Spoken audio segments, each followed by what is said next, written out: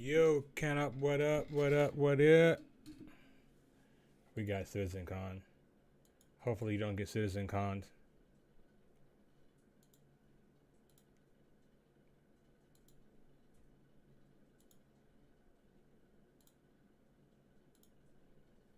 Right now they're just talking a bunch of nonsense. I'll get the audio on in a second. It works. I just have it muted just for the beginning of the stream. I may put the music on in the background just a little bit, but I'm sure they're going to have music too.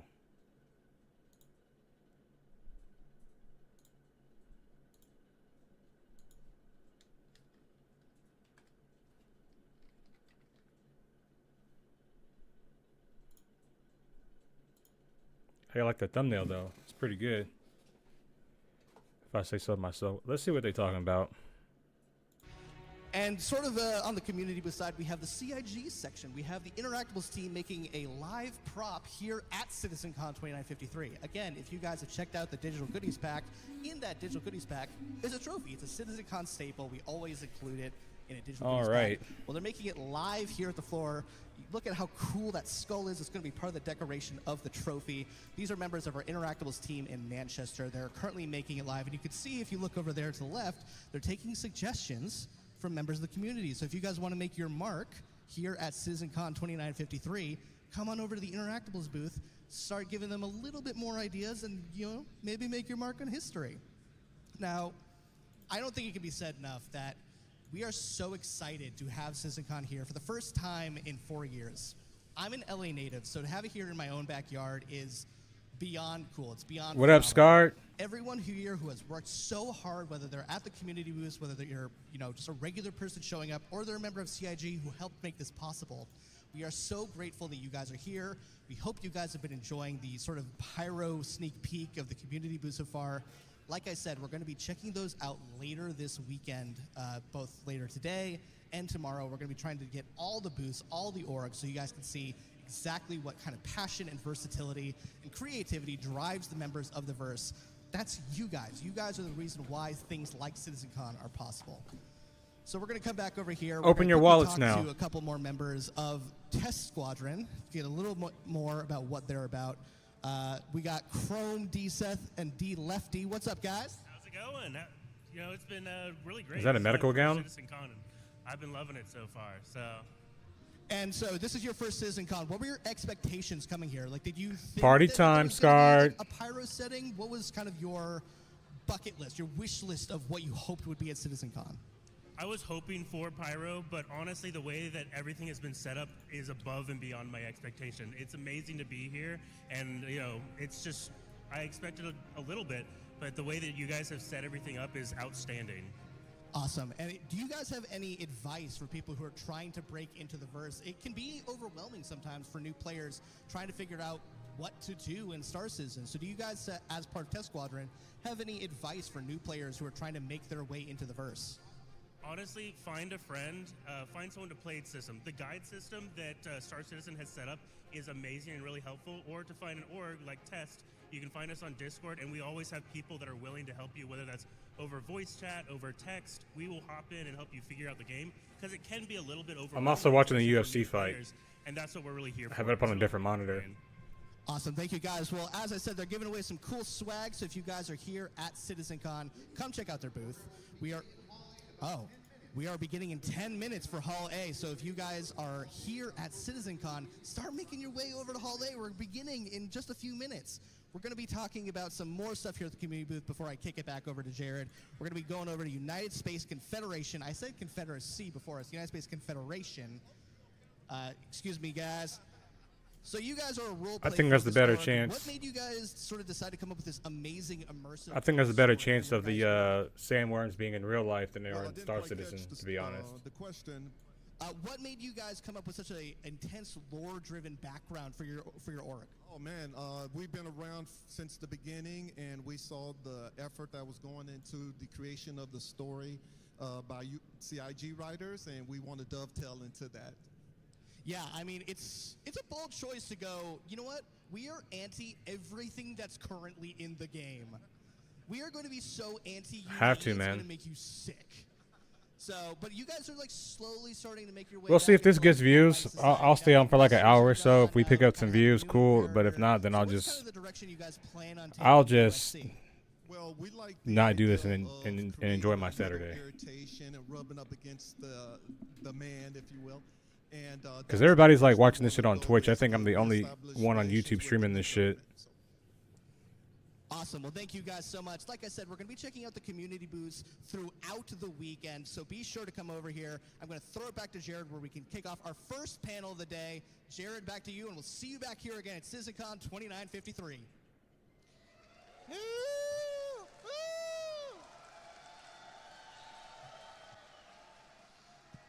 Thanks, Dan. He's somebody's nephew. We still haven't figured out whose. So we are here in Hall A with the community. I thought he was saying Hole for a second there. So as Dan said, if you're still hanging around in Hall B, it's very cool. We are just a few minutes away from the start of the official Citizencon 2953 festivities. So you want to make your way over here. 3,000 seats, still a few available. That's good. One next to my dad. Wave, Dad. You're not my dad. Where's my dad? There you are. I still owe you money. All right. So yeah, so again, we're just a few short minutes away from Citizencon 2953. Thank you for enduring our sales pitch during the pre-show. I told you, Citizencon is entirely by the devs for the community, so we wanted to take a few minutes beforehand and do all our happy marketing stuff for you and everything. But we're just about to start. Marketing. So with that, I'm going to wrap up. Thank you for tuning in. Thank you for watching. I really thought I was We'll gonna be wake back up late for later this on in the shit. day.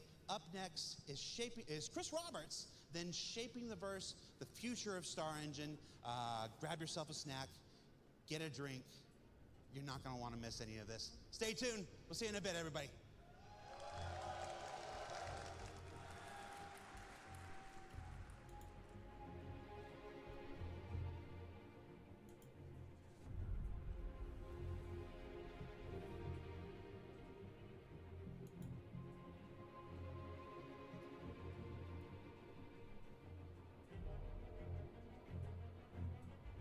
They're doing a wheelchair? Dang. It's dedication right there. He's making me look bad. I should have been there.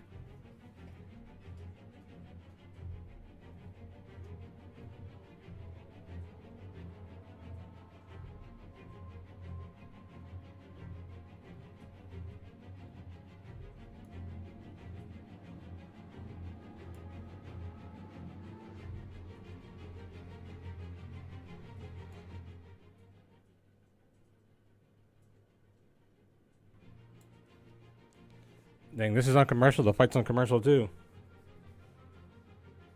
What the hell? Alright, fight's back. Round 2.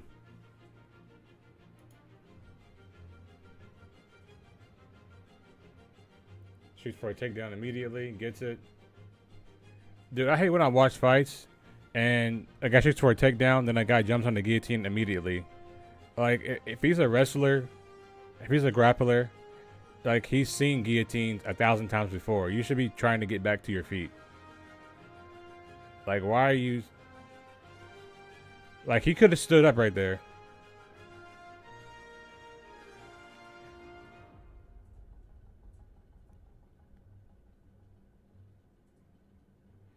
Now, you're tired because you've been squeezing your arms.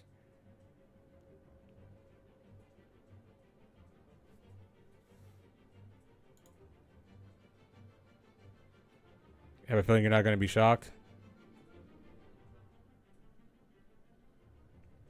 Yeah, need a cushion for that shit, man. But they can't be worse than my gaming chair, though. They can't be any worse than that.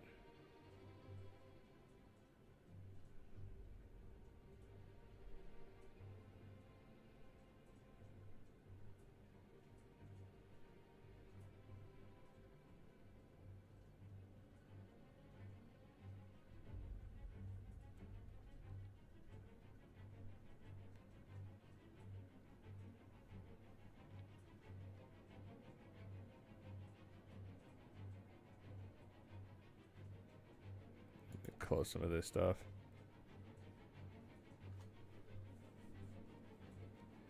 So I was trying to film my my ship review for the A1, and it went terribly wrong. I just finished the voiceover for it. It's already edited. I just got to make some thumbnails for the video, and I'll get that posted for you guys probably later today.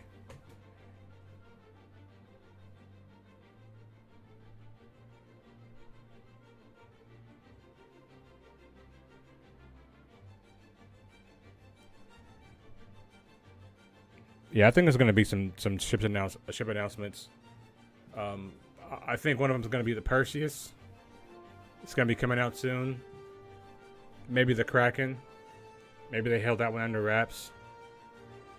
But I honestly don't think it'll be the Kraken. I think it'll be the Idris. I think that'll be the first capital shipping game flyable by players, since it's already like in the game.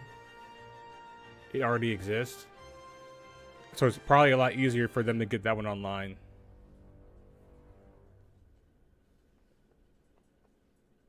Neo Fox, welcome. Thank you for coming to the hangout.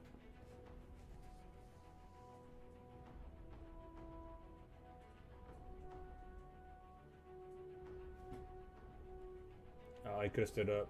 Try to go for a triangle. He's not going to get that.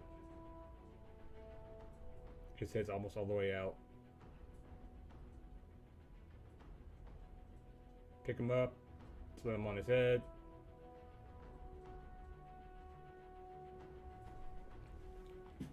For anybody that's new watching, I'm also watching the UFC fight because they're on at the same time. And I like watching UFC. I rarely ever miss a fight.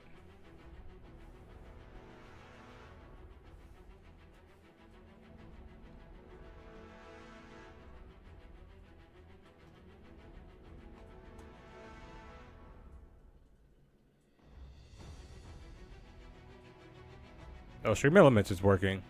Welcome to the chat, Stream Elements. The Kraken is entirely near. Yeah, Kraken's expensive. But I think capital ships, they should be in the game, purchasable in store like right away. They shouldn't hold the Krakens behind the paywall, especially considering they want everybody trying to go to Pyro. So grinding for a capital shipping game should be something like right off the gate.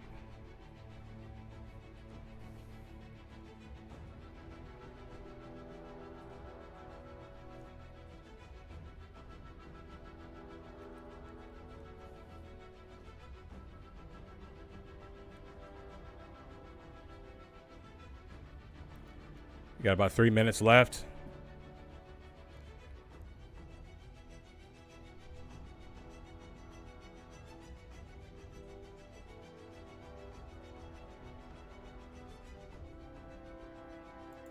Dude, I saw Burke stream a little bit earlier, and there are some real neckbeards in there. Some real ones. I'm just like, ooh.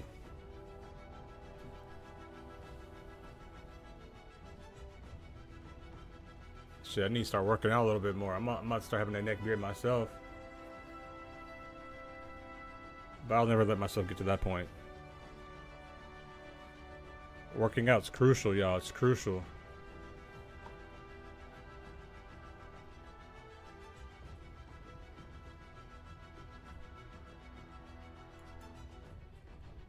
Expanse? Is that like one of those mining ships?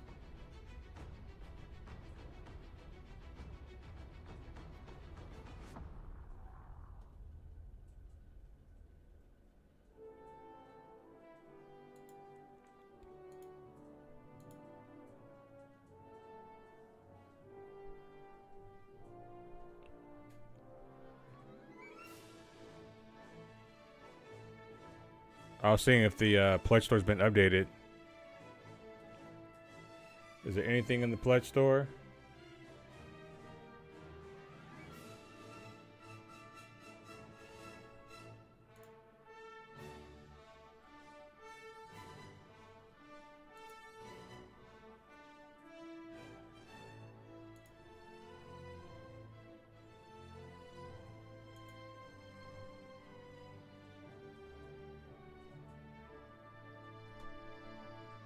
It's a need, but you won't get it.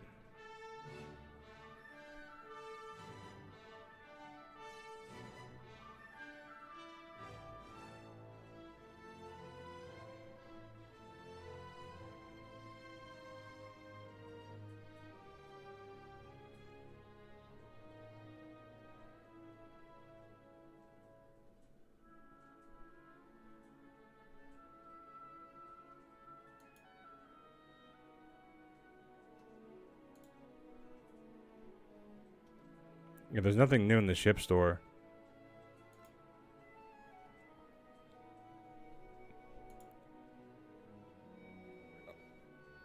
There we go. Now it's loading. Yeah, everything is pretty much still the same. Except for the A1's in there.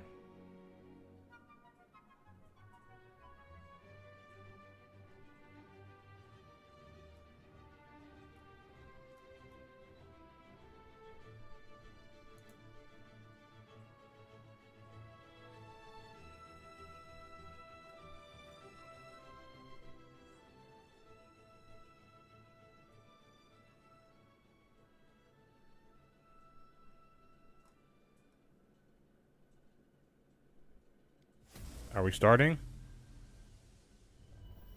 And the crowd goes mild.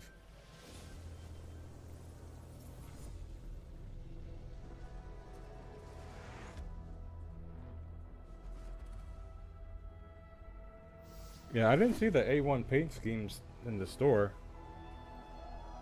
If you go to the ship itself, it has it.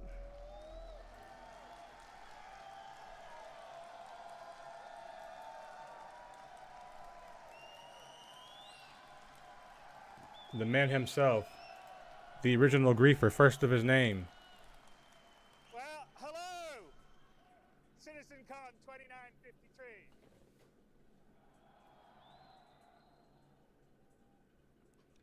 All that money couldn't get a better suit, my guy? Back in front of all you guys in person after 4 years being shut away, doing it online. It's so His suit great is to see trash. So many of you, old faces, new faces. And you're going to have a great show over this weekend. He looks awkward. I think you guys have already been around a little bit. There's some fun stuff here. There's the seedy alleyways, the checkmate station behind you, where I think a lot of our community orgs have set up their camp. So Somebody should have given that dude a nicer suit. A Dragonfly replica with the pyro paint job on. Get pictures taken on. We have the Atmo Esports first in-person flight or fight tournament, which I think will be really cool. And most importantly, we have 150 computers that you guys can get down and sit and start to play Immerse. and experience the beginnings of Pyro. I'd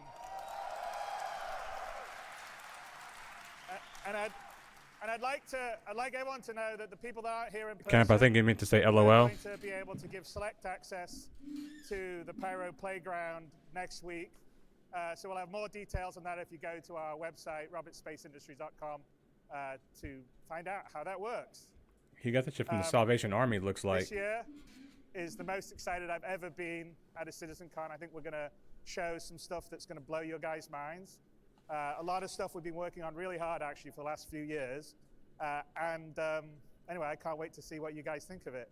And there's a lot of stuff that's been iterated on by Squadron 42. You guys will have probably noticed that the tasks have dried up on the task tracker. And you're going to sort of see the results of that over these next 2 days. So hopefully you like it.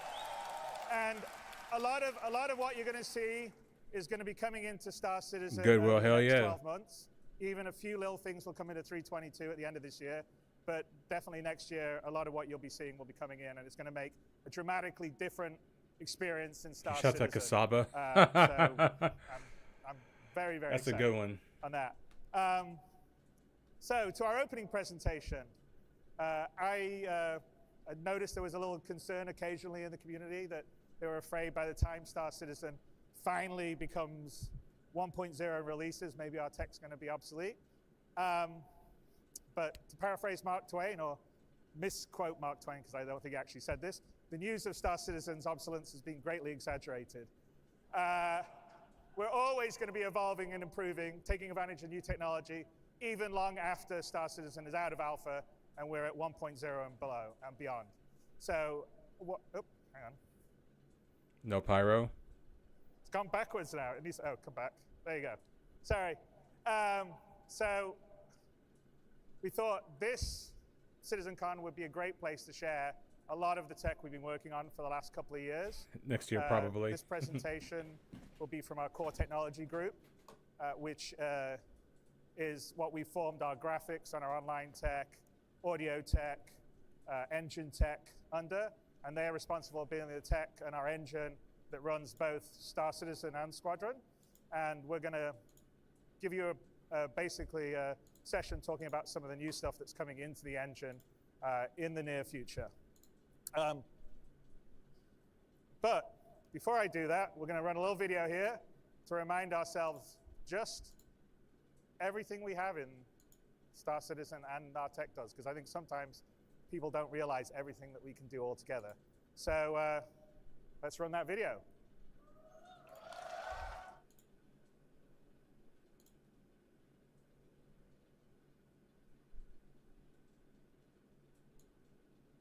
Here we go.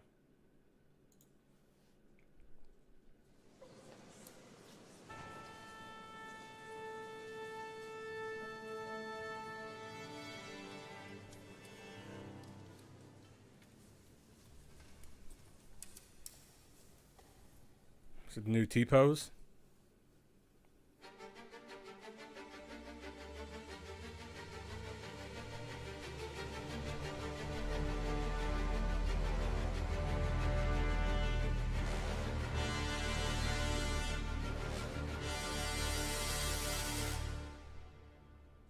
Those are 4 systems. Pyro, Magnus, Stanton, Terra. I don't know what the other one is.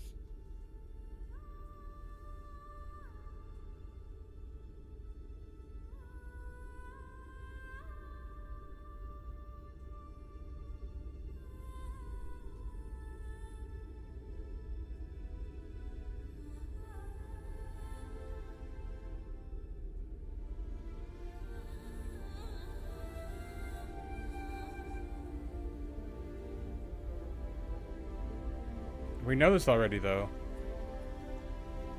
This isn't anything new.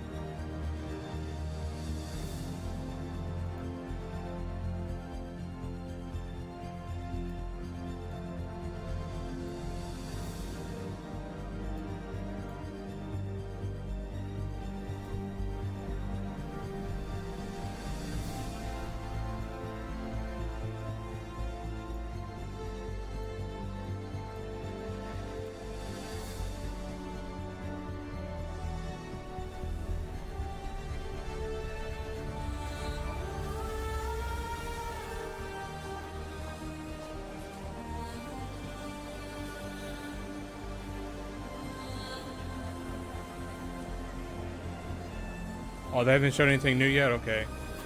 Still watching the fight.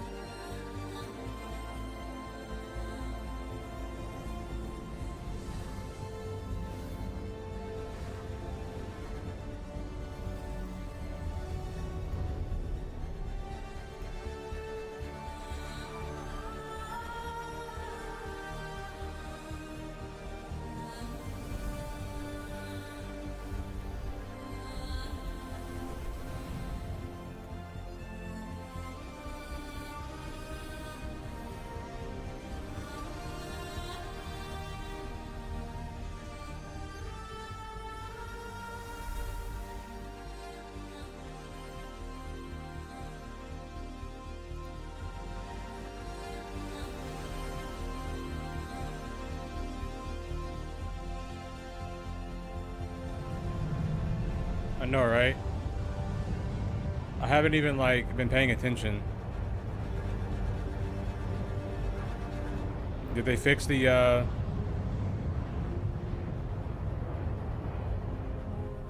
they fixed this ship yet? Does the armor work? Do the side doors open?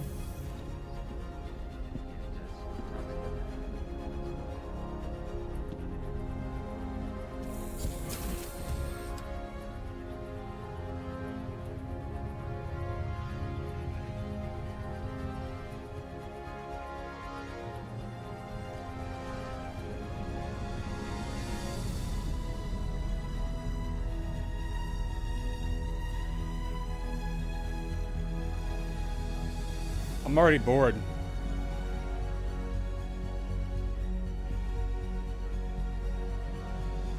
Come on, Chris. Stop griefing me right now. You're griefing me. I already know about microtech.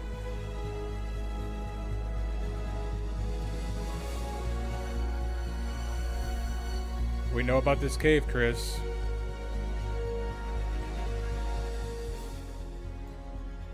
We know about this cave, Chris. We already know.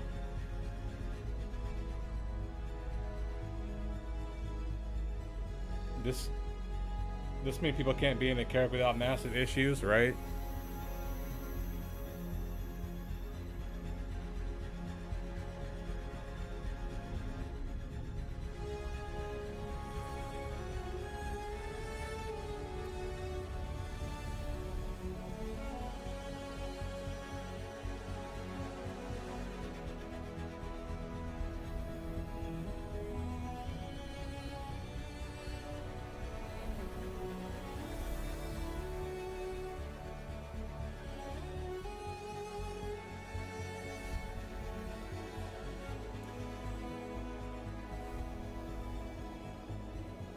Right?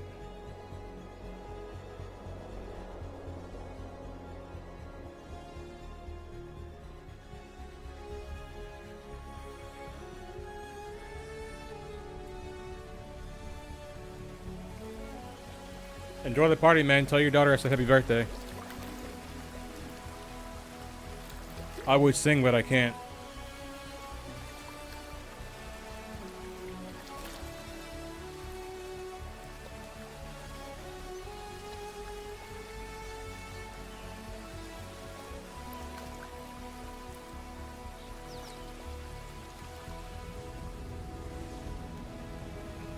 It really is. And like once you start editing videos, you see like little shit.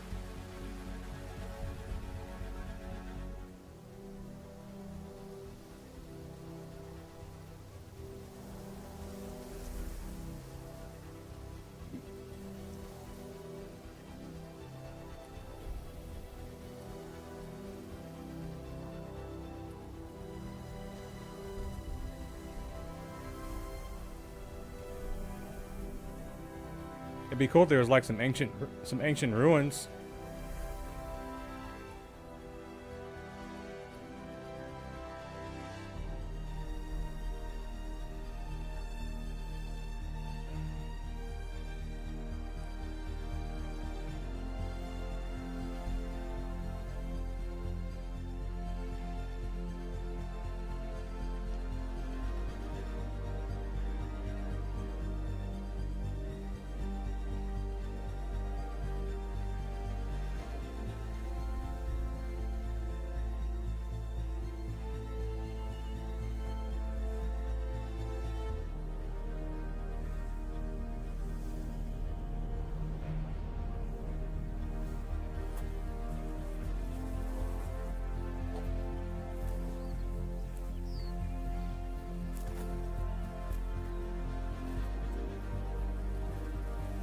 Oh, they have animals now.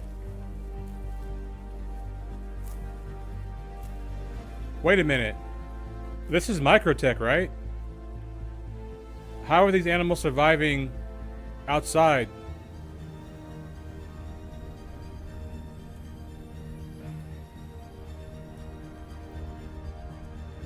I thought you couldn't be on the side of the planet without a helmet. It's too cold, right?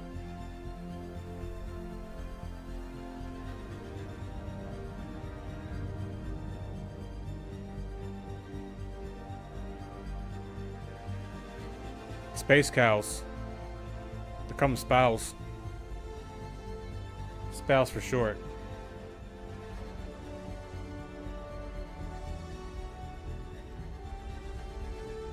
Imagine. Oh look. Volumetric clouds. Ooh.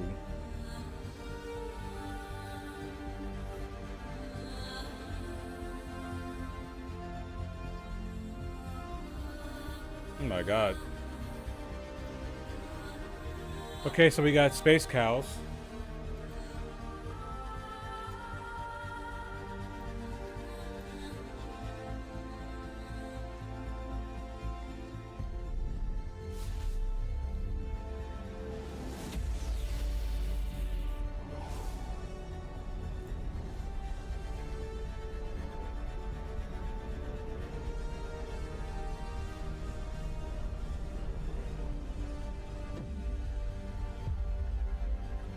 You're not hyped for space cows?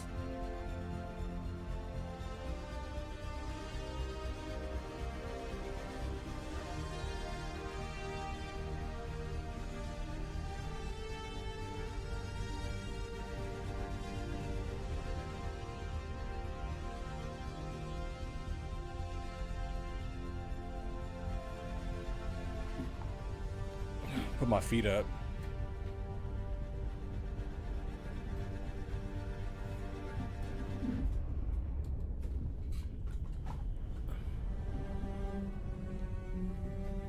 We're not gonna randomly explode on an asteroid?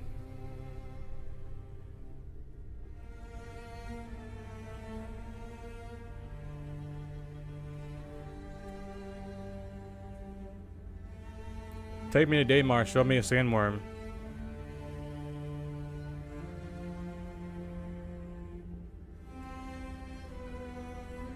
I wonder if we can kill space cows with bombs. It's gonna be my first thing to try.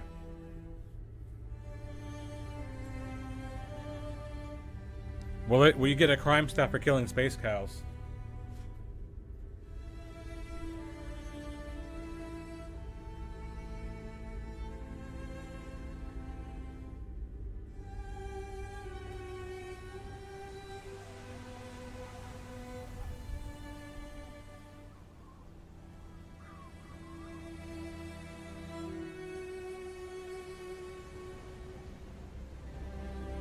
Right?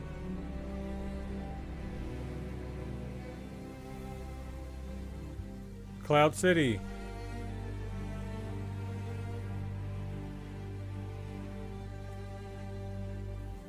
Oh, I just discovered the new bombing mission for the A1 Spirit and the A2. You have to take out this place that has a bunch of space cows and shit.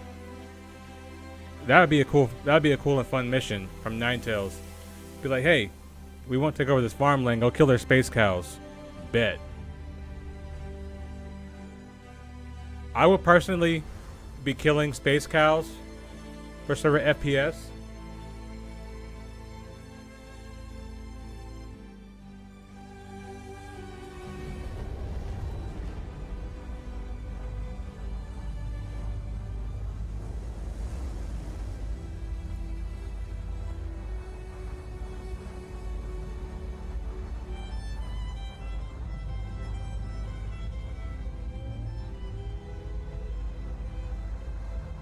Can we kill him?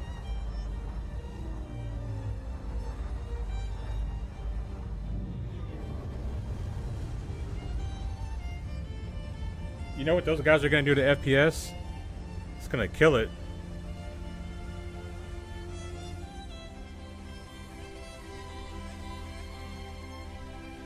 I guess we're gonna get sandworms next. Looks like we're going to Daymar.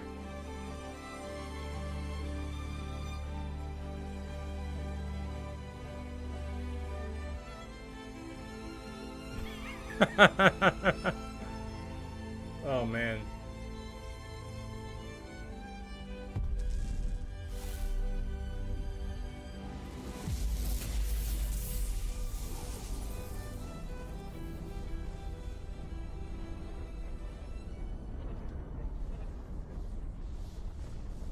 This is Daymar? Or is this Pyro?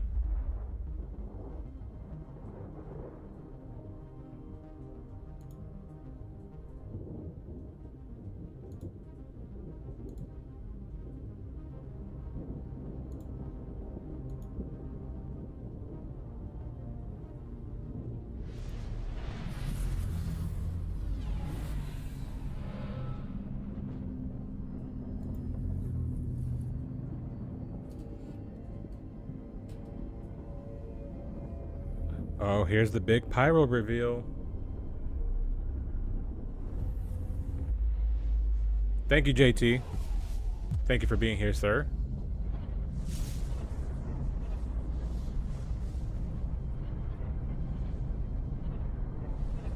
I wonder how long it takes to get to the wormhole.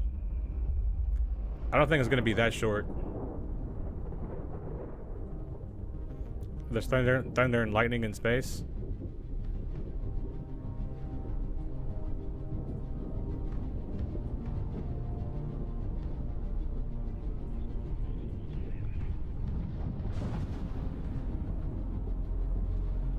Why is there thunder and lightning though in space?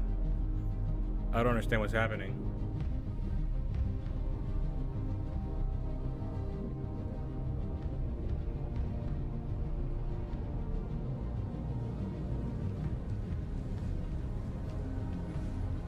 So this is just a big version of Grim Hex.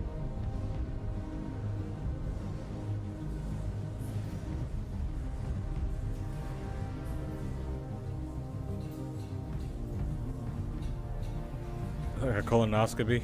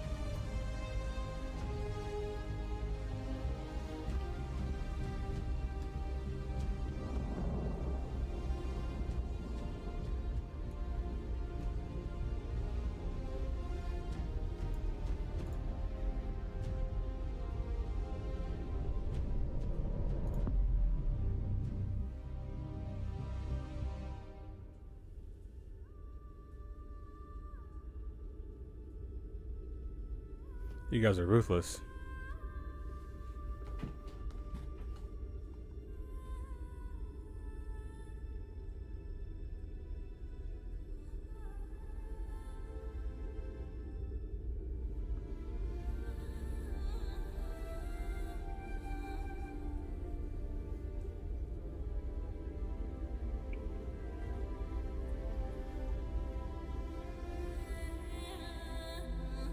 Are they gonna actually have rain and shit?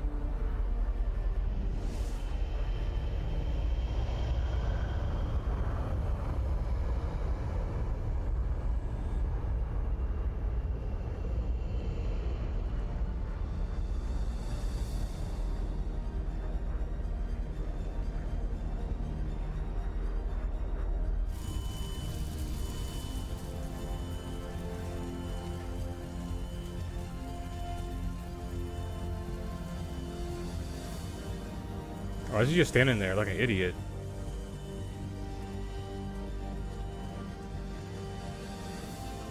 Bro, we know like in the PU this would be like 5 frames per second.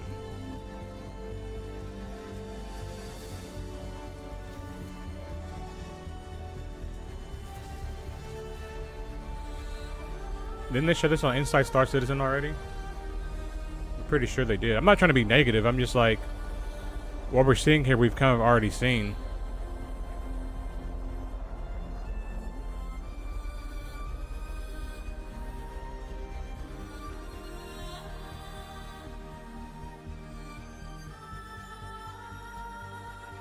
Well, you're gonna get a new PC anyway, cannot.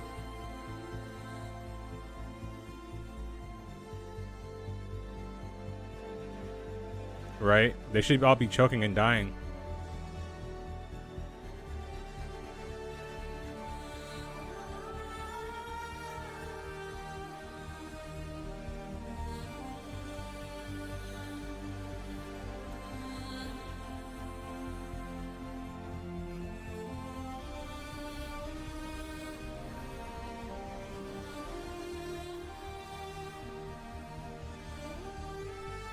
This looks like Hurston, but different.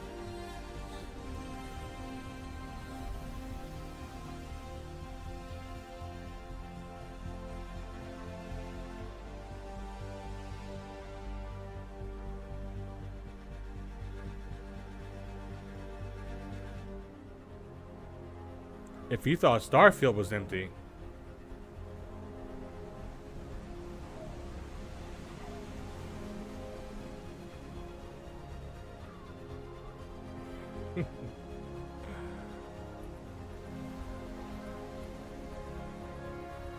If you thought Starfield was empty, holy shit.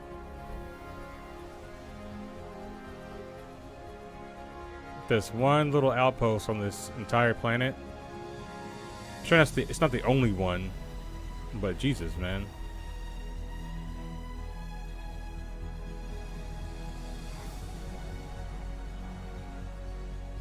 Are those rocks floating in the water?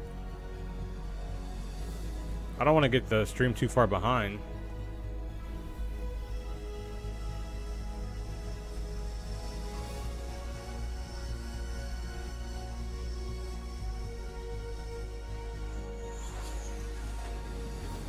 They're going to update their system requirements.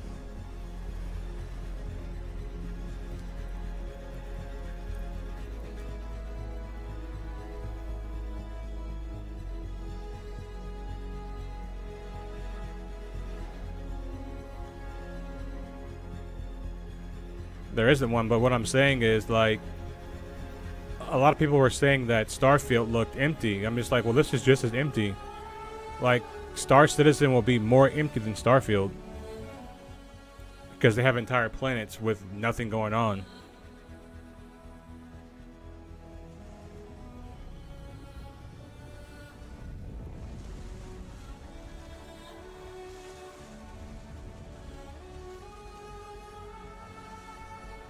I'll believe that when I see it in game.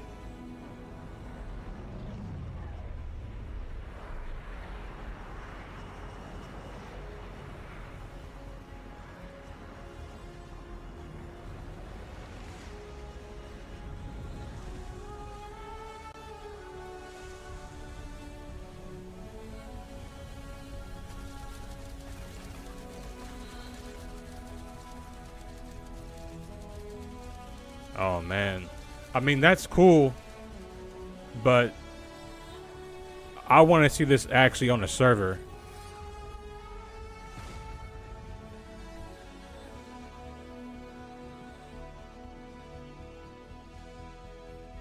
I want to see this actually on a server.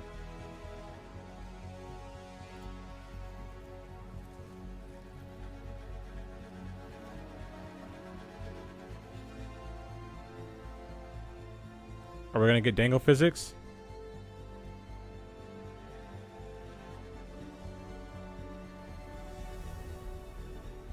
Why is this guy having a random nosebleed?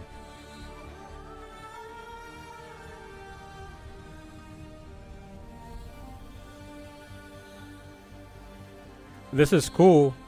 You know what I'm saying? Like, I'm saying this is cool, but prove like this can actually work. Like on the server. I don't care about your game engine. Show me this working on the server. That's all I ask. I'm not asking for much.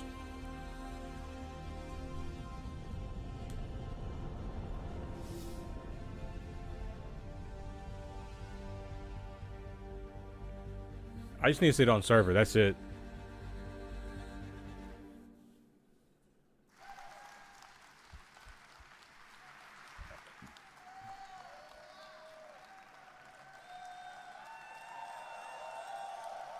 Look at those neck beards.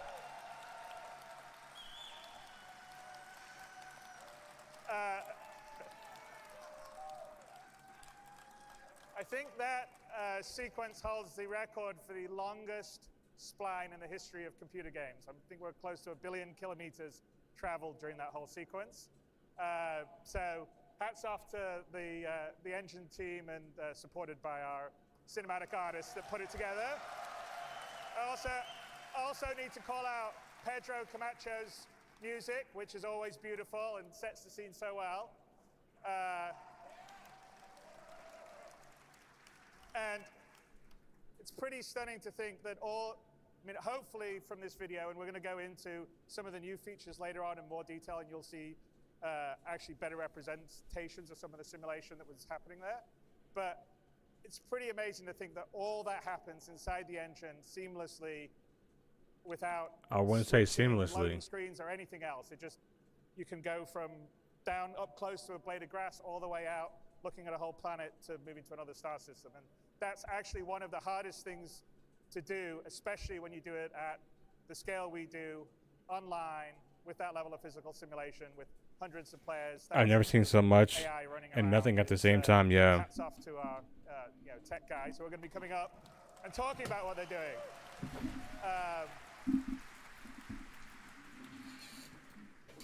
Now, obviously, some of the things in here aren't in the current live build of Star Citizen. Like, for instance, at the very beginning, I don't know if you noticed the conductor with the hair blowing and the tails blowing. That's all simulated in real time, and we'll talk about that on the physics part of the upcoming speech. But I'm going to turn the stage over to the core technology group to talk about some of all this new tech. I'm crying because they got me down bad for some space whales. We'll be rolling into Yeah, man, this shit crazy. Star Citizen over the next 12 months or so. And some of it, like some of the new cloud stuff, will actually come in 3.22, which is great. But before I do this, I wanted to introduce Benoit Beautresor, who, as a lot of you know, Turbulent have been our long-term partners here in Star Citizen since the end of 2012. They built our web platform and our digital distribution platform, and a few years ago started to help us on developing the game. We have almost about 100 game developers in Montreal, because Montreal's a great place for game developing talent. And this year we brought Turbulent into the fold of CIG, and they're now fully part of CIG. So this July they joined us, and Benoit, who is the Chief Technical Officer of Turbulent, has now become the Chief Technical Officer of Cloud Imperium. And along with I think I need to get high to watch this shit, bro. Mark Boudet, who is the CEO of Turbulent, is now our head of global studios. They're strengthening our management team at CIG, and I'm really, really happy to have them.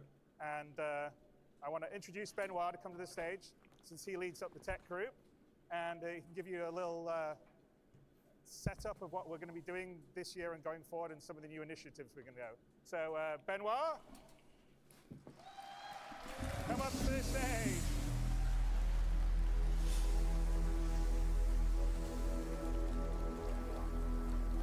All right. And these guys were web developers at one point too. Or did you take your own? Yeah, that's good. Thank you. All right. I haven't touched Star Citizen sober since 2016. Bonjour, Citizencon. We are so happy to be here. It's been so long to see you guys physically and just being able to interact. It's been fantastic so far. We're super excited about all this. The video you just watched outlined a lot of features in the Star engine. It's a reminder of what makes this game so special. It's a focus on fidelity. I said it. It's a focus on immersion. And it's a focus on seamlessness, being able to go everywhere, and you're just there. The accomplishments from the tech teams at CIG have been numerous in building all the technology that allow you to run the game. I'm gonna tell you how big the and allow folder you to is right experience now. the same things that we see in our dev setups. And so what we're about to see today is a deep dive into all these features. But first, I wanted to touch really quickly on this last year. We have launched persistence, or added persistence. Currently, the It's game been a is rocky road this year, and 95.2 I wanna thank gigabytes. you guys for keeping on playing, giving us a hand, giving us good bug reports. It's been fantastic for us to improve the stability of the game. So thank you so much. You guys deserve a hand of applause. Thank you so much. A hand of applause? You mean a round? I just want to touch on one bit, which is that all the people you will see in the next couple tech panels are really the best of their crafts in the world. They are infused by a value that we tremendously value at CIG, which is Salt. relentless Is that salt shaker? optimism. That this a game tombstone, I can't can tell. be made. That this vision can be achieved. And so, without further ado, but first, I got one more thing to say. So, in all of the different panels that you'll see, all the updates, everything that you'll see on screen, whether it's a HUD, an MFD, a ship UI, FPS weapons, everything. All of this is new. So as you watch the clips, you're going to see some differences. That's because this all comes from the freshest implementation that we have. We love open development. We love to show you guys the work in progress. And so that's exactly what we're going to look at today. And so without further ado, I'll leave you with Marco, who will show you all the cool and amazing features of our engine and the challenges that we face. Thank you so much, guys. I mean, all this is cool, but it's just like, show me it working on a server. That's what I want to see. Give a fuck about the engine can run as smooth as it wants. I am Marco Corbetta, VP of Technology, and we're going to talk about Star Engine today. We have been developing Star Engine for many years with the goal of creating an online living universe. But creating a universe is not an easy task, and even more difficult to do everything seamless without any loading screens or invisible walls. And massive spaceships flying very fast, close to the terrain and objects, are pushing the limits of procedural generation and streaming. This is not a single-player game, so creating this universe online is making everything more challenging. We stream and generate physics on server on CPU, and we already support more than 100 players on a single server, more with server meshing.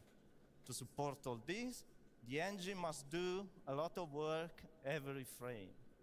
So in a typical Star Engine frame update, we got up to 64 hardware threads, about 200 software ones, over 700,000 streamed in entities and millions of entities overall in the solar system. About 150,000 updates per frame. We have over 200 vehicles, spaceships, and ground ones, over 2 million physical objects, over 100,000 objects generated per frame when flying over the terrain. We have many unique locations, streaming on demand. I wouldn't call it seamless. Gigantic space. I wouldn't call it seamless. Also, we are supporting many new features that we are going to showcase today. I'm going to start in introducing the new and improved clouds and fog worked on by custom vendor in the R&D team. The first new feature is the light shafts. They are volumetric shadows from clouds cast into the atmosphere. They are truly volumetric and 3D, fully integrated. They are not just a post effect as it is usually done in games. With this, the atmosphere from an overcast sky gets darker, and this is important for planets and locations with bad weather. Another component is the new ground fog. It follows the terrain up to a specified elevation for different locations. It is also fully integrated into the atmosphere. It receives volumetric shadows from clouds and terrain. It reduces the light scatter into the view ray. And in this video, we are showing all the features combined together. In addition, we made many improvements to cloud shaping to allow for more variation and details. The shape noise blending, a vertical variation has been improved a lot. SC players love getting shafted.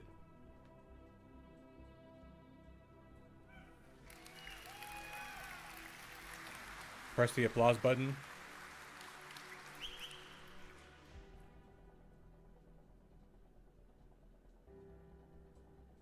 Also, we made improvements to shorten long distance read, and the tiling is less visible.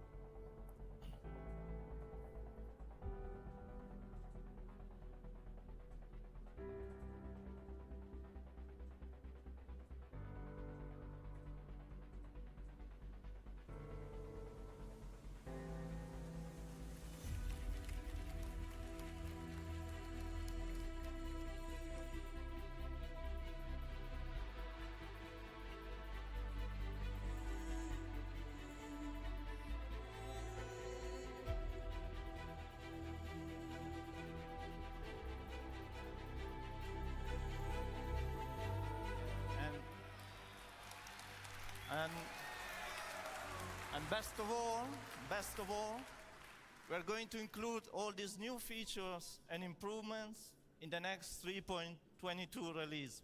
Okay. Thank you. Thank you.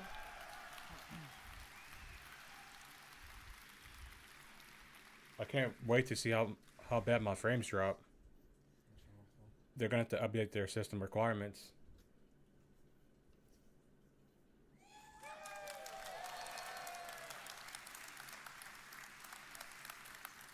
Hi everyone. So I'm Mike Snowden. I'm the Director of Visual Effects. And I'm Ali Brown, the Director of Graphics and Procedural Tech. Is he related to Eric Snowden? Really happy to be here, really excited to show you. We're going to be showing dynamic fire in Star Engine.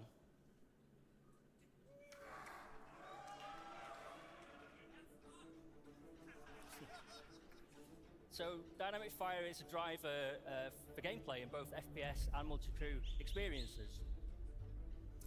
It creates emergent sandbox gameplay, and it can be used by designers to craft very dangerous scenarios for players. And as you can see from the video, it gets very intense.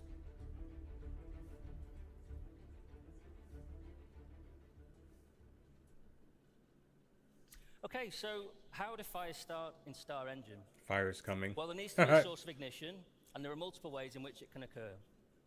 For example, weapon impacts or misfires, explosions or damaged items, and the player needs to be alert to their surroundings with fire an ever-present threat. If a fire does break out, you're going to see it dynamically propagate through the area. Are we going to have fire extinguishers too? And at this point, the player needs to limit the damage, of course, by extinguishing the fire in any way that they can. So when doing so, they're going to need to wear protective clothing to protect them from extreme heat. They're going to need to wear a closed helmet to protect them from smoke inhalation, poor oxygen levels. And there's actually multiple ways the fire can be extinguished, including the removal of heat, for example, using the fire extinguisher, which is my personal favorite. It's a lot of fun doing that. The removal of oxygen, for example, locking off the area, venting the oxygen, creating a vacuum. Or simply, the fire's burned so fiercely that it's done everything it needed to do. There's nothing left for it to destroy. And if you let it get this bad, it's probably time to consider repairing your ship. The dumpster fire will look more realistic, so how do we achieve right? this from the technical perspective? Well, first thing the artists and designers do is they mark up their scene to tell us what physical properties that each surface is made from, whether it's wood or metal. But not only on the surface, we have to describe what is behind the surface. You might see a metal panel on your spaceship, but has it got cladding or wiring behind it? It's important we know all this so we know how flammable it is. Then after this, we have to define all the physical. That's probably going to properties happen, so, for sure. For example, what the mass is, the energy density, combustion temperature, fuel ratio. And we use all these physical properties and we sum them up in each voxel, which is a 1 by 1 meter cube. And then once we have these voxels, this forms the basis of our simulation. So then first thing we do is we look for sources of ignition, and then we're off. But didn't they show this during like debug mode that shows us what was going on. They showed this. What we use to track it, and you can see these squares already during the Inside Star Citizen episode. These voxels, we're tracking the fire, the temperature, fuel remaining, the amount of smoke, and the fire is propagating via convection and radiation, which are both accurately simulated, and it's consuming the gases and producing the knock-on products as well as it goes. And because we're using a proper simulation, like Mike mentioned, when you vent a room, not only are you removing the oxygen and putting the fire out, but if the temperature remains the same, if oxygen is reintroduced, the fire will reignite and it will continue burning, just like it would in real life.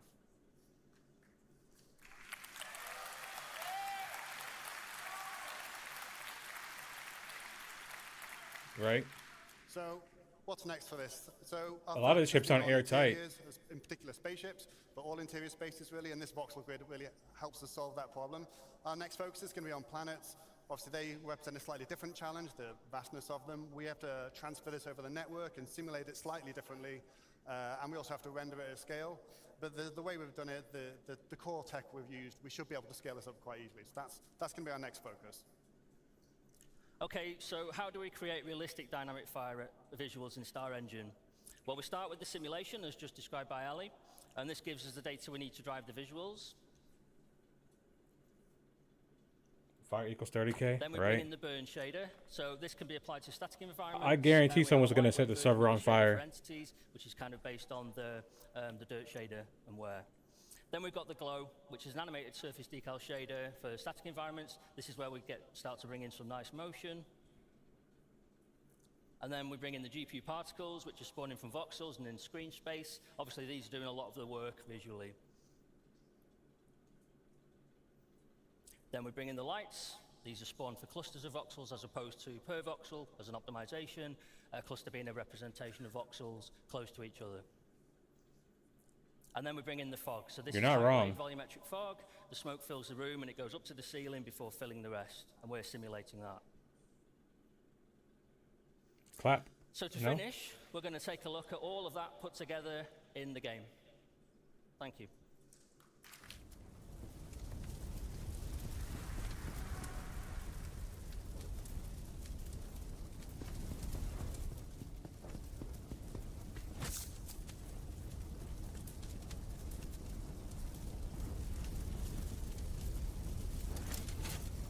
Imagine not being able to grab it. Imagine. I gotta get my first pause. Imagine like grabbing this and then, you know how he does like the double grab thing, and he stores it in his inventory. He stores it in the ship inventory, and you're trying to grab the fucking fire extinguisher out, and you can't grab it.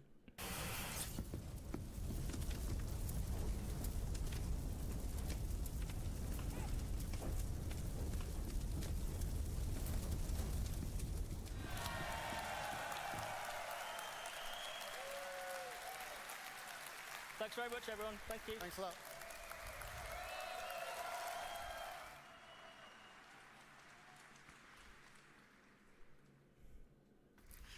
Hello everyone, I'm Will Hain. I'm here to talk about water in STAR-Engine. It's got a water t-shirt on. So, water is a huge part of both of our games, Star Citizen, Squadron 42, and we wanted to give it a major upgrade. We were going to set 3 ideas that we wanted to impart on our water. We want it to look as good as possible, obviously. We want it to look realistic. We want it to be beautiful. We want it to be in motion constantly. Oh, God. It should always be moving and always be reacting to everything around it, whether that be players or objects or vehicles. And we wanted this to work on the whole scales of all of Star Citizen, all the way down from footprints in puddles to enormous ships crashing into the ocean. I'm going to talk about our updates to the water rendering first, and then we'll move on to that other stuff I discussed. So first of all, the water shaders, Yes, I guess so. the ocean and the river ones, were in dire need of a major upgrade. They were currently using a technique called deferred shading, which is really fast and fantastic for opaque objects, but does not translate well for transparent ones, which of course water is. So the first step that we made was to transition to forward shading. That allowed us to introduce more physically based techniques, such as proper lighting, reflection, and refraction. It allowed us to integrate the atmosphere properly into our water lighting setup. And it also meant that we could get more fun techniques, such as wave crest backlight scattering, and adding better foam rendering, which includes halftone blending, surface haze, and much more detailed bubbles on the individual bits of foam. I've got some examples of that here. In this particular screenshot, you can see the icebergs in the near frame. You can see we're refracting the iceberg underneath. It's correctly refracted. This doesn't look that good, You can see that the to be iceberg is honest. reflected back onto the water. That is now accurate. We weren't doing that properly before. Here you can see our accurate water lighting from this really beautiful screenshot of the Gladius over the water. I love this one. So this is the objects under the water being correctly lit, which is new. And then we are applying the lighting changes from the But can we specular swim, highlights though? on the surface, and also considering the lighting from the suspended particles in the water, depending on how deep and dense the water is, which gives us this really beautiful effect. This screenshot just looks good, but what is going on is that it's demonstrating that the atmosphere and the water are sorting properly. This looks like everything is normal, but it's challenging to implement with forward-rendered water and proper ray-marched clouds like we have in-game. Props to Alan, who worked on all of this. I did the next bit. And here we can see the wavecraft light scattering. See how the sun is coming across the back of those waves? It's lighting up the suspended particles in them. It just looks gorgeous.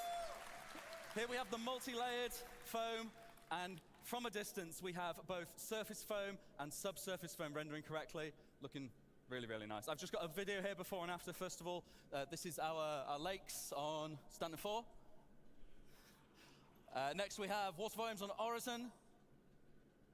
There you go. This last demo, this is a Clio on the Stanton system. This is what it currently looks like in game, and I think you'll agree, pretty dramatic difference. I'm not excited for how this is going to do the server. To talk to you that me and the team at Planet Tech and Graphics have been working on is, of course, water surface simulation. This has been an absolute pleasure to work on. So we had a few aims for this. We wanted it to be multi-input. We want physics to influence this. We want our MFX system to influence this. We want bullets. We want everything. We want high concurrency. You guys, it's a sandbox game. You're going to break it. You're going to stick 1,000 picos in our puddles. It's got to work. And it's got to be scalable. It's got to work from the tiny scales to the footprints in the puddles all the way up to, as I said, giant ships crashing into the ocean. So the technique that we chose for this is a form of surface wave propagation. It's GPU-based, it's highly realistic at a low cost, and it can be scaled for waves of different amplitudes. So we can have all of that built right in just by... I'm not worried about my GPU. I'm worried about your server GPU. We're going to have the player walking through the puddle. As you can see, as he steps, you get a bigger ripple. But even as he's stepping, the toe is being dragged through the water and moving the water accurately. This is not a cop-out. We're doing this in 3D. You see as I'm I didn't get to see it. And then this next demo, we're going to fire some bullets. This is a bit loud, this one.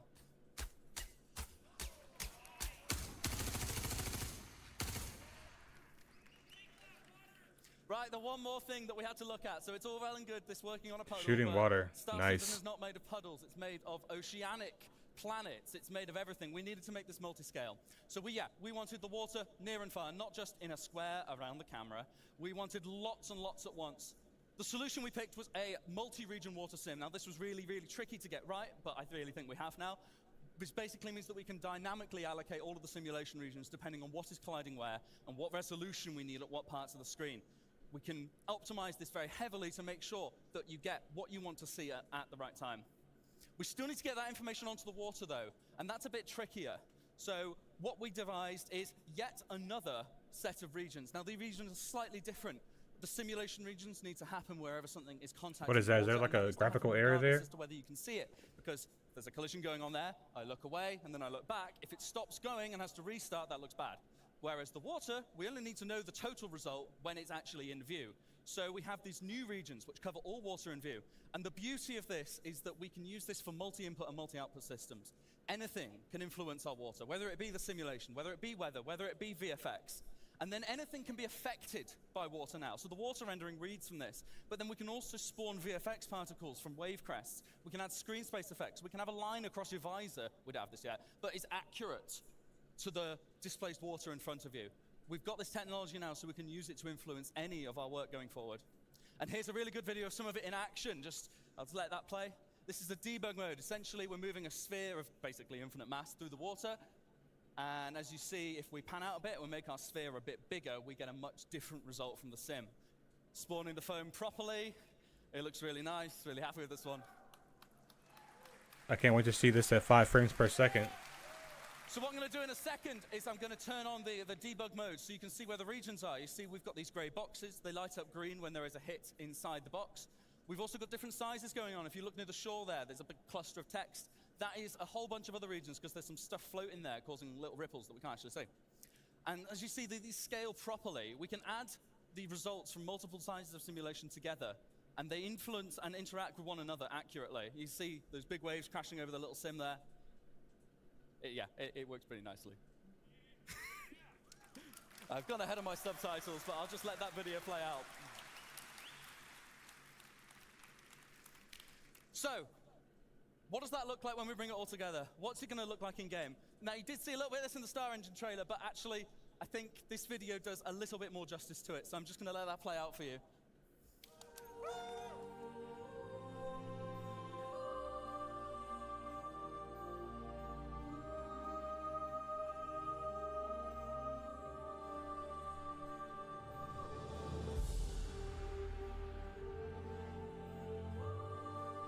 Forward in a second. You're going to see I'm going to have to build a new computer for this shit. And from the cockpit perspective, water droplets on the glass thrown up from the water sim. This is what I'm talking about using multi-output. The new HUDs look nice though. What about shooting a bullet over the water? And that's us. so much, Citizencon. Handing back over to Ali. On server, hell yeah, it will.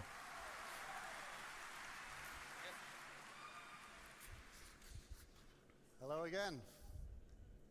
So, I'm here to talk to you today about a few other graphical things we've got coming in. I'm really proud of the work we've done on the fire and the water. They both look amazing features. But I'm going to talk to you about a few smaller features and a few longer-term R&D features we're coming in on the visual side. This first one, something we wanted for cinematics and telling a story, but also to tie into our active feature system, which is to get the face to tell a little bit more story on our characters. So this blood, sweat, and tears system is something we implemented recently, and it allows us to use a GPU particle simulation, which we project onto the face, and then we integrate it into the skin shader so we can get realistic reflection and refraction of water on your face. And we even make the skin go a little bit redder to simulate the extra blood flow when you're tired or upset.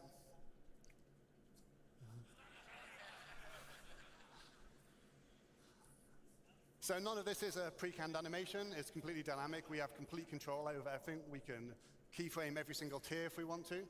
And we can even simulate blood, like here.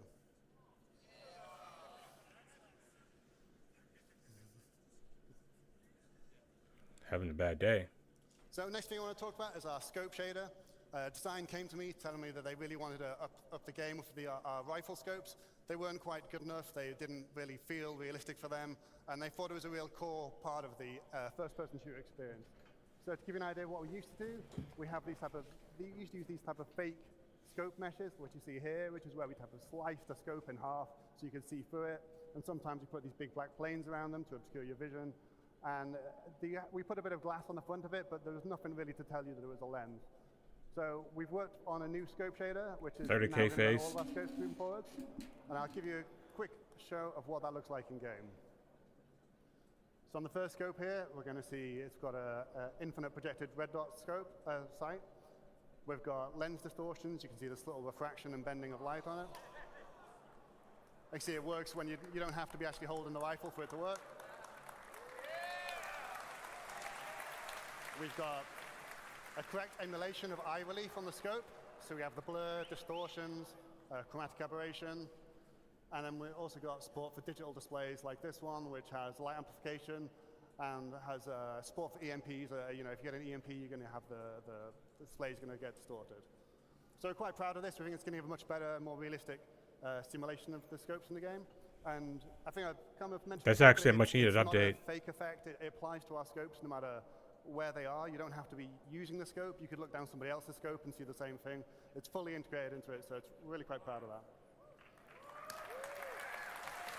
Yeah, the FPS needs a lot of work, and it's mostly because of the next feature. The servers are so slow. If any of you have a HDR monitor and you've been playing 320, hopefully you've given a go of the HDR feature. We're really proud of this. It looks really good. And we've got some great feedback from you guys. HDR does not look good for me. Some strong feedback about we want extra black level controls, so we're going to be adding that for you. So make sure you can tweak the image exactly how you want. And there's a great user guide on Spectrum as well if you want to know how to get the best out of it, because it's not always a straightforward tech to get the best out of. Just to give you an insight how this works, we've got something called Unified Tone Mapping Curve. And this is the process where we map the real-life colors of real-life intensities of light onto what your monitor can display. And rather than having an SDR mode and HDR mode, HDR is terrible. Smooth system where we can blend between SDR and HDR depending on the peak brightness of your monitor. We also pay a lot of attention to make sure we preserve the colors and the hues to keep an accurate image for the artist, and especially for skin tones. We don't want them turning red or white or doing everything bizarre. Just one thing to mention, we've got some content adjustments that will be ongoing. We've got a lot of content in Star Citizen. It takes a little bit of time to make sure we balance everything so it doesn't look too dim or look like a supernova. Next thing I want to mention, temporal upscaling. This has been something that's been asked for a long time, and we're proud to finally get it into your hands. We've got 3 different techniques we're going to be implementing. We've got CIGs. We've got our own temporal super resolution solution called TSR. We've got AMD's Fidelity FX Super Resolution 2, and we've got NVIDIA's DLSS 2 as well.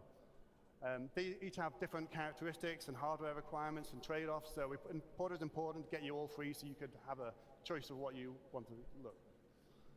On the left here, we've just got a zoom in from one of our outposts. That's no anti-aliasing for people that really love to see jagged edges. The center one is our TSA, which is what you've got in the current release today. And on the right-hand side is TSR without doing upscaling. And this is going to be replacing the TSA solution. And this gives us better quality and more stable image and hopefully much less ghosting. We can use our It's PSR not that much better. upscaling. Here's the example of how it looks at each resolution. And similar results from AMD's FSR. And some numbers here, which I'm sure you can pour over later, but basically we can get about 2 times GPU performance if you're interested in using the upscaling technique. Obviously, if you're CPU limited, you might not get quite them numbers. It depends on your machine. We also intend to look at frame generation techniques like FSR-free and DLSS-free, but these are going to come a bit later. We're going to focus on GPU performance, getting that up first. Frame generation isn't really applicable unless you've got a really good performance first. Some other quick updates. We've got the screen space shadows as added to Alpha 320. It gives us some extra detail in our shadows across characters, and it's particularly on planets, it helps a lot. And we've also got a new texture and mesh streaming engine that helps us get as much possible detail as we can onto your VRAM on your GPU. And it does something we call load balancing. It will scale dynamically for your GPU to make sure we can get the absolute best possible results. We've also got some more streaming improvements coming in the next release. Just to give you a quick show of what the screen space shadows mean, here we've got a planet with no shadows. I think it's Microtech. The shadow maps, so you see the normal shadow maps that fill in half the scene. But then when we get the screen space shadows, you look in the top of the screen or in the flowers, they type of fill in the detail for the rest. They really help type of bed the scene in and stop these things looking floating.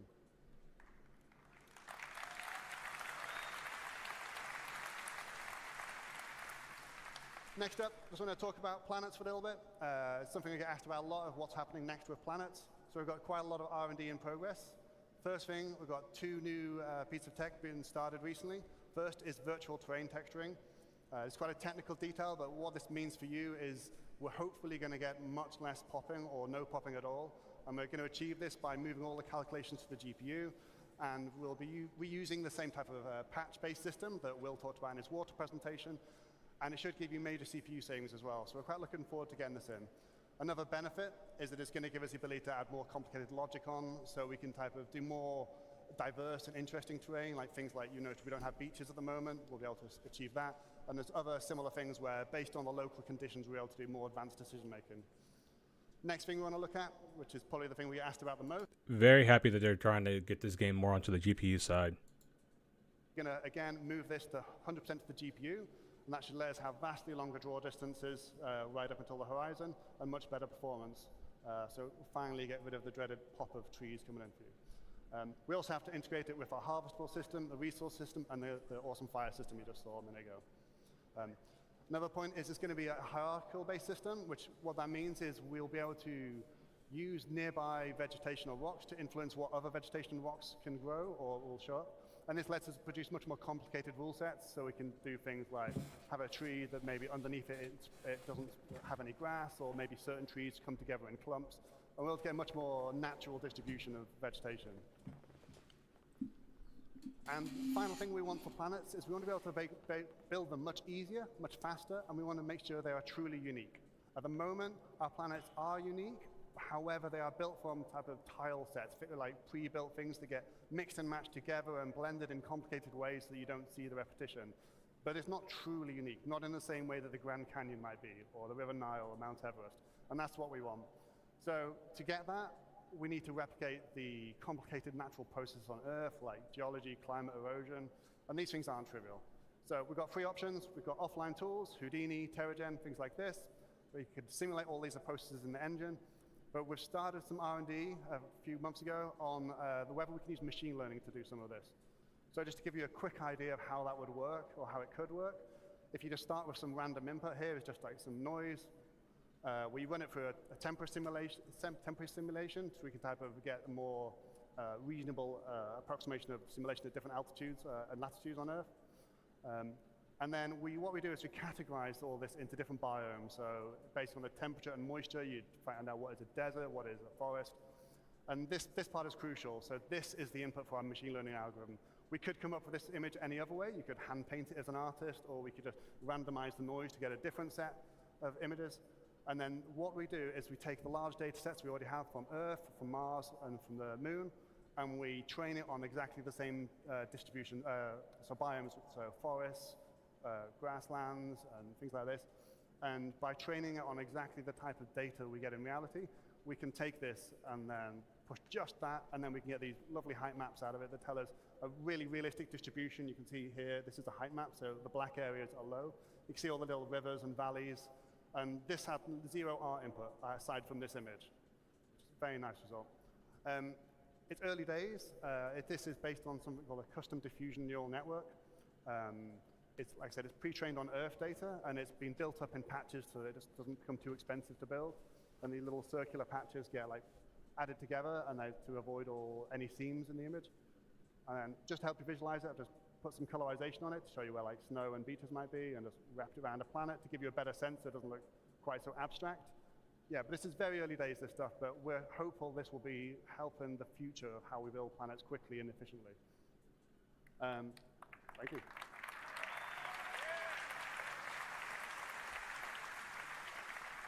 So the last thing I wanted to talk about today is our Gen AI 12 generated planets.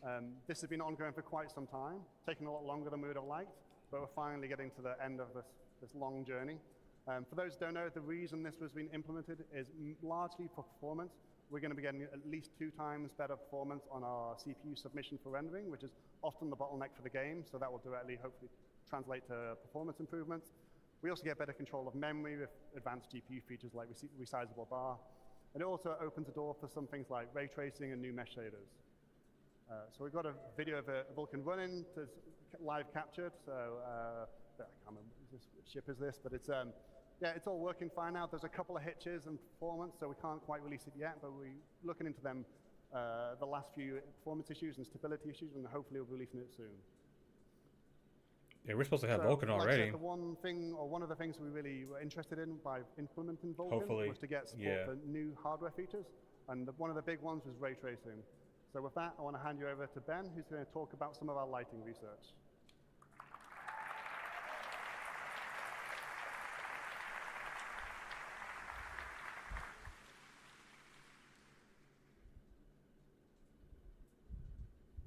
Hi, I'm Ben Parry, and this is Global Illumination.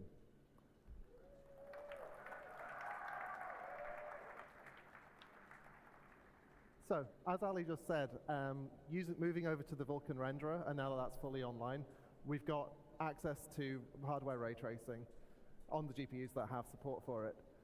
And the best thing to do with hardware ray tracing would be to create a new, updated global illumination system for us to use. Now, I'm here to give you a fairly early preview of the work that we've done so far, but first off, I'm just going to simplify some things and ask, what is global illumination? Well, you can break the lighting in a game down to 3 components. First off, you've got direct lighting. That's not global illumination, but that's the sun, lights in the level, that kind of thing. Next up, you've got diffuse global illumination. Now that's like a whole hemisphere, like a soft lighting that affects the entire, that takes from the entire scene and lights up the pixel. And then finally, you've got glossy GI and reflections. That's like your shiny surface glints, your mirror reflections, that kind of thing. And now all of those combine together to form one glorious penguin.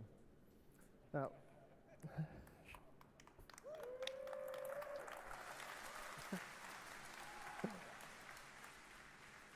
now for the rest of this presentation, we're specifically talking about this guy, the diffuse penguin.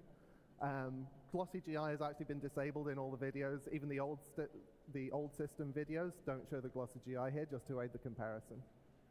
First off, we've got a video from Chris Campbell, who's going to make us look cool.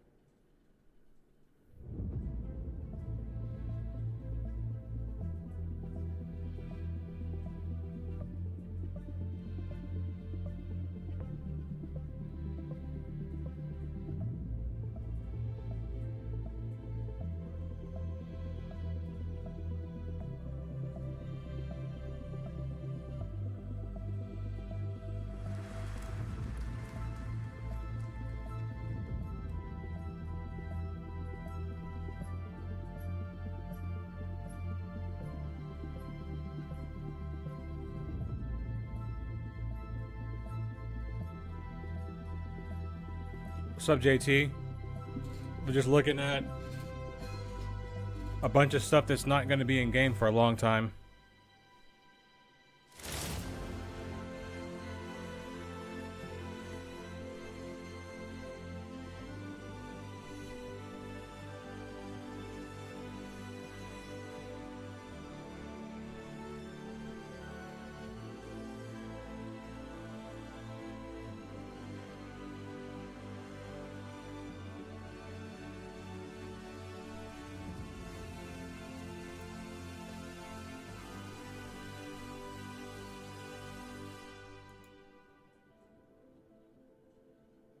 Yeah, I'm also watching the fight right now too, JT. I have it up on a second monitor, you guys. You can't see it.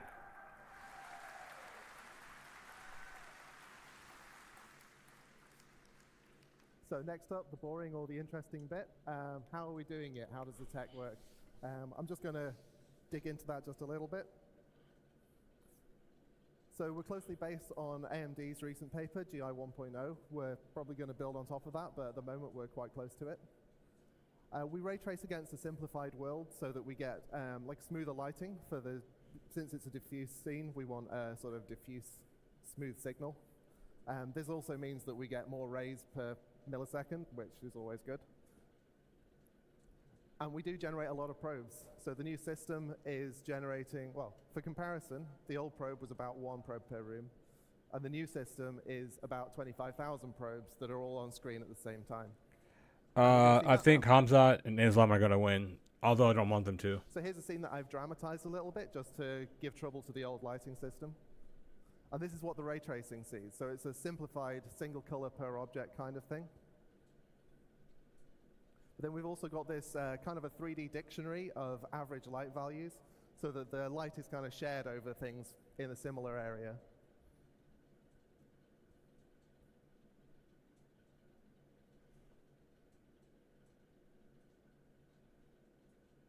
So going back to the scene, this is the old system. So you'd render a single image from the center of the room, blur it, and then slap it onto the entire scene. Now, as you can see, like... I don't know, I just think it's going to be hard for Alex to beat Islam on a few weeks' notice. And you have to remember, he just had surgery on his elbow. The table bounce that somehow made it across the room to them. So we want to replace that system. The thing looks good, 25,000 probes. Each but the one of 30K them is what we get, exactly. Light to a small area around themselves. And then we interpolate that to provide like a smooth bounce. And you can see already in the distance, like the red light is really bouncing up there. And then we add a screen space occlusion pass just to tidy up the edges on things. And there is the final composite.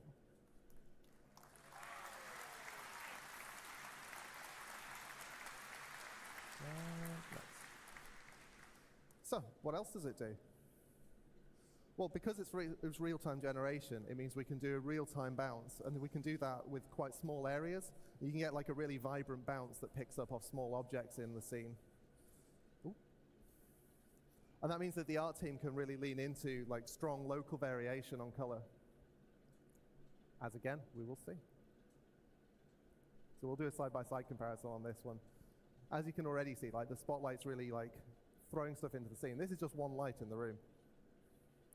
And we did have live updating, as you can see in the old system, but it was designed for like time of day changes rather than this continuous. I don't know. I don't have audio up and finally, because it'll be capturing the fight audio along with the Star Citizen stream. So I don't know what's happening with that no contest.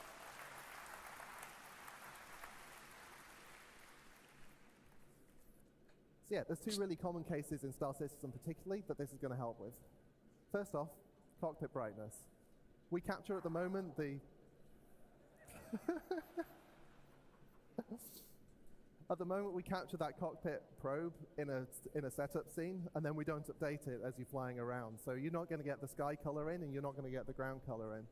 And then we've got the opposite problem that I don't have a picture for this, but cargo bays, sometimes they're light, you land somewhere dark. Yeah, it's unfortunate. And now you've just got this weird little light room with nothing spilling out of it. So again, let's have a video. Oh yeah, so this is the old system. The sun's working, but you can see there's no sky, there's no ground lighting. By the way, I've turned off a lot of the cockpit lights so that you can see this. And then in the new one, you can already see the skylight is kind of helping a little, but then as you turn over, you get all the ground lighting.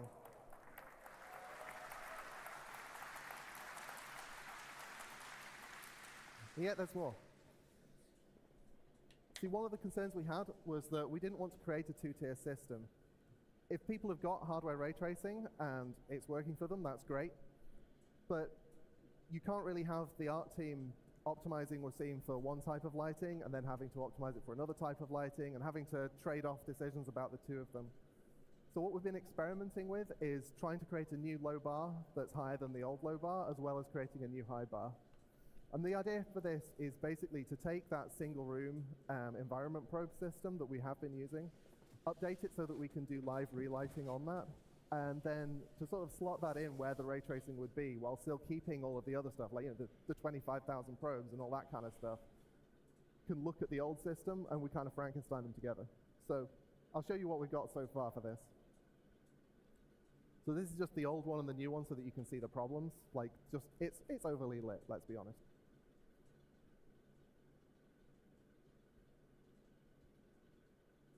And now this is what Star Citizen would have looked like if we released it on the PS1. The sharp-eyed among you may have noticed also the ship is missing, but you know, we can't do dynamic objects in this. You'll be surprised. It doesn't seem to mind. And there we have software GI in the middle, which is, yeah, like I say, it was using the same 25,000 probe system, but not having to use any kind of hardware ray tracing. As you can see, it's not a perfect match. It's not identical, but it's a lot more dynamic than the old system. So they have software and hardware? Say goodbye to your frame rates. So you can use that software GI. And Goliath threw an illegal knee and the doctor stopped it. I don't have pictures because it's stuff we've not done. Ah, gotcha. Glossy reflections. Obviously, we want to complete the picture, and for that, we need to handle glossy reflections. That's self-explanatory, really. I don't know what to say about that. Secondly, you've only seen it on opaque surfaces so far. The next step is to extend this so that it can support glass and water and all the other transparent things in the game. And beyond that, we've obviously got fog, we've got other atmospherics. We want to expand GI to make sure that it affects everything smoothly and equally. And the final thing is a Star Citizen thing. We've got giant scenes, we've got a ridiculous scale on some things, and we've got plans to make sure that this GI extends to handle that full scale. Anyway, that's all I've got to tell you now. I've been Ben Parry. Next up, we've got StarCloth with Chris Rain. StarCloth.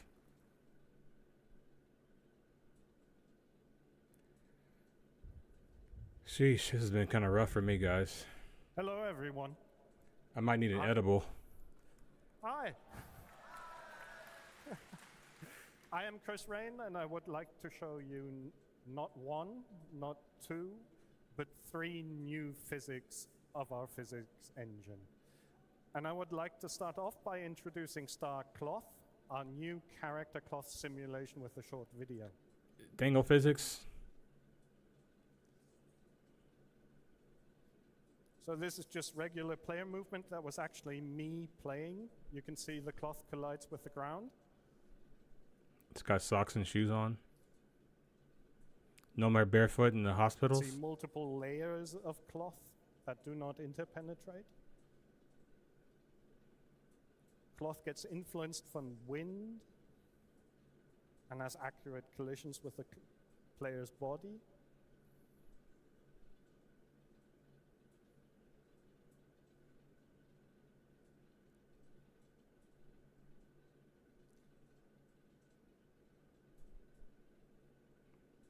The gummies I have are 10 milligrams. I usually cut them in half, though. We now have support for collisions from dynamic objects.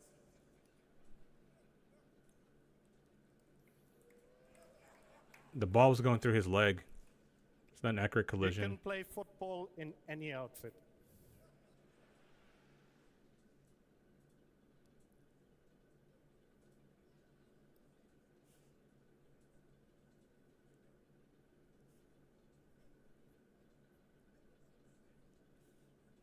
StarCloth supports the full range of motion a human can make, from fast movement to extreme poses.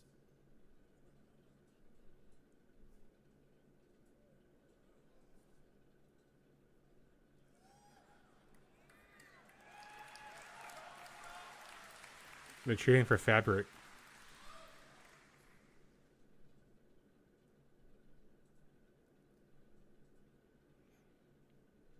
This looks like an Unreal Tech demo. To be a first-class member of our What if they secretly are just using Unreal? Just don't tell anybody. from character movement over forces like wind, thruster backwash, explosion, to projectile impacts and collisions. It's efficient. It always updates at 120 FPS, regardless of the frame rate, and is hand optimized. It's immersive and believable. It's a realistic simulation based on physical properties. It's high fidelity, high quality. You did 60 milligrams? Dude, if I did 60, I'd be melting in my chair. On the right is complex and not suitable for simulation. The visual geometry is made with visual quality in mind, and that does not translate well to simulation. So we decided to add the ability to use bespoke meshes that are made to simulate well and let them. I'm gonna watch the fight real quick, guys. I'm not interested in the clothing physics. This allows us to share the same sim setup across multiple visual meshes, which is a huge productivity boost for tech art. We can seamlessly blend the simulation on and off, so we can disable the simulation at a distance. Back to the football. Everything that is dynamically simulated is able to interact with the cloth, from ships, over crates, boxes, and even footballs. We ensured that the collisions are accurate and believable. As you can see in the image, the football parts both layers of the gown. The cloth itself supports self-collisions, which means it will create folds and wrinkles, but not interpenetrate itself or other layers of cloth. The same applies to the static environment as well.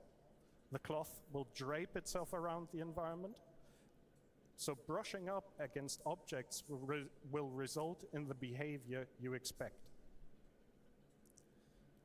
We added tapered capsules to improve collision detection accuracy. A tapered capsule is a capsule which has two different radii at the endpoints. Human anatomy is complex, and we need to accurately represent it for collisions. The traditional capsules we use on Kamaru Usman's about to lose. lead to jumps in the collision surface. Now, notice how there is a jump between the elbow and the lower arm, and another Kamzat's jump all over his where back the right now. forearm connects to the hands. These jumps pose significant problems for our cloth Shin bone simulation. connect If you look to at the knee upper bone. torso, you can see the collision proxies are actually completely hiding the cloth, and they're essentially completely useless. So now notice the difference on the same body represented with tapered capsules. We can now faithfully represent the hips, legs, and arms of the character.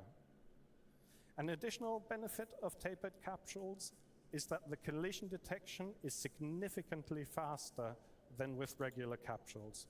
Currently, we're only using them for cloth collision detection, but in the end, we'd like to use them for everything. We simulate the cloth always at 120 FPS or 120 Hertz, regardless at which update rate the game is running at.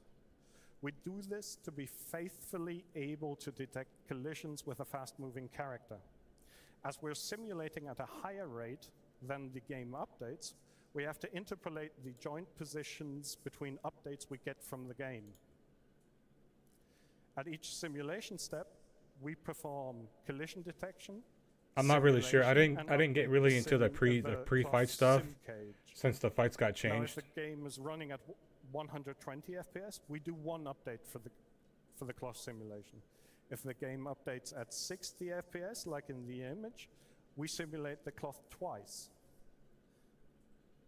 Now, if the game runs slower, like at 30 FPS, we need to update the cloth 4 times. You can see this in the image. It becomes apparent that we need to make the cloth run as fast as possible, and we spent a great deal of amount of time optimizing this with various techniques, including handwritten vectorization and using every trick in the optimization handbook.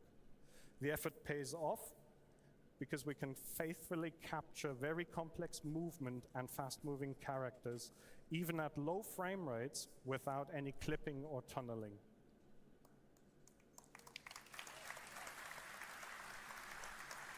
Thank you. One area that poses a significant challenge for character cloth is when multiple pieces of garments layer on top of each other, like a tight-fitting jacket that lies on top of the pants, as you can see in the image above. This is a very difficult region to simulate properly because you don't have much space and the simulation collisions have to be absolutely accurate. This, what I'm going to show you, is a very subtle effect, but once you notice it, you cannot stop noticing it. I want to focus your attention to the waist region of the character. Here we tweak the simulation settings in real time to see the effect.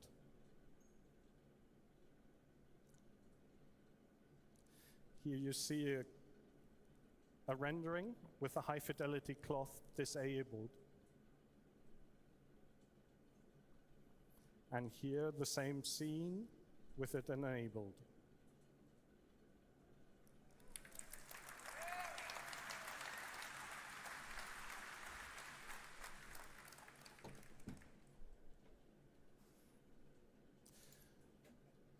To be continued, tomorrow much more can be seen about STAR-Cloth in the character advancement panel. Be sure not to miss out.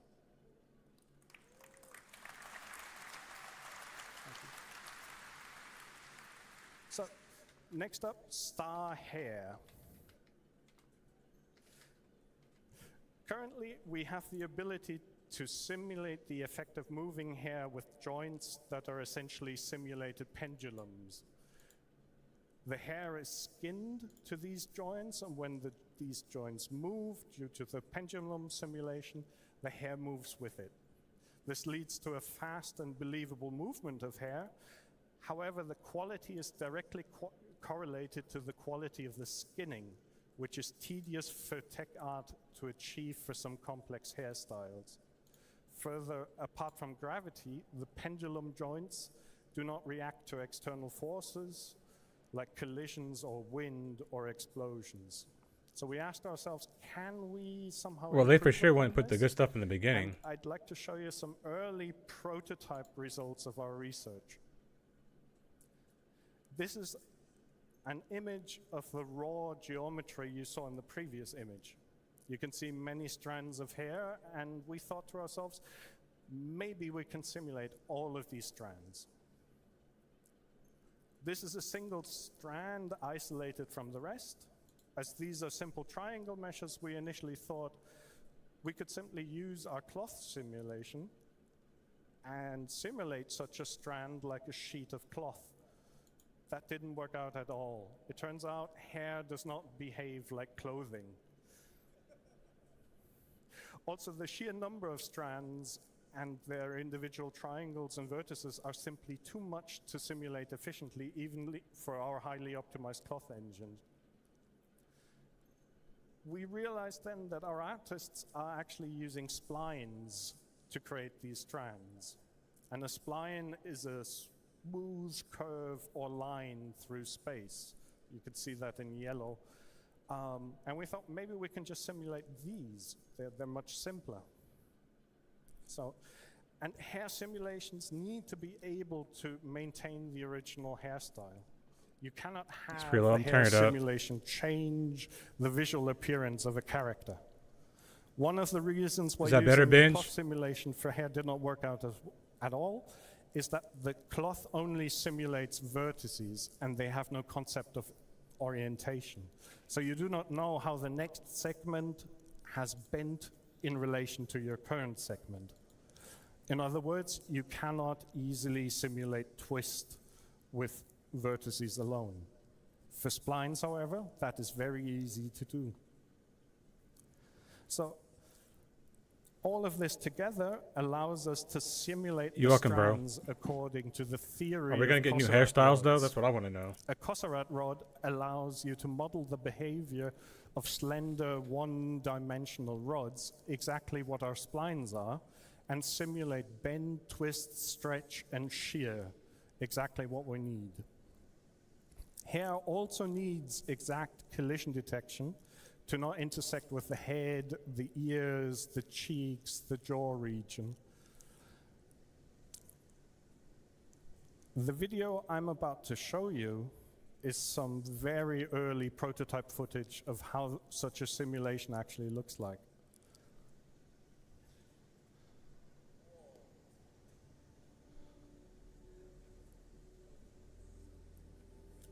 But my thing is like, that's cool and all, but how many people are actually going to be looking at their hair?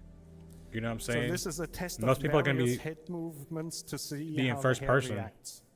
Hair simulation is one of the hardest things to simulate, especially in a real-time context, and very tricky to get right.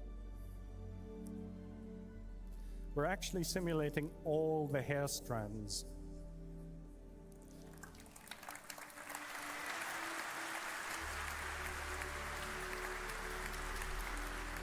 So we will have characters being able to run their hands through their hair and have the hair react realistically. A barber simulation next.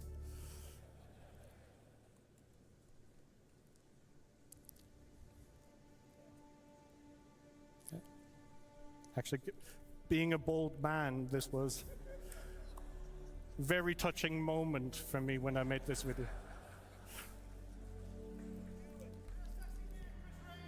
Thank you. Thank you.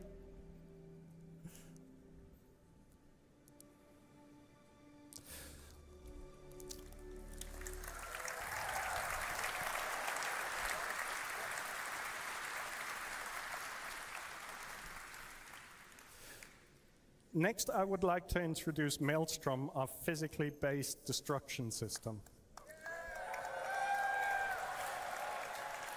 And I would like to do that with a video that I believe speaks for itself.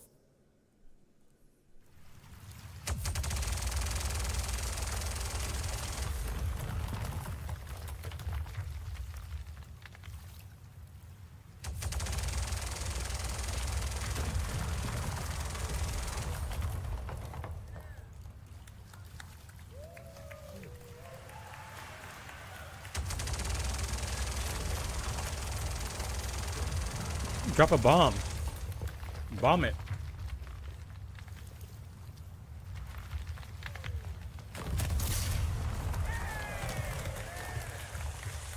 See the water splashes?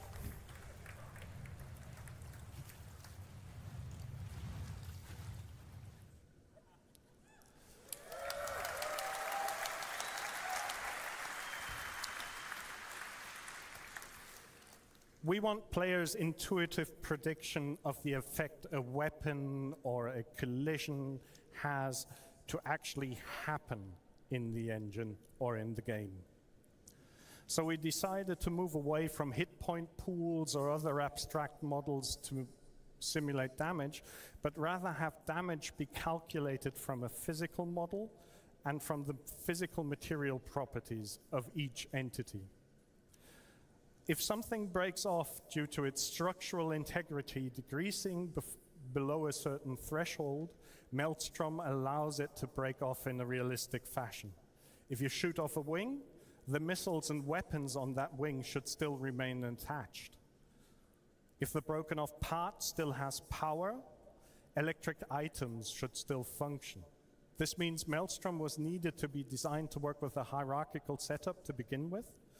From the hierarchical representation of the geometry we want to break off. Right, because you already know that people are going to be trying to destroy the bunker at Jumptown, items like power the drug plants, facility. Lights, weapon systems, and so on. Maelstrom is persistence and networking ready. We designed it from the ground up to work with high latency situations, to persist and replicate easily.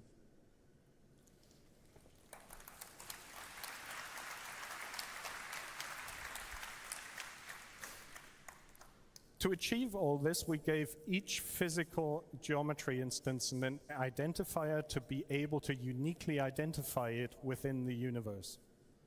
So your Gladius wing is your Gladius wing. We added physical material and damage properties that can now be replicated across the network. One of them, and that's the most important one, we call integrity. And this determines how much structural or internal integrity a physical geometry has. Integrity is modified from dissipating, or rather absorbing, energy from kinetic impacts or energy weapons, and also in the future from absorbing energy from external factors like extreme temperature or fire, as you've seen before.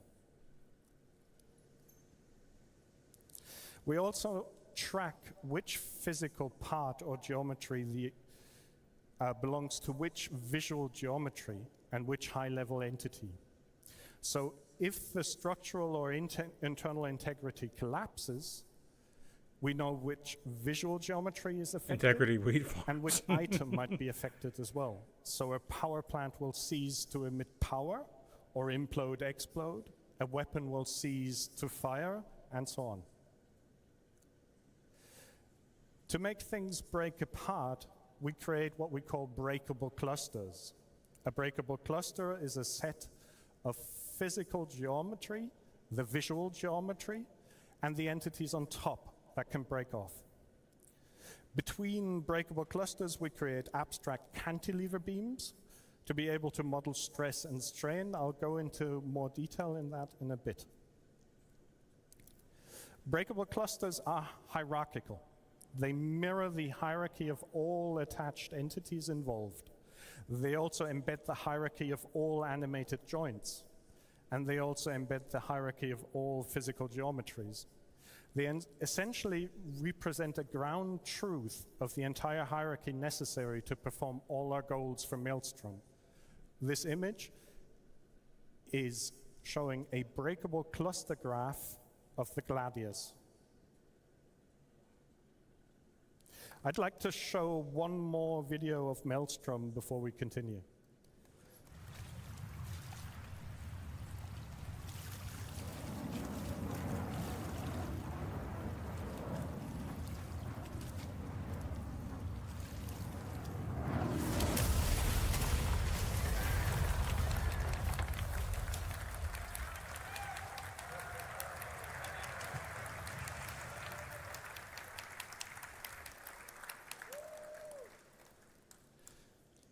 We needed to find a good way to easily and efficiently determine when a breakable cluster breaks. We chose a well-established model from material sciences and structural engineering, cantilever beams. In essence, a cantilever is a structural member that has a fixed support and a free end. Forces experienced on the free end can be used to calculate the amount of stress the fixed support is enduring. The basic ideas behind that are best explained from a very simple example.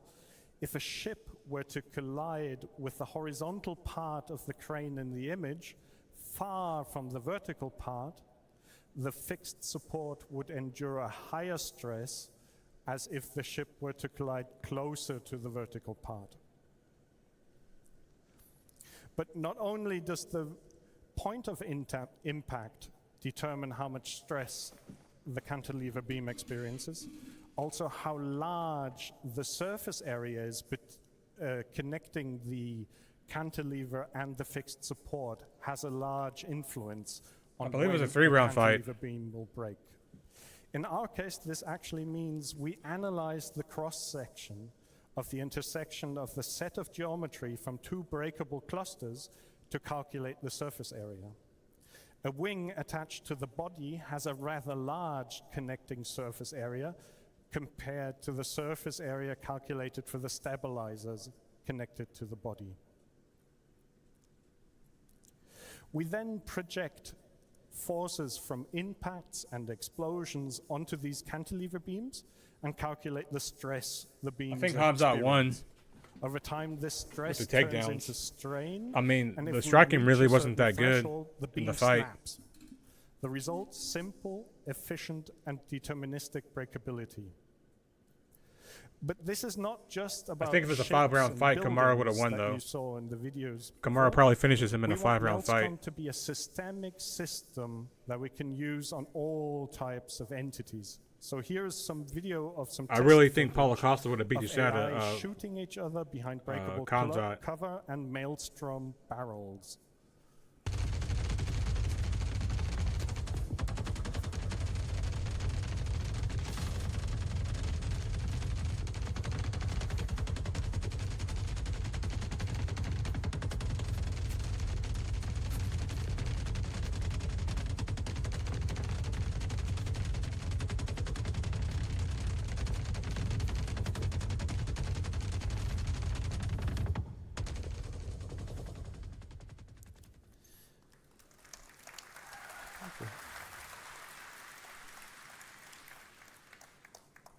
Physical material properties influence damage and breaking and have a direct influence to how things break and fracture.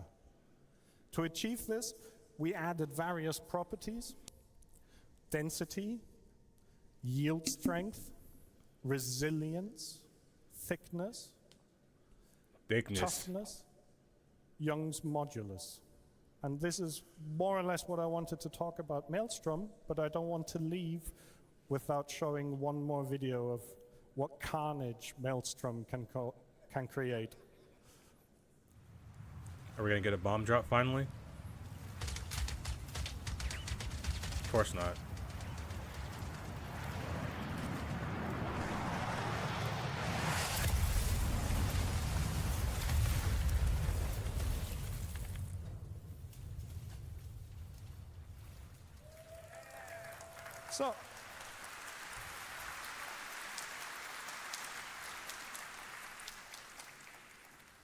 So thank you very much.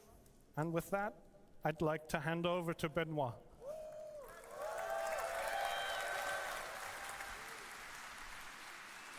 Great. Thank you.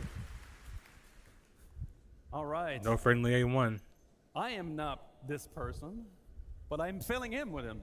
So far, I mean, you guys think this is going to change your game up to now? All these new features? Hell yeah.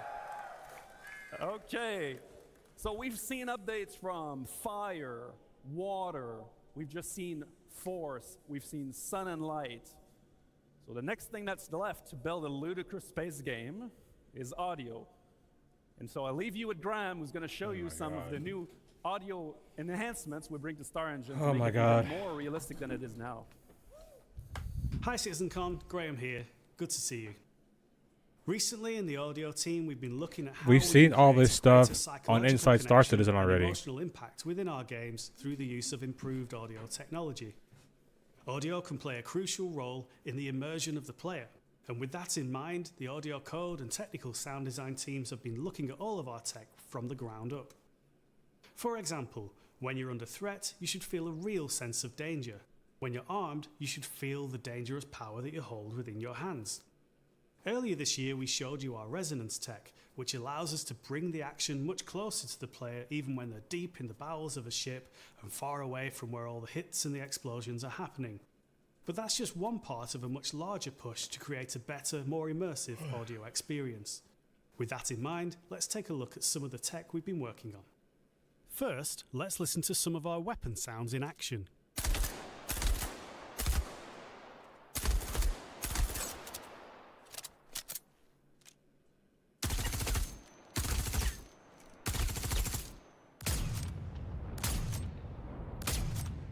They're a great simulation, but we wanted to take them further and express the sound pressure, the forces being exerted.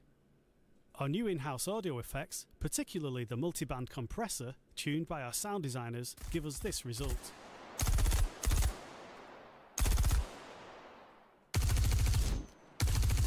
The compression serves to illustrate the power of the weapons and the effect that they have when going beyond the limits of the listener.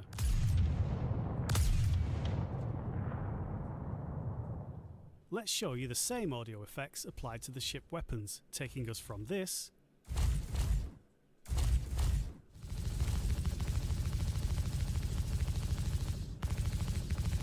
to this.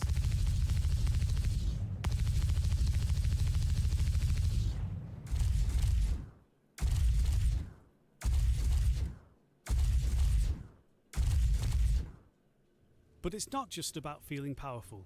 Changes in audio can create a sense of danger, of being out on your own and under threat. Here's an example of ship combat. The new MFDs look pretty cool though. Sounds good, but what if we wanted a little more realism?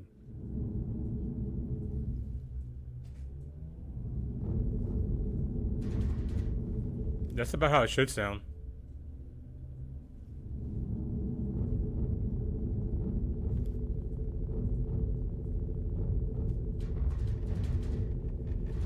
The audio propagation tech that we've been rolling out makes it easier to change the soundscape in real time, and a nice use of that technology is to provide a more realistic option.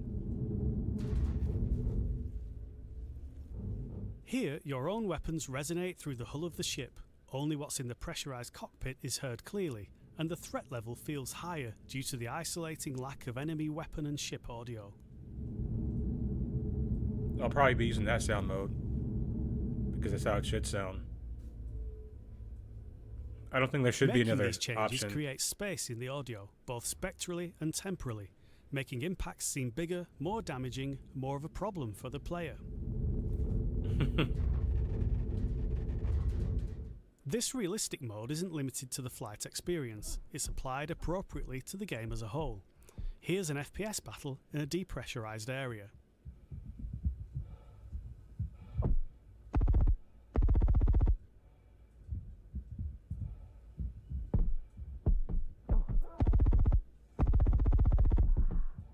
With realistic mode, we get that sense of isolation again, giving the location a different colour and adding variety to the audio experience.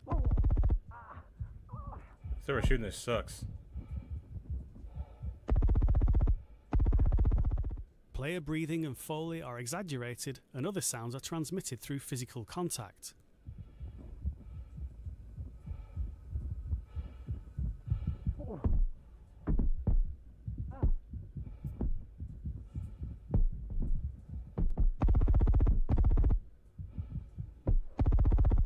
That's all from us for now. We look forward to getting these new audio features into your hands.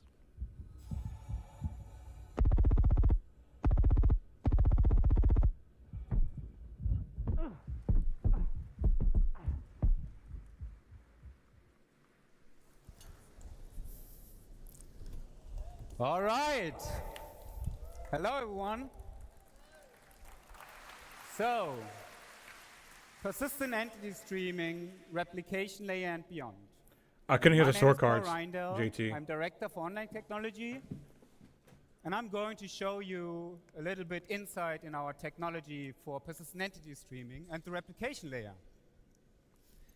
I thought about what's the best way to show you something about that tech, and I thought about putting some technical drawings. I do believe if Usman had like a training camp for like we did 2 years a full ago. training camp for Hamza, he would have beat him. The best way to show you how persistent entity streaming works is to give you a live demonstration, and that's what I'm going to do. All right.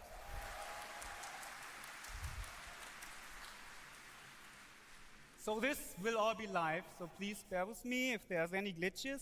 So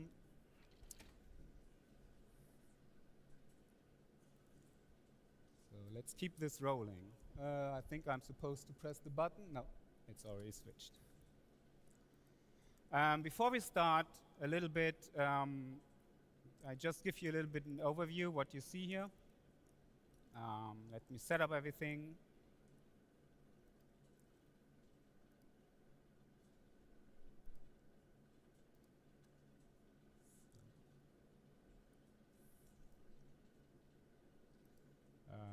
One moment, sorry. 2927? So on this left side, you will see my client window. And on the bottom side, Wow. You will see the server renderer. So for this demonstration, and I start a second client, I'm just stopping that. Sorry about that. This is live, all right. So again, on this side, you see the client. And he just logged out because I started a second client. So let's do this again. One more time. On this side, you see the server renderer, which is currently, it has nothing streamed in. I'm showing a small demonstration level. And on this side, you see the entity graph, which is our online database. That's powering what you see in persistent entity streaming, what you play since 3.18.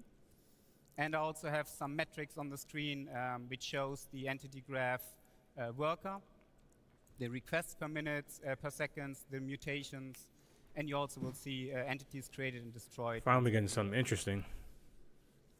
All right, so let's wait for my client to come up and join this level. So the first thing that will happen when I join this level, you will see on that server everything streams in, and my client gets connected and also streams in everything on the client view. What would happen on the behind the scenes is that my player just got unstowed into that chart, and we at real time created everything for this player. So you will see his body is attached to the player. You will see his mobi-glass, his head with all his customizations, his undersuit, and then all his customizations as well on the undersuit. What you also see is that this player just got unstowed and attached to a static zone object container. And this is how our zone system works. Basically, on the server, you will see 3 different zones, purple, green, and red. And each zone comes with its own coordinate system and its own physical grid. And this is how we actually, on live, do zone transitions between your ship, empty space, space station, or a planet. And you will see, as I walk between those zones, I will, at real time, update it in that entity graph. And this all happens seamless. So for a client, this is completely transparent. You don't notice that. But this is actually what's happening when you step in or out into a ship. And this is very unique to our engine. No other engine has this zone system. And that allows us to do all the amazing stuff you saw in the videos before, transitioning in and out of planets and go from the smallest scope to the largest scope. So everything we do in a shard, so this is like a mini level, like the mini PU level, is also persisted in this database. When we create new entities in our engine, in STAR engine, those entities get pushed into our entity graph, into our online database at real time, and then from there replicated to our clients. So if I go ahead and spawn a couple of plushies here, you will see they spawn, they get created immediately on my entity graph and replicated on the server and on the client. So let's spawn a couple more here. And you see this, the pengus I spawn in the other zone get attached to the other zone. And then if I go and transition one of those, they will also transition between the different zones. And the same works for ships or more complex entities. If I spawn this buggy here, you will see this one gets created with all its attachments and everything else attached to it. And this is just my small demo level here. On live, we have up to 600,000 dynamic entities that get created for one single shard. And this is just the initial state. After 2 weeks, 3 weeks of gameplay, when you guys go in and destroy stuff, spawn stuff, play around, it goes in the millions of entities. So this in itself is pretty amazing tech. The next time I want to talk about is our streaming system. Most engines do stream on texture or geometry. We actually stream entities, and we do stream persistent entities. So when I turn on the streaming system here and I walk into this, if I walk over to the red area, you will see that the purple area will stream out together with all the entities on that server. So it does not only stream out on my client, it actually streams out on that server. And when I come back in the green zone, that purple zone streams back in with all the entities in there with their full persistent state. So now I have a second player joined. Benoit is going to join me. So Ben, if you want to join, okay, I think we see him over there. Hey Ben. Sorry. Nice. All right, I'm going to spawn a couple more penguins here. Because the next thing I want to talk about is new technology we are right now developing and we are about to put on the tech preview for you to play. And this is actually the replication layer split. And that's the big next step in our great vision, obviously, as you might know. So in this demo, my client and my servers, they are no longer directly connected. Actually, I have a new service running here, and that is our replication service. So my client is connected to this replication service, and my server is connected to this replication service. And the replication service, the sole purpose is to get all the entities which are in the entity graph and stream them to clients and servers which are connected to. And what's really cool about this is, let's do a little experiment here. I mean, you all know our game has bugs. It's still alpha, and sometimes things can happen. So let's see what's happening when I kill my server here. So this is my server, the actual console. So let's just shut it down. And yes, this is where you would usually see a 30K or something. You can see Benoit kind of froze there for a bit. And the buggy does a bit weird stuff. I can shoot those pingus, but the world is really in a frozen state right now. But I didn't disconnect, because I'm connected to the replication layer and not to the server anymore. In the meantime, I'm just starting a new server. Let's be a bit patient for it. Should come back online in a second.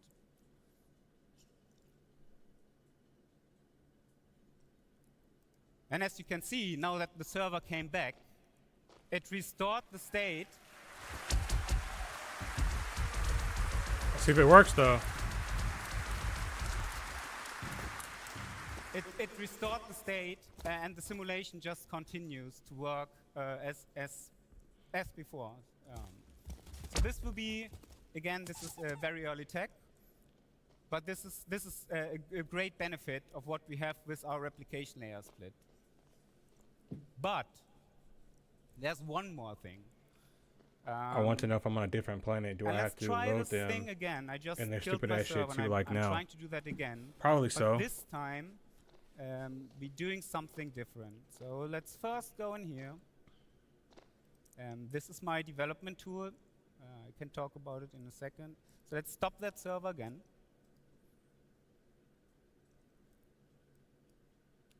And restart.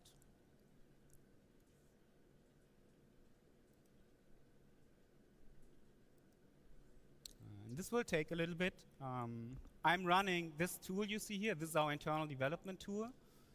This tool runs the entire stack of our game on this PC. This is obviously for development only, and I can do that with my small test level. But this really helps online devs and all people who work on the incredible, complicated tech we hear to be able to develop our game. And because I run everything on this PC, it's a bit slow. So let's wait and see what's happening here. Is it possible just to have more layers or desync, or does that not matter? All right. Simulation continues. I can see Ben moving again. Hey, Ben. However, what just happened? Well, as you can see on my screen, I no longer have one server connected. I have 3 servers connected to this replication layer. So what you guys see here, this is the very first version of a working server mesh.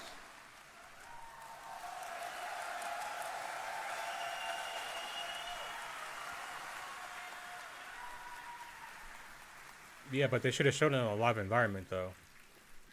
regardless. All right. So now I'm going to explain a little bit how this magic works, because it is truly magic. Each server, when it came up and the replication area realized there are 3 servers, we assigned different zones to those servers. And we said, okay, server 1, you are the authority over the purple area. Server 2, you are the authority over the green area. And the last server is authoritative over the red area. You can still see that those servers have all those entities replicated, but only the entities within their zone are actually authoritative on that server. So while I'm in this green zone at the moment, my entity is simulated on that green server and just replicated on the other server. And now, I'm not really sure, as I Ken. transition between those zones, you will see that on that green server, I just lost authority, and on that purple server, I just gained authority. And because my player was replicated on both servers, this completely works seamless. And again, let's do that a couple of times. You see on my client here, I don't notice anything of that. This all happens behind the scene. And this doesn't work only on me. Let's turn on the zone colors and the object, the authority assignment on the client as well. You can see that even entities, as they transition into the other zone, seamlessly transition to that zone.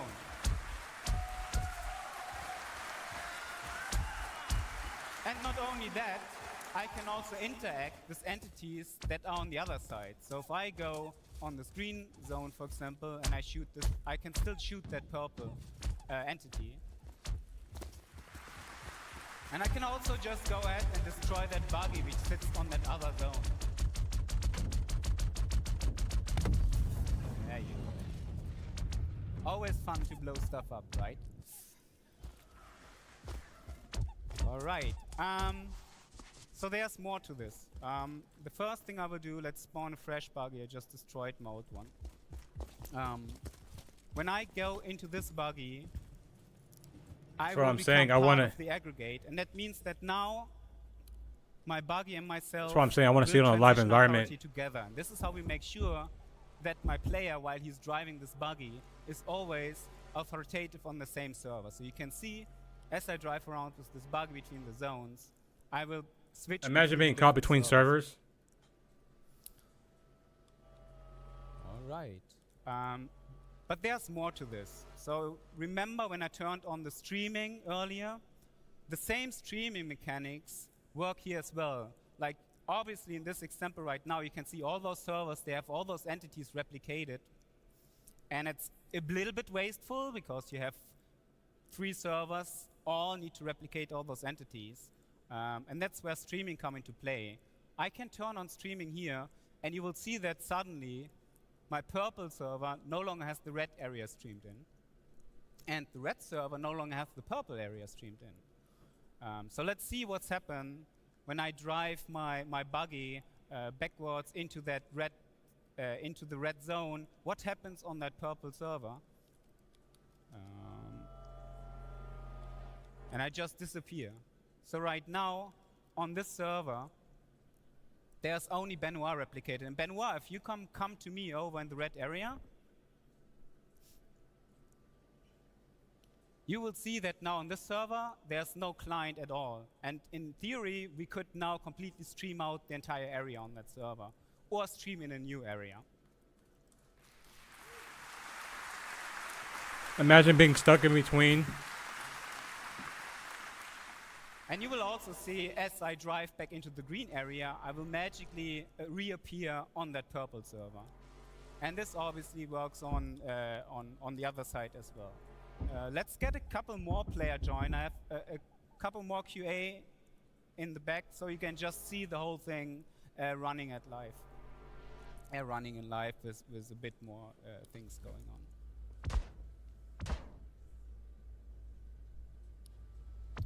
Get out of this buggy.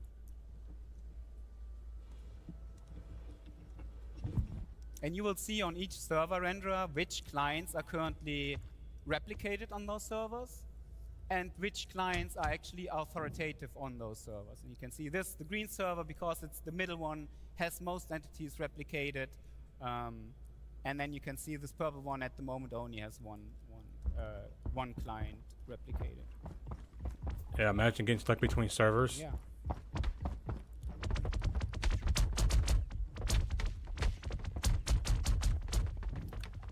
So yes, this is pretty much it.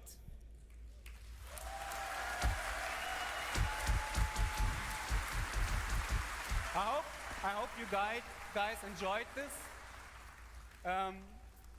It has been a long time to come to this point, and I just can't put in words how much tech and work we had to put into this. Big shout outs to the network team, big shout outs to the online services team, big shout outs to Chris. Islam just knocked out Volkanovski with a head kick.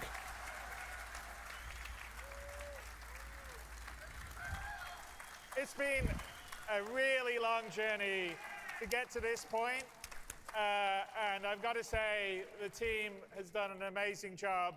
They've been working diligently for the last 4, 5 years. We've had a couple of false starts. We finally have an incredible, I mean, the way the replication layer works and how we can spin up servers and down and keep the state constant, even if a server goes down, is, I think, a genius design. And the first time I saw this, about 3 weeks ago, working fully, I cried. It's like giving birth. We did it! And we wouldn't have been able to do this and work on this kind of tech without all your support. That's right. 100%. You guys And your trust. allowing us to take the time to do it right, to really build it. So thank you. Thank you Yeah, he so is. much for everyone, and thank you everyone at CIG I'm surprised that's more people really don't throw head worked kicks at hard Volkanovski. to deliver all this amazing stuff that will be either in your hands now or in your hands very soon. And this is just the beginning of Citizencon. We got a lot more stuff to show you. Yeah. That's what we need for this Right. MMO, guys. That's what we need. Great demo, by the way. Good. All right. That was great. Come on, give me that. Thank you, guys. Thank you.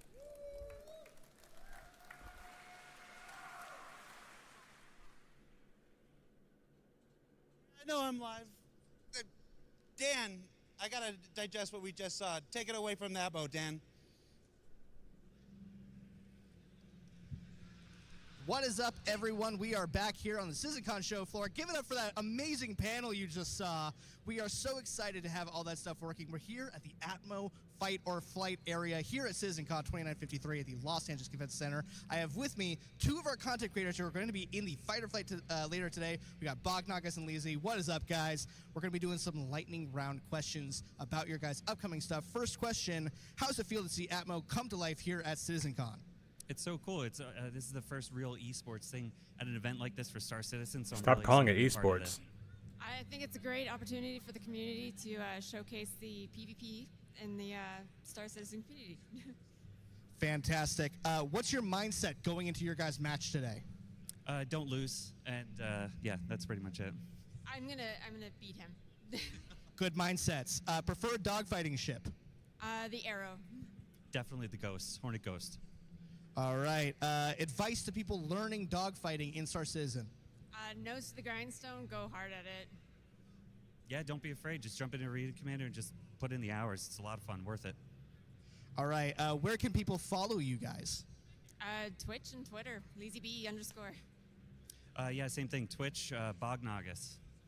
All right. And, you know, a lot of tension, a lot of animosity. Say something nice about your opponent. He's got a great mustache. I'm going to feel really bad blowing him up. All right, guys. Well, that is it for Atmo Fight or Flight. The He match should have is gonna said be great starting tits. soon. I'm going to cut it back to Jared and the Citizencon main stage. We'll see you guys back here on the floor soon. See you guys then.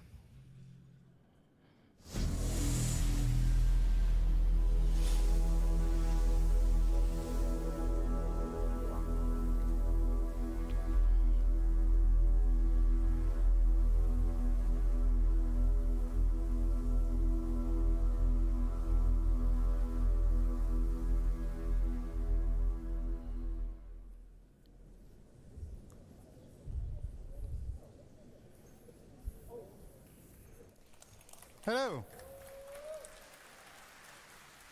I'm Thorsten Leimann, lead systems designer for the EUPU team, and welcome to this little presentation of our most ambitious feature that we are working on for quite a while already. Paula got into a crowd brawl. We talked about it several times, but this Not time surprised. it will be a little bit different. So before we start jumping into the presentation, here's a little disclaimer. Everything that you are about to see in this presentation was done by the EUPU team, so, well, mostly. We got help from the vehicle content team and the VGPU team.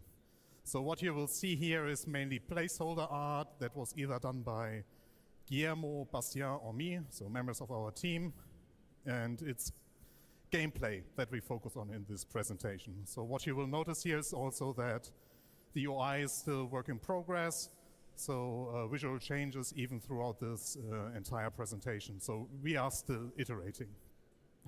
But let's start with the actual presentation. Those that follow us for quite some time probably know about the resource network already, but let's do a brief recap. We will be talking here about our technology, that is resource network, and the engineering gameplay that can be called a child of the resource network. The engineering task will allow you to manage your ships, outposts, and possibly other things. Let's have Guillermo talk about the technology first. So welcome on stage, Guillermo.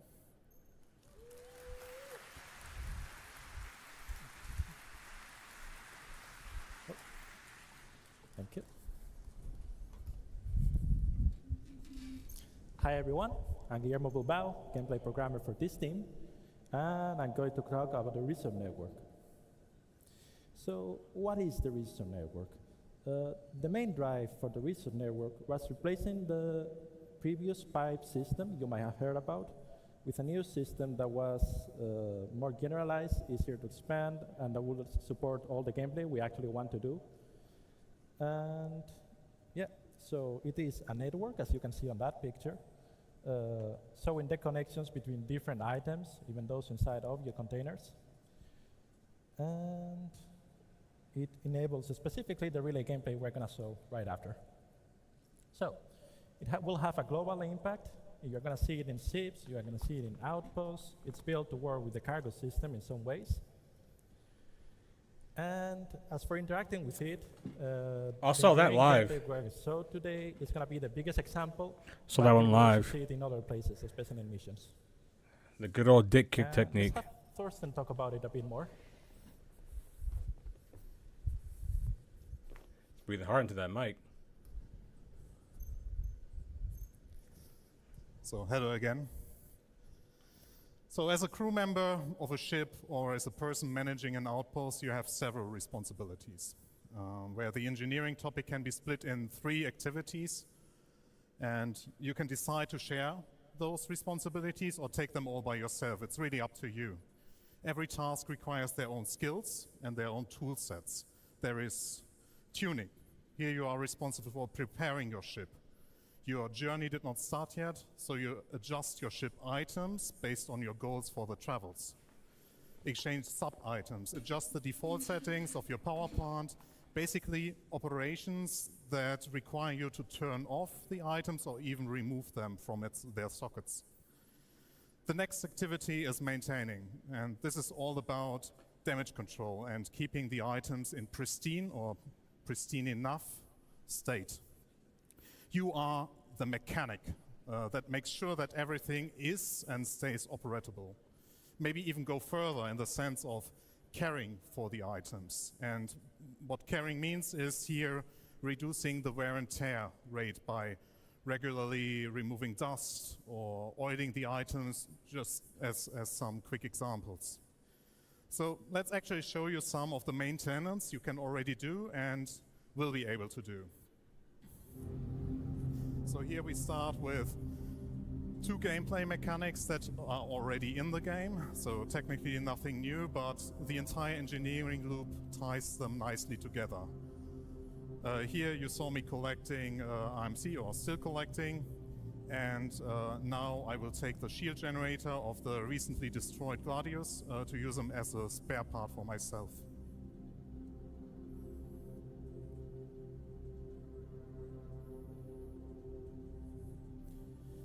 So all of this is of course optional. So you can purchase those items already and in the future even assemble them for yourself. So crafting.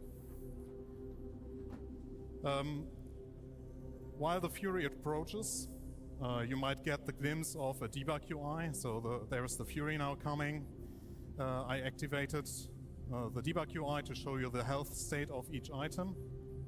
And what you should have seen is that the shield generator is fully destroyed and the power plant that I'm about to take out now is in low health. Low health means you can still repair it. So which will be happening now with Guillermo and Pete repairing the power plant after I removed it from the Fury.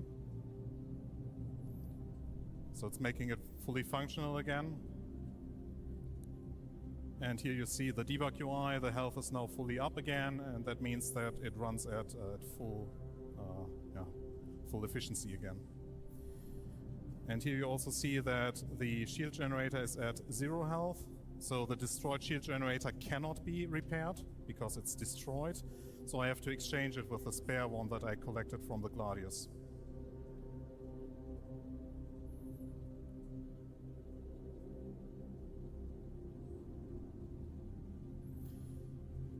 So with all those repairs being done, the Fury is operatable again and it can go its way.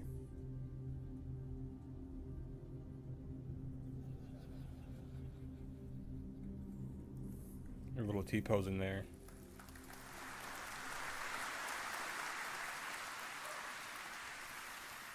So getting back to the responsibilities. A big one is managing your ship, which includes resources but also more general aspects. You have to manage the power distribution and come up with informed decisions, like reacting to hazards, like malfunctions, yeah, he fire, did. low energy, Volkanovski, but also calling out items that need repair and maintenance. You will delegate the rest of your... Volk has the tendency to like to dip his head a lot, especially to his right side, so you can throw head kicks at him. I'm surprised that that's the first time he's been knocked out with a head kick, but then again, it's like, he took the fight on short notice, you know what I mean? So you fight on short notice, your defense is not as good, and that's like the main thing. Let's start with looking at the item view.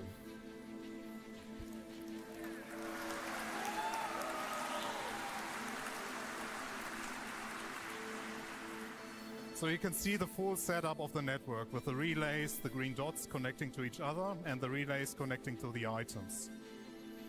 Color and shape below the icons should help you identify the different item types, like power plants, weapons, also helping differentiate between consumer, producer, and converters. You can tell the current state of the item, that means the amount of energy it produces, consumes, or has stowed. The health state it is in, the current wear and tear on the item. Can't eat shots forever, and the though. current state it runs in, like charging or being in an idle state.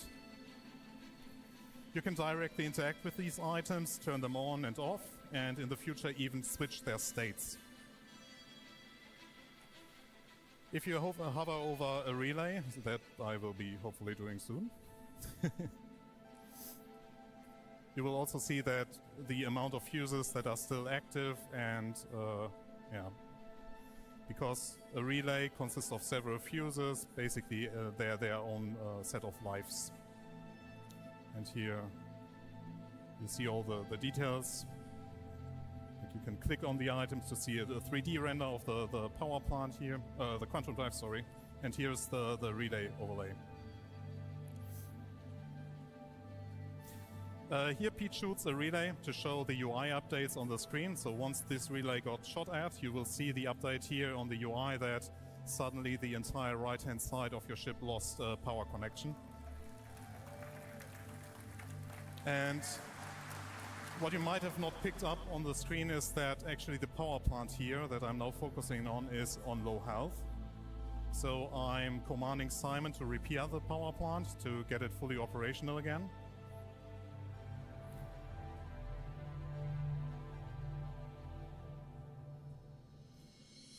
So something to highlight here, take a closer look at the doors. Since we also track the door states, you see that you can watch movement inside your ships now nicely. So you can track players moving around in your ship and even close doors for them, or like compartments in this case. Could be. Where Simon just forgot to But I knew Volk was gonna lose. You know what I mean? I wasn't surprised by that at all. Yeah, so Pete destroyed the relay, but we need the ship in fully functional state. So yeah, I'm running now with a fuse and place it on in the relay, so make the relay work again. What you can also do with the doors is that you can create safe pathways, because you sitting at this engineering screen have more information in regards to your ship than the others. So you open doors to create a path that the players on your ship have to take. Now to the room view. That is mainly the life support controls plus controlling all doors. Again, we show the details of each room. CIG like roadside assistance 150. pressure, atmosphere Probably composition. So everything that is relevant for like you living on a ship. We also show the door states where you can now have precise control over each door in your ship, as you see here. Thank goodness. At least This those will fucking also doors allow you to open. have more control over which door or compartments to open. So here, again, showing opening the power plant. That also helps very much in already telling players, hey, you should repair this item, so I open that door for you, and they directly know which item you mean. It also allows us to control like the outside-facing doors much better. Right. So you can directly open, if you just want to open the left side ramp or the front side facing ramp or the back facing It's gonna ramp. be a stick shift. Could you imagine?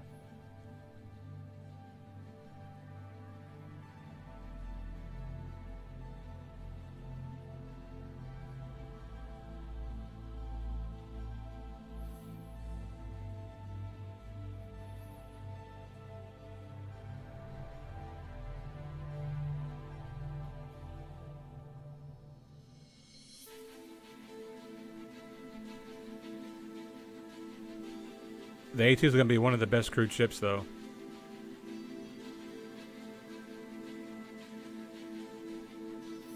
So we did it last year already, but let's make our crew suffocate again. So the moment that you basically pull off their helmets, and now me pressing the cycle button, you see that the entire atmosphere in this room is vented.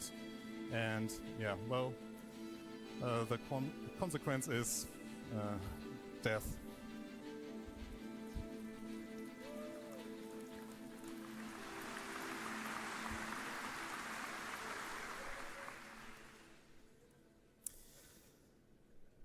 So, as you can tell, engineering gameplay will bring a lot of changes.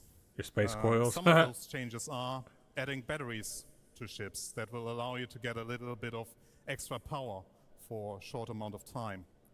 Allowing you to control items directly, where it's not only their on-off Can I state, get a but battery also for their my resource guns? consumption.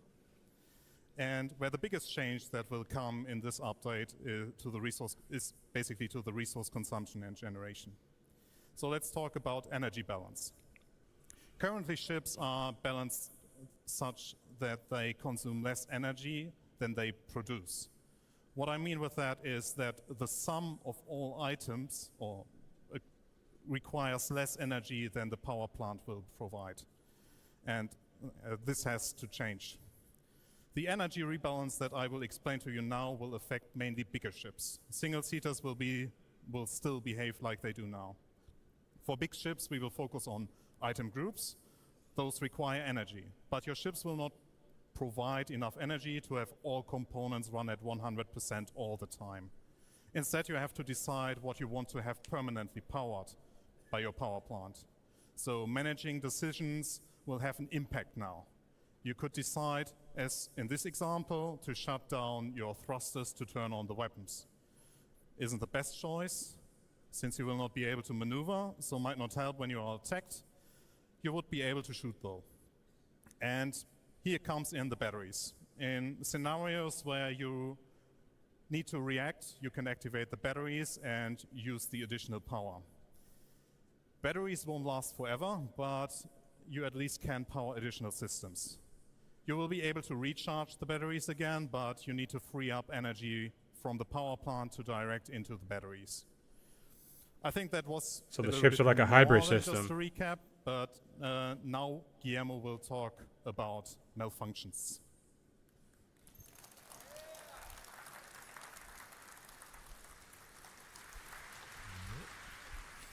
So I will talk about malfunctions real quick and get you guys to the next video since we're a bit behind schedule.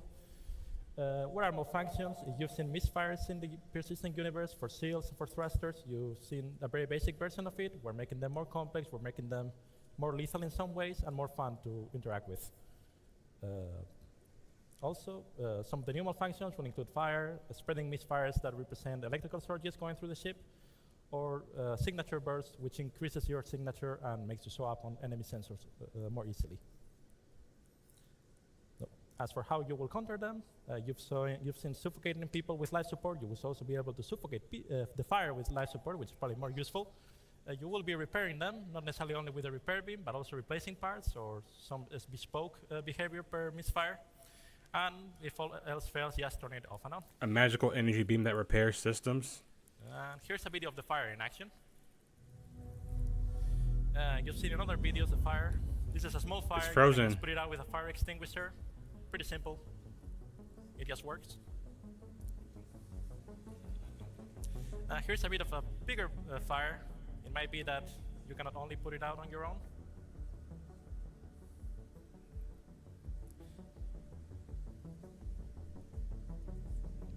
So here we have one crew member that's going to try to put it out with a fire extinguisher to mixed results.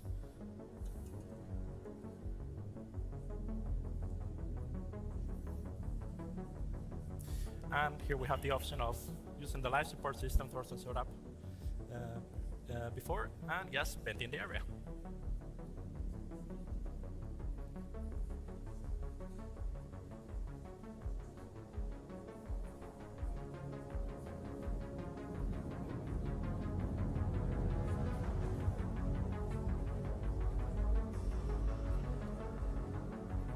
And now you can see that the fire, once we get to that compartment, has been successfully put out.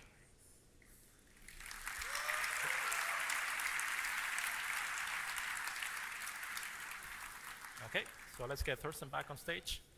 You saw a lot of the systems in action, but let's get a video of one of our play sessions, which is going to probably show it a bit better. So, yeah. I have to excuse myself already because I was leading this group of players being attacked by the Gladius, and I did a poor job, but more to that in that video. Yeah, Guillermo, I wanted to talk about... So for this demo, we have modified the damage system slightly to represent impact penetration on a very basic level. So you are going to see that the quantum drive is going to be hit by the Gladius attacking the ship. So, yeah, being attacked by a Gladius for an A2 isn't like a big challenge, but in this setup we were not like fully staffed. That means we had our engineers running around and yeah, no one being seated in the turrets. So, yeah, our goal was basically to flee the Gladius, and yeah, with the Gladius actually shooting the quantum drive and damaging it, I thought, hey, it's a good idea to tell Pete and Simon to repair the quantum drive as a priority. As you can see, I somehow missed that the habitation room caught fire. I tried to, yeah, well, prevent further damage to it, but yeah, I failed. Yeah, so that was causing a bit to the panic, so I even got distracted in this moment. So we managed to have the quantum drive survive, but here I notice, oh, actually the power plant also starts to take damage, and at this moment I'm also telling Pete and Simon to switch their attention to the power plant, because if we lose the power plant, it's also like almost impossible to flee. So here I realize, oh my god, we are going down fast, and I think at this point now, yeah, I opened the compartment to make it access faster, but that was already too late, so the power plant died. And yeah, so the backup is to activate the batteries, which I did here. So the Simon and Pete still tried their very best to fix it, but yeah, didn't manage to. The attack moved to the forward side, targeting the batteries, because the player who was attacking us actually knew the ship layout. And yeah, here I noticed that the second power plant is also got attacked, so have to redirect our mechanics to it. And at this point we wanted to flee, and then I realized why doesn't the quantum drive work? And as you saw, that there is a relay that also got destroyed. So here you see it very clearly that with a relay This seems too being complicated for destroyed gameplay, man. At the quantum drive position, that means that the quantum drive cannot be accessed from the pilot seat. That means that I also had to get that repaired. So it was a bit chaotic. Everything was also happening a bit too fast. Here trying to save the second power plant because were already running out of battery life. So yeah, if we would have lost the second power plant, that would have been our certain death. And I think at in the next part of the video, we basically asked someone to fix the relay at the back so that we still be able to jump away. Yeah, so we at least managed to save one of the power plants. Yeah, it's not going to be realistic, because realistically, if you're in a dogfight and you're trying to avoid fire, you're going to be making evasive maneuvers. Like, no one's just going to fight flat like that. You're going to get thrown around the ship. Yeah, that's now. I think it was Pete running there and fixing the fuse. And the next step was the pilot trying to push the quantum drive, but it was too late. We died. And the end of the show. Yeah, thanks.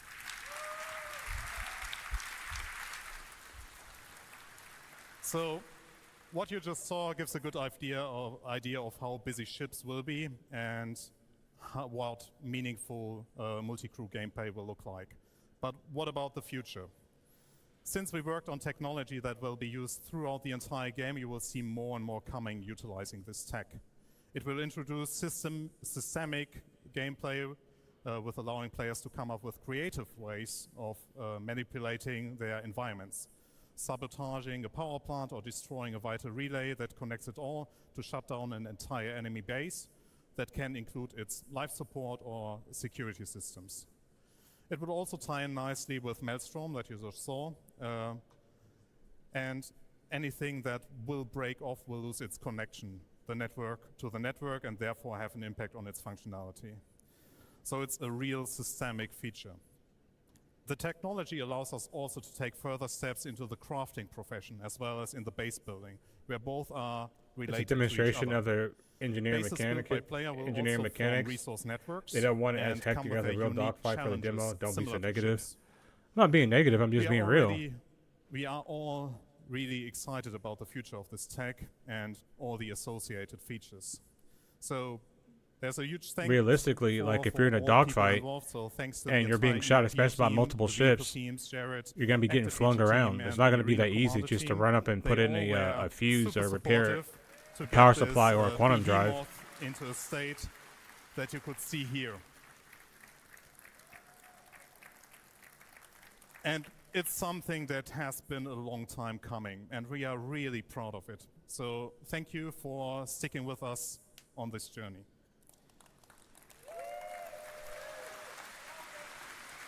Wait, there's one more thing.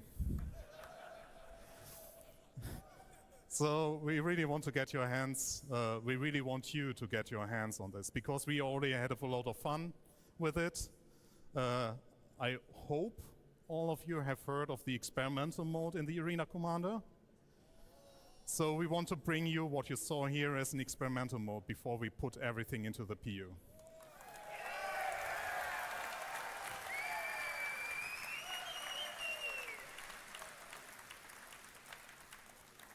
And this will be soon.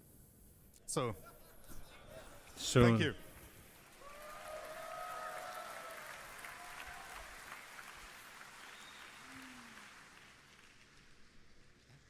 are for. Hi, everybody. I think it's there we are. You know, when we started this, we said we'd have a nice, relaxed pace. That's a lot of new content coming in just the last 2.5 hours now.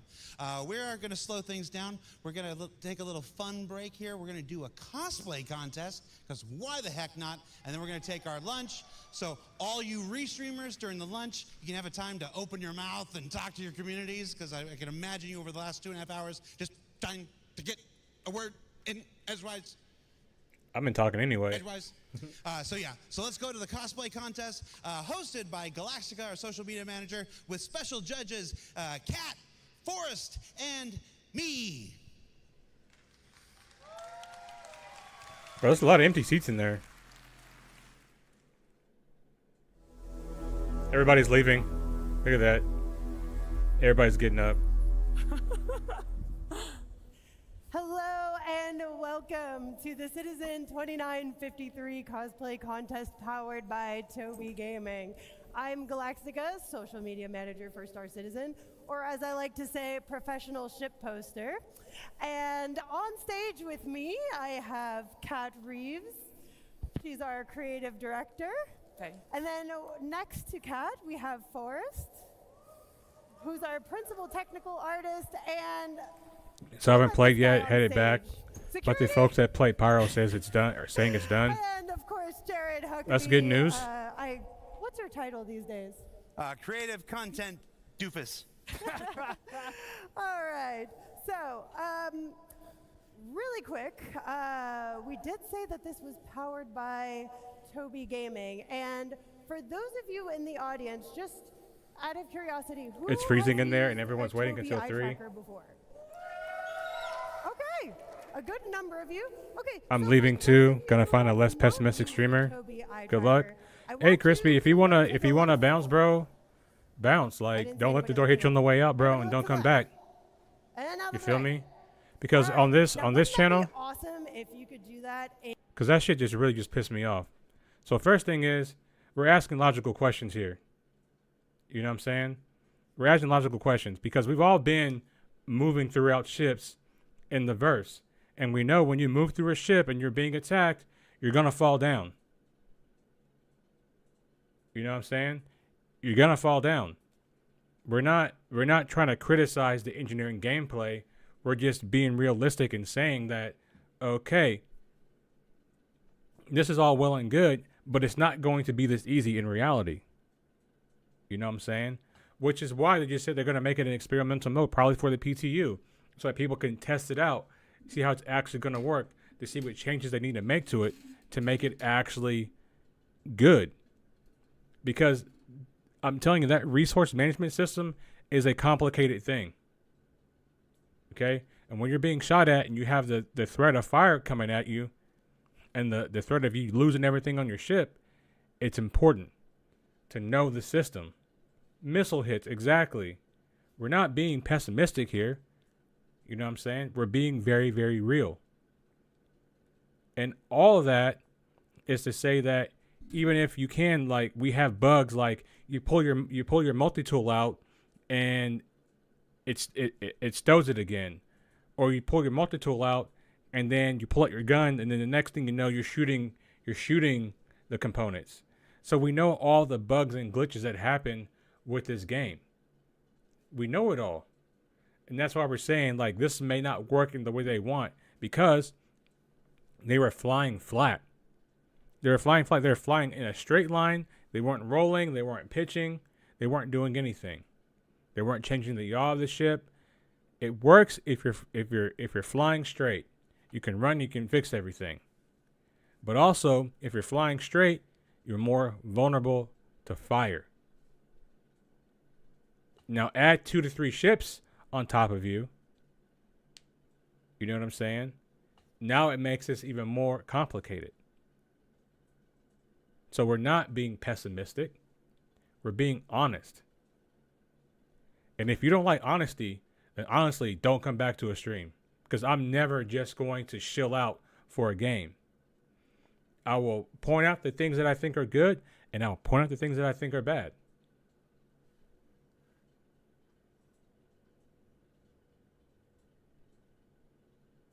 And I've said before in the stream, a lot of the stuff that we've seen today, we've seen it before, like in the Inside Star Citizen.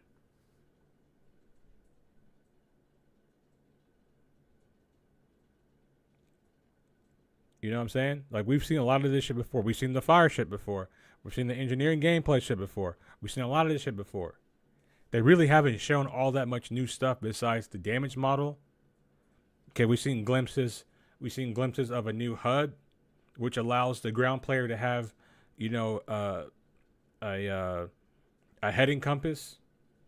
You know what I'm saying? We've seen some ripple effects with water, but we haven't seen anything that's like, oh my God, this is so good and so new. We're not to that point yet. So if I'm a little bit underwhelmed, it's because I am. I'm not going to fake the funk.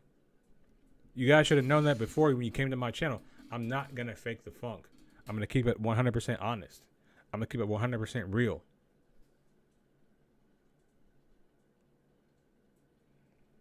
And we all want to know how this is going to work because they've proven to us one thing, that their servers cannot handle load. You know what I'm saying? Like, how is this stuff going to work under load? Show this stuff to us with the servers like screaming for help. Show us this stuff while the servers are dying of death. That's when you can prove to us that your technology works. The persistent entity streaming / server meshing demo, that's great, but show it to me in a live environment. You know what I'm saying? And I know they have to do things at scale because the persistent universe is very, very large. But still, show me this working in the PU. That's what we want to see.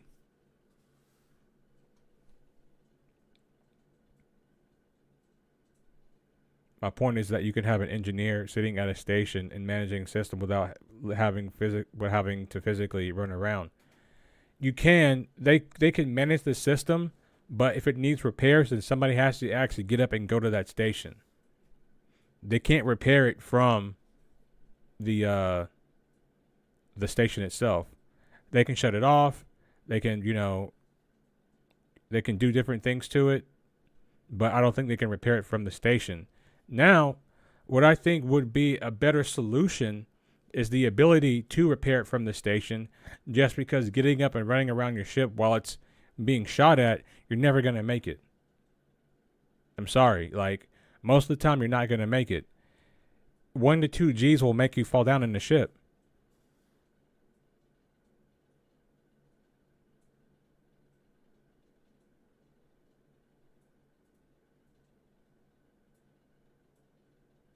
If you use one system in a second, you're fucked. Yeah. And also, like, I would hope that they add multiple batteries. I don't understand, like, why my ship only have one battery. Having one battery is that just sounds stupid. You know what I mean? And if I'm gonna have batteries, I should be able to add batteries to get extra capacitor charge. You know what I'm saying? We're not being pessimistic and negative on this side. I'm sorry if honesty doesn't look like, I don't look like I'm Burks and I'm just happy about everything that's happening. You know what I'm saying? I am who I am. So if y'all don't like it, I mean, don't let the door hit you on the way out, bro. You ain't got to come here.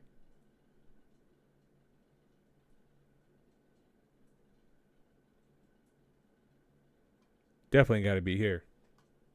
Pico sidekick, of course. We can't forget Pico.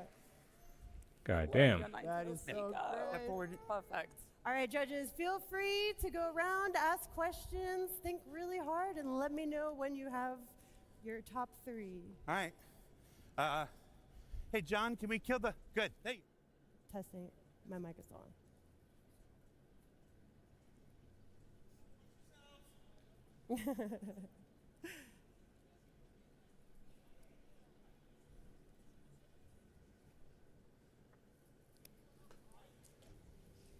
We good?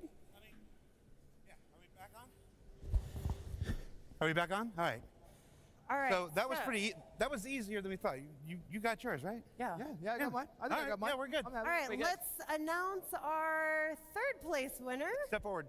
I'll let Kat announce it. So I'll put it to you like this. You know, in the Navy, we do have a degree of, you know, damage control when it comes to ships.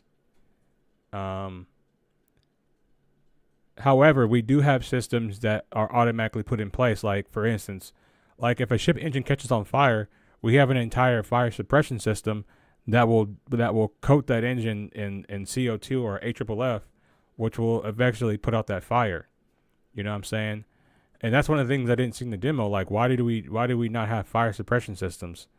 Like, if one of my components are on fire, like, why are there not, you know, systems in place where I can just press a button like JT is saying, and then coat that thing in whatever chemical to prevent it from being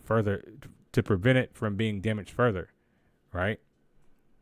And I know it was a demo. I don't think that a Gladius is going to take out and damage components on a A2. That's just ridiculous. You know what I mean? But with these different type of ammo types that they're going to be introducing into the game, that's going to be a thing. The water gem will look amazing on the screen. Yeah, some of the quality stuff is not showing up well. It's not translating well to the stream, just because there's always the compression, and then and on top of that, Twitch doesn't allow high bit rates, so the quality on the stream does not look as good. I'm sure like these are gonna look good once they upload it to YouTube, because they can make it into a 4K video. So, you know, I'll probably go back and watch them when they're on YouTube as well.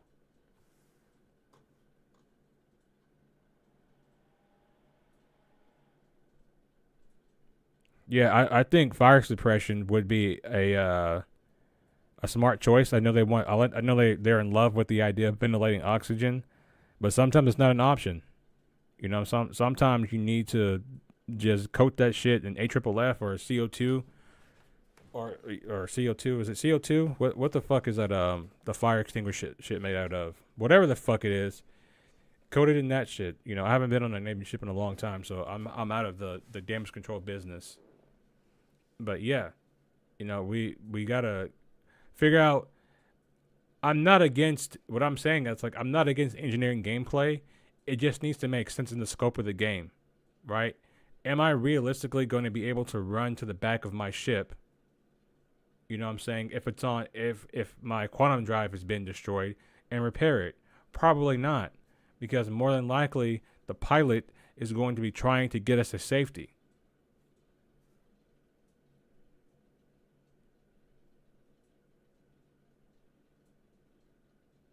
Jesus Christ, Binge. How did that happen?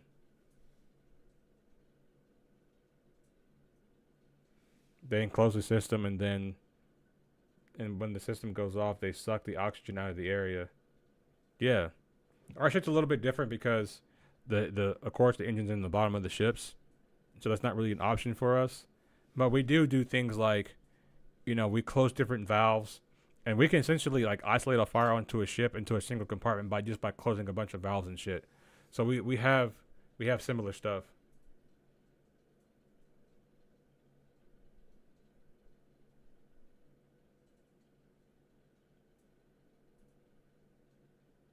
Damn. He could have suffocated you though. That would have been bad.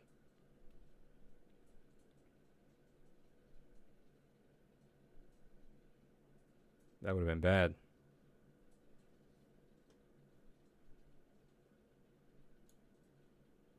And I've been telling people that since the jump that I'm mildly optimistic about Star Citizen. Like I'm mildly optimistic about Citizencon. I'm not hyped about this shit, bro. I just want them to show me something that's not in the live server, but it's in a workable environment that we can be like, okay, well, for instance, they put pyro, right, up on the screen, and they're like, oh yeah, by the way, this pyro is being simulated on a server that is, you know, about to 30K, but it's working just fine, you know? Something like that.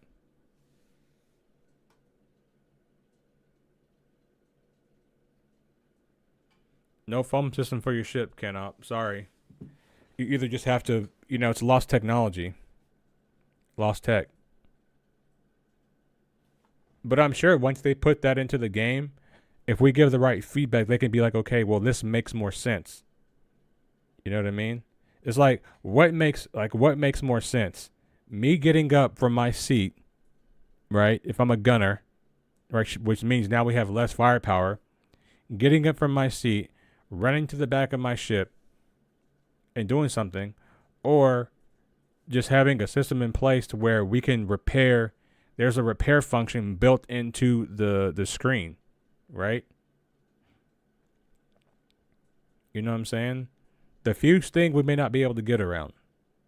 But being able to repair an item from the screen should be an option. Just because, like I said, it's not realistic when the ships are pulling crazy G's. Even with master modes, you're still going to fall down. Guarantee it.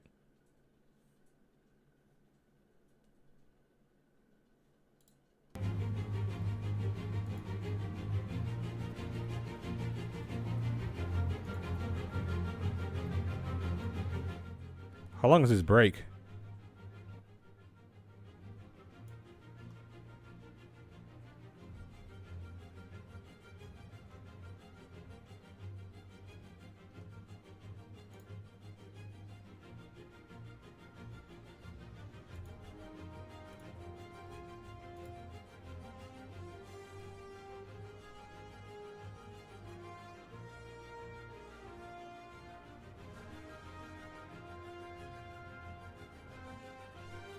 Right?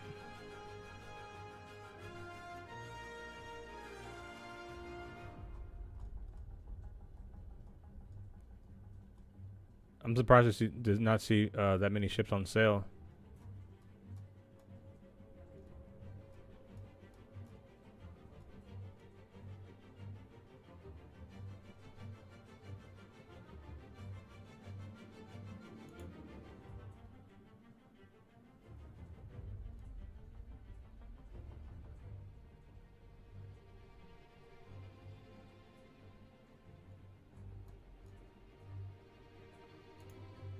Did I come with this extra paint? Do I have this extra paint for mine?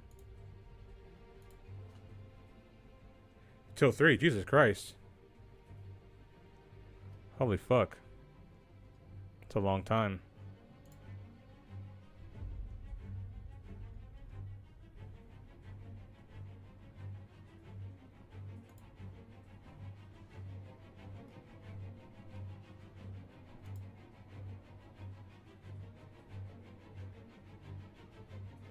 I don't see that paint.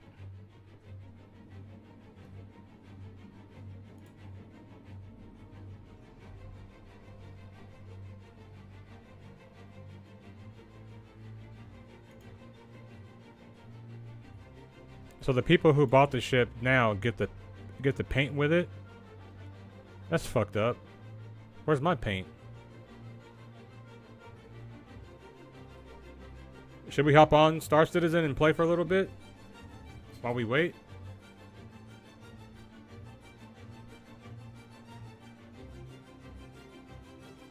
Got about an hour.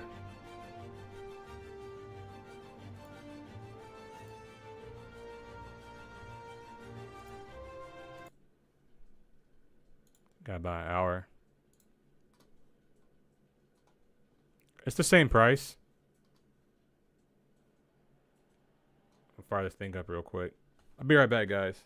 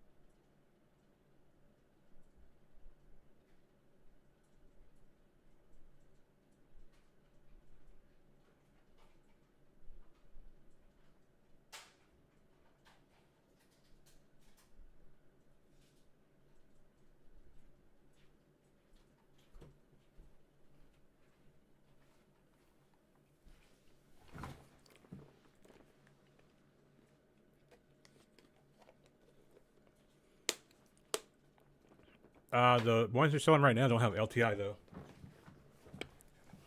Mine has LTI.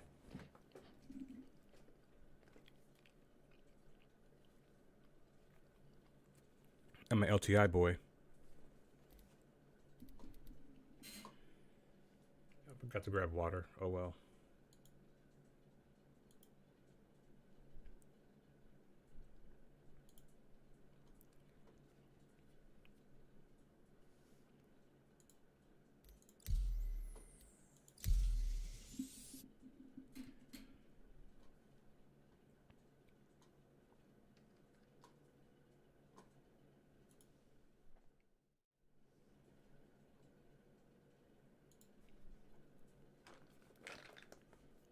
I got some cashews. I don't know if you can see them because the can is green.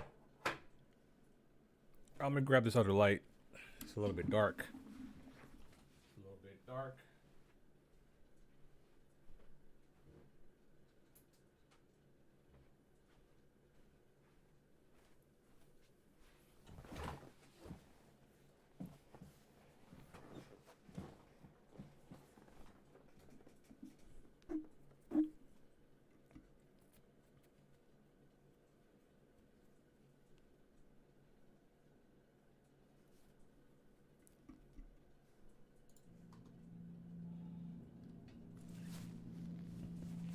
$2,500. That's a lot.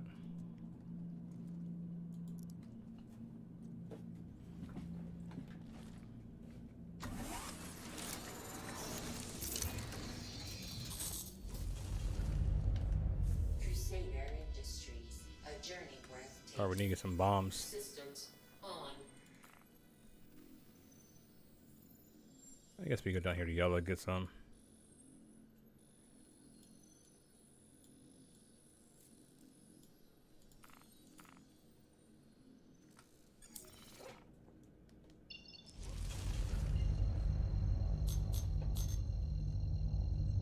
That is the PC. That's a decent PC too. Quantum travel engaged. Quantum travel complete.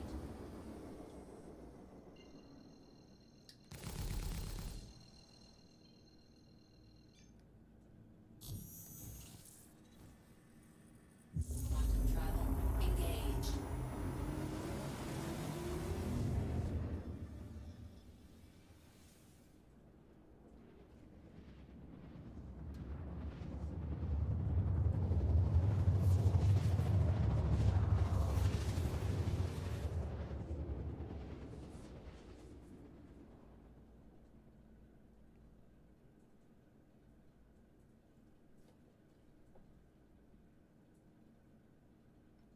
Quantum travel complete.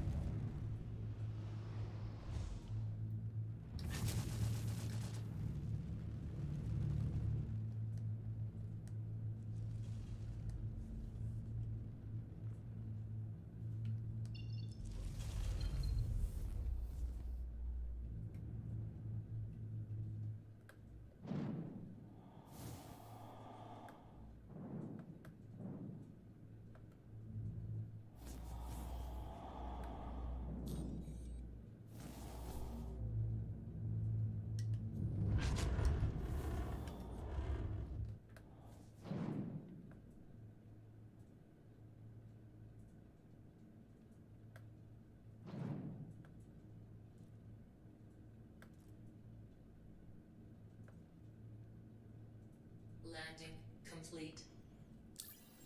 Yeah, don't be like me and spend $1,000.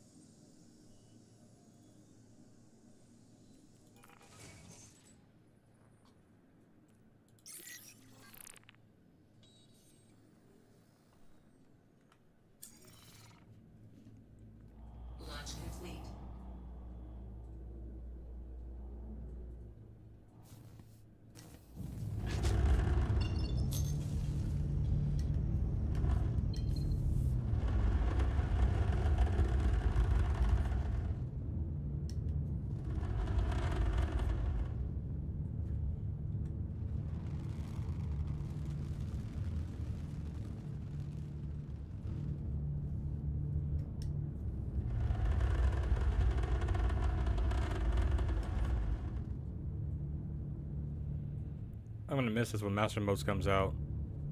Being able to fly freely.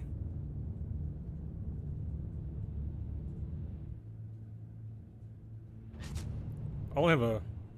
Are you asking Neo Fox about his ships? He probably has a lot.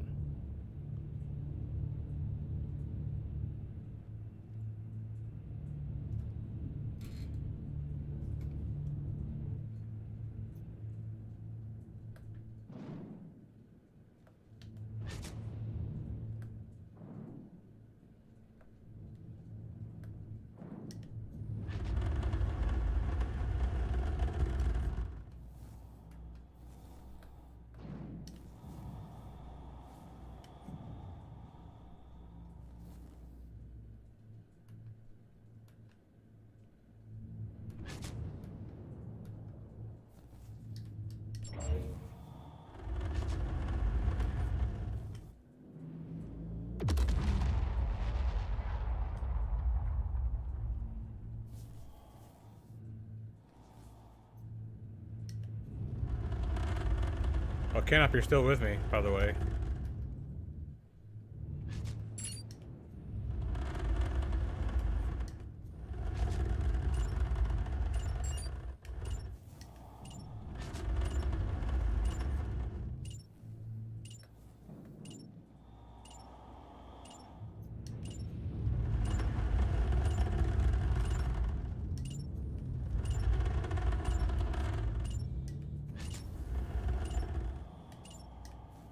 Come on, Vector.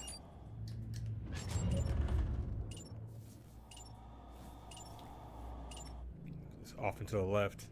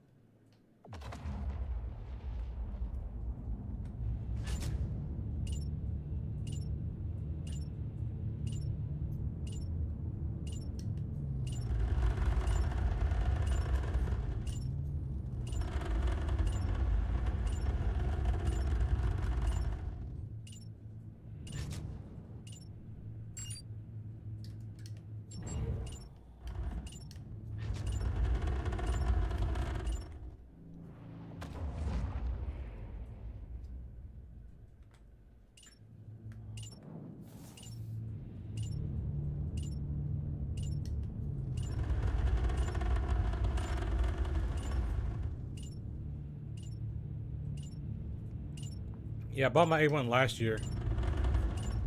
I bought it when it was in...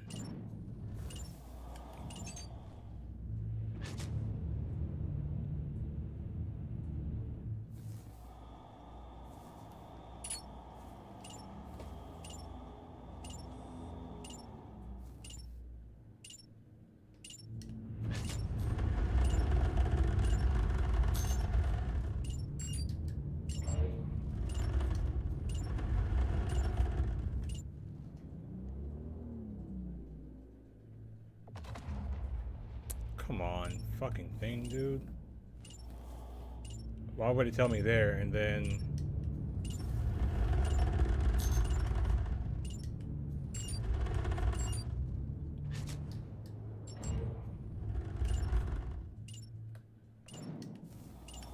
Oh, that's the last one I'm dropping.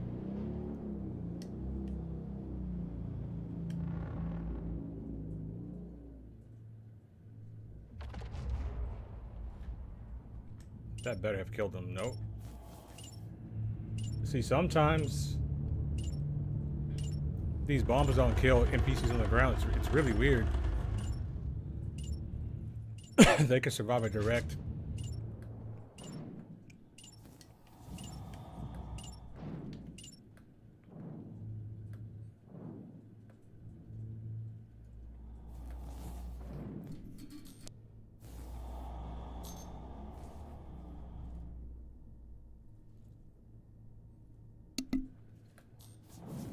mean, that one was like right on target.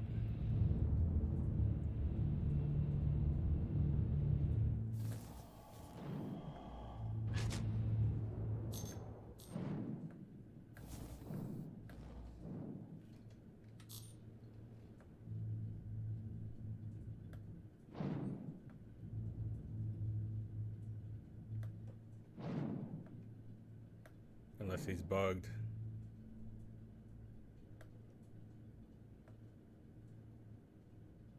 Contact.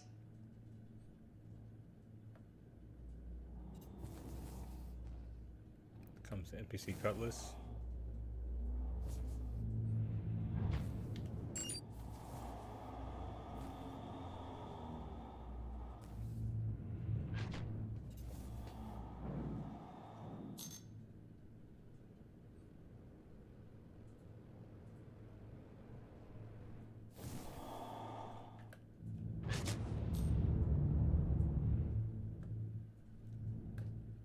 Yeah, I have a Gladius now, too.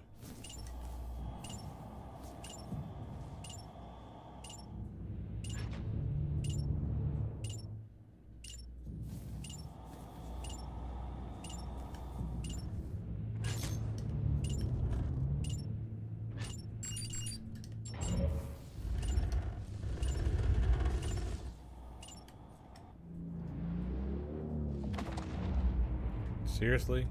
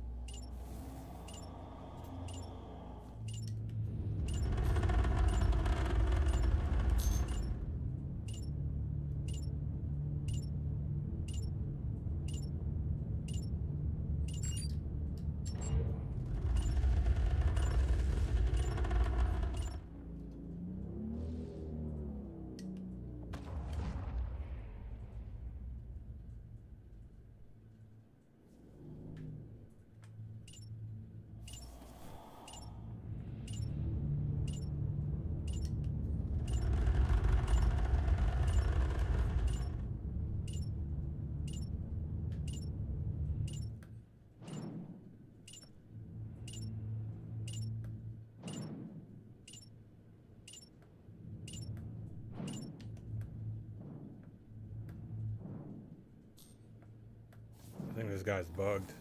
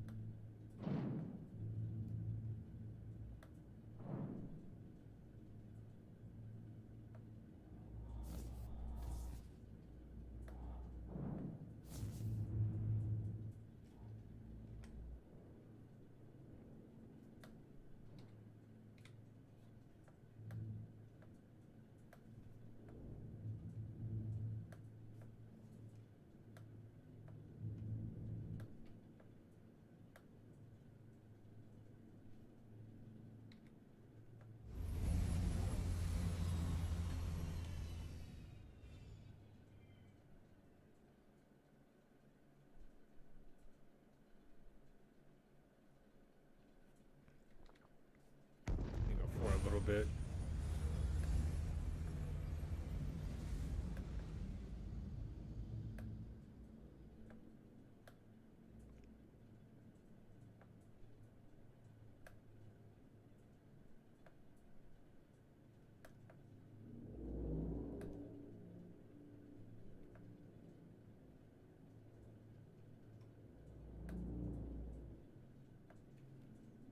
There we go, that works. Engines off.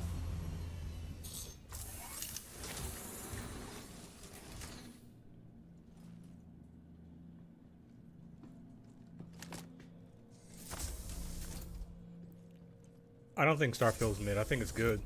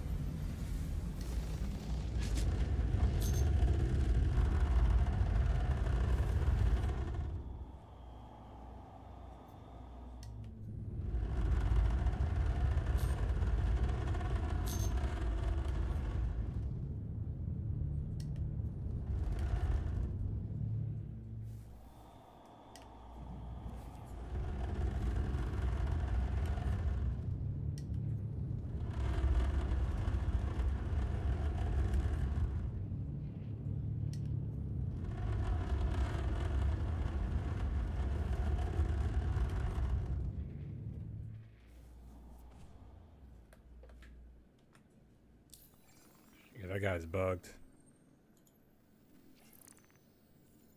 Or at least his thing went away. I don't feel like going down there and looking for him.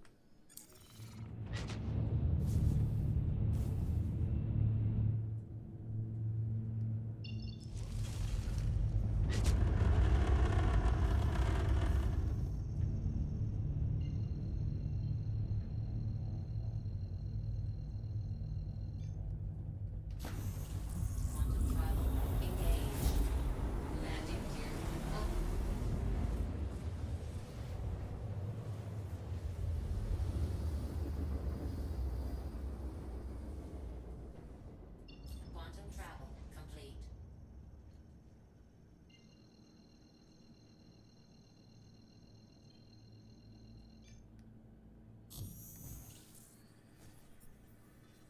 Quantum travel engaged.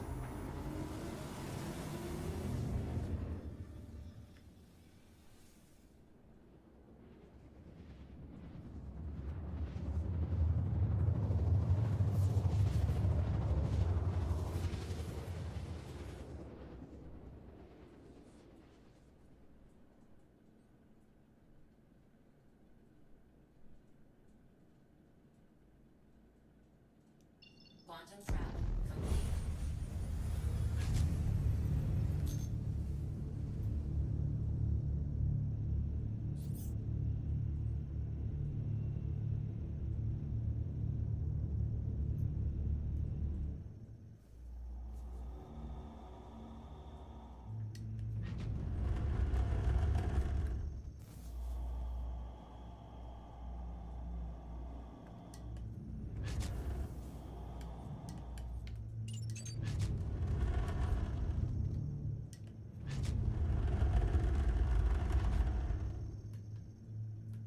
Give me target.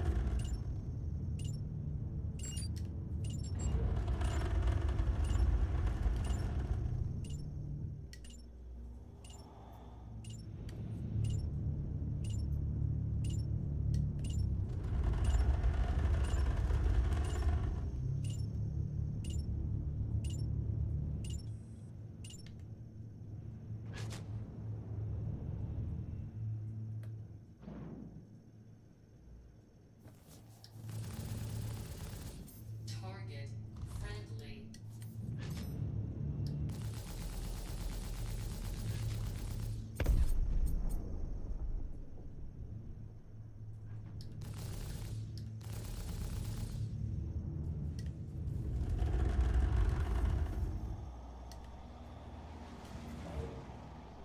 Oh god. Oh, thanks.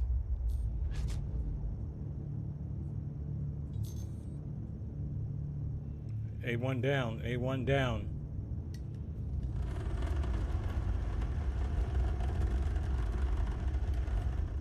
Is that an MSR? Yeah. I don't know what server I'm on, to be honest.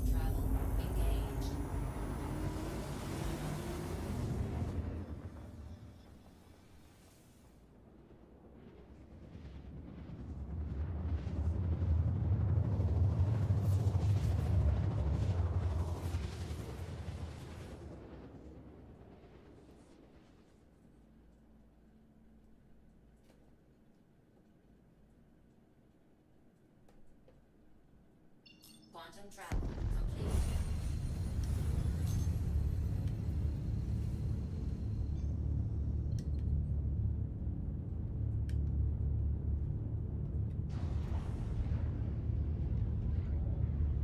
Landing gear down.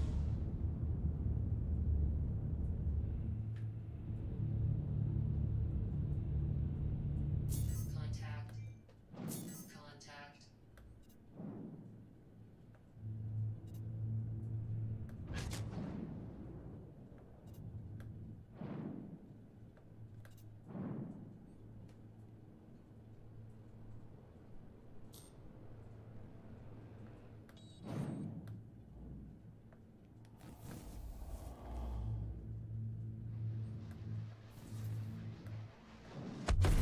Oh, Jesus Christ. What the hell? Everybody's hitting the ground today.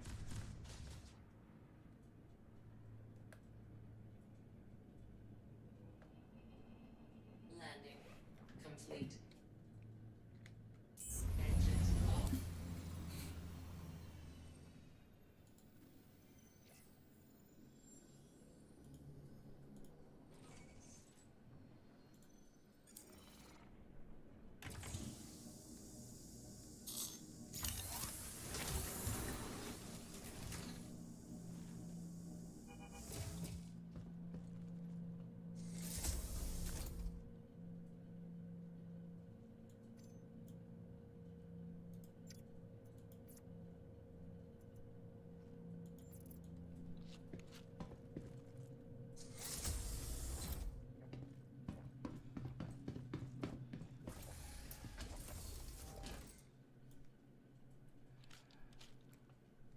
My favorite ship in the game is the A2.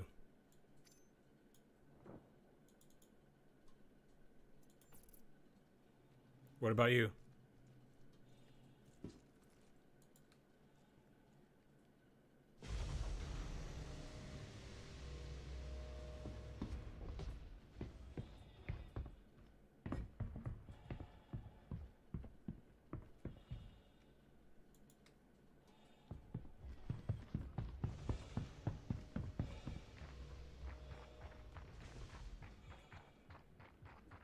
What happened to all the NPC ships that were out here?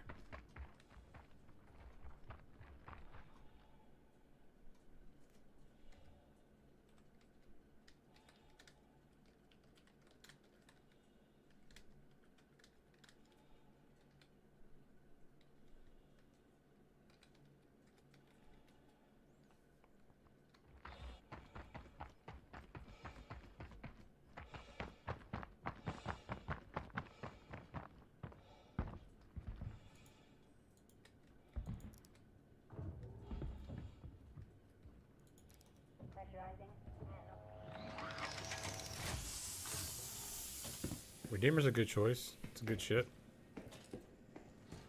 A lot of firepower.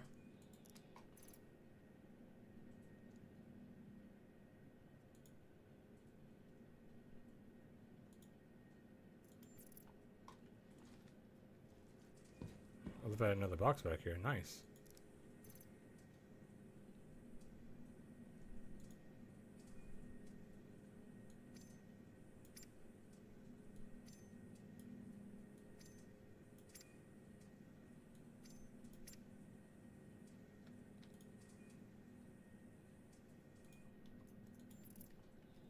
Shift click, Marcus. Shift click.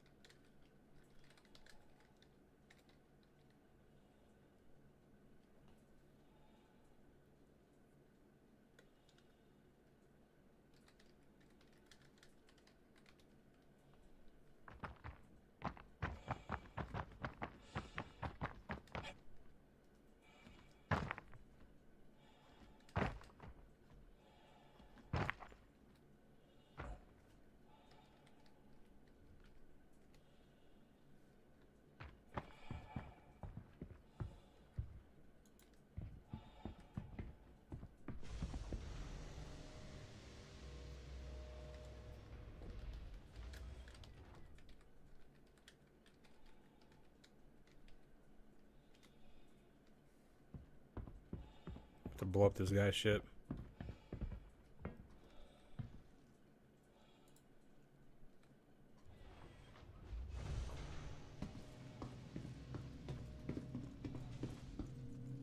Hey, Kenneth, are you still watching? You're still on my ship.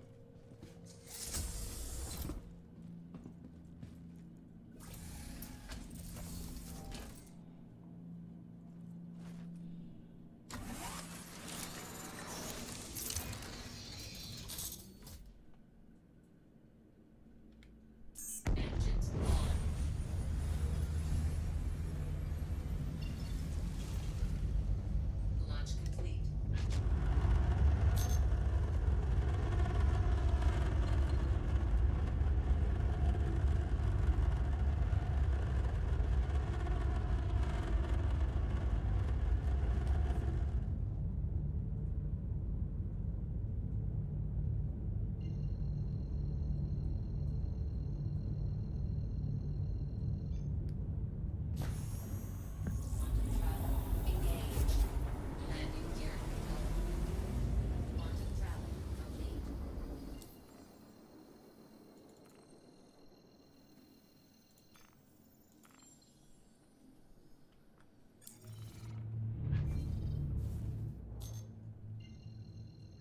What up, what up, what up? I have no idea.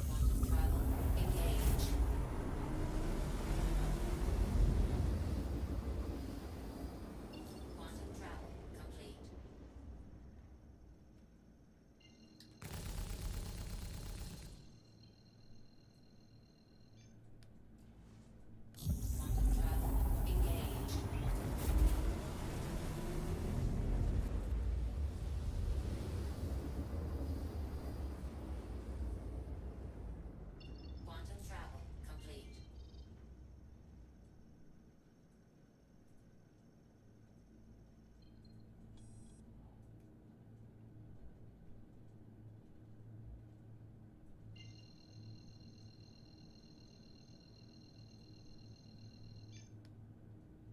Quantum travel engaged.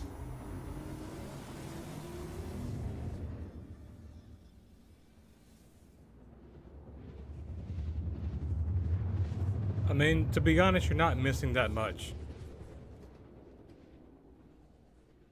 Besides the new A1 ship, that's really all you're missing, Serpent. Quantum travel complete.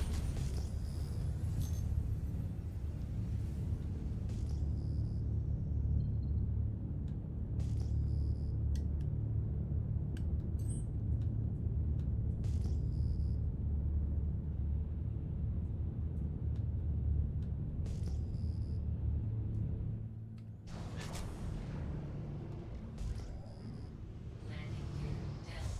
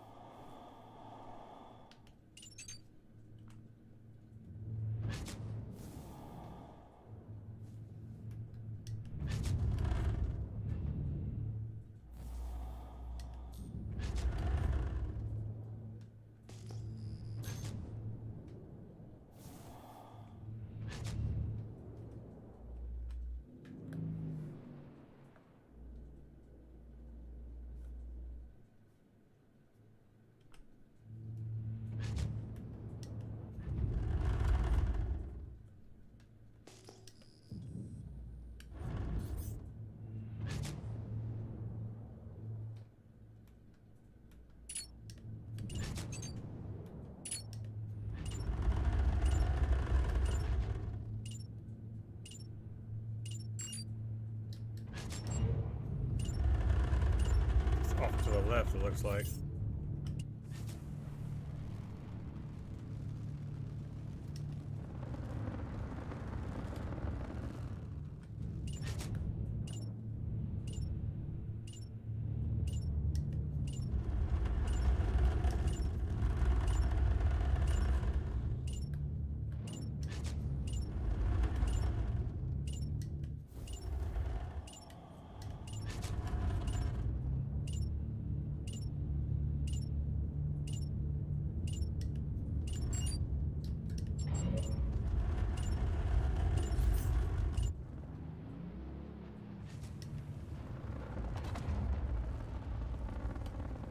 He had him.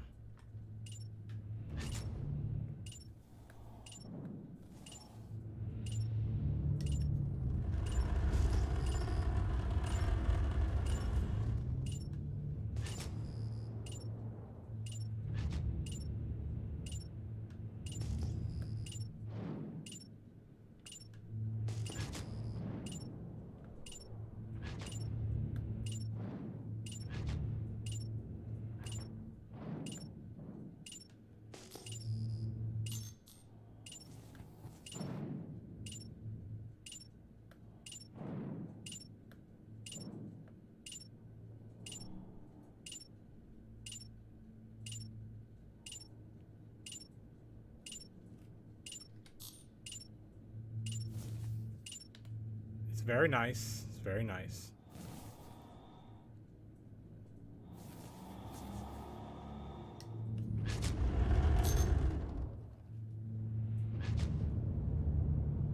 See you, Neo.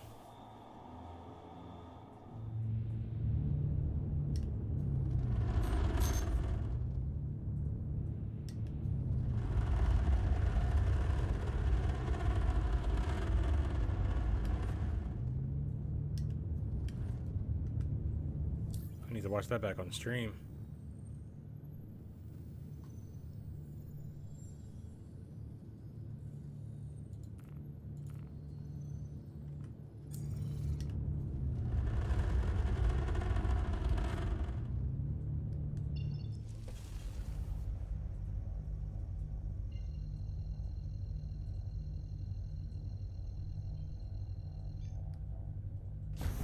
Travel engaged. Quantum travel complete. Landing gear up.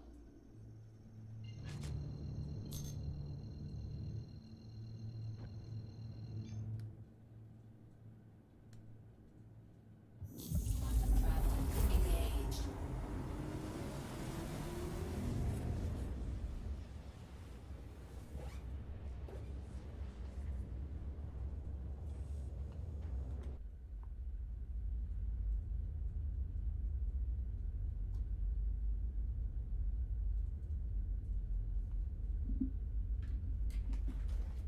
Alright, let me watch this thing back, because that was a beautiful bombing run that I just got.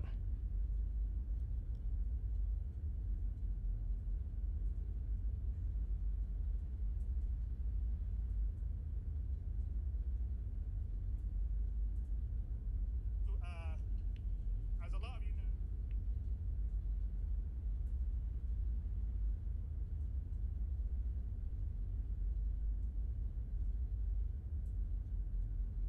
Tell the deal's like, come to Brios, we'll help you out. I'll show you how to sell. Psych.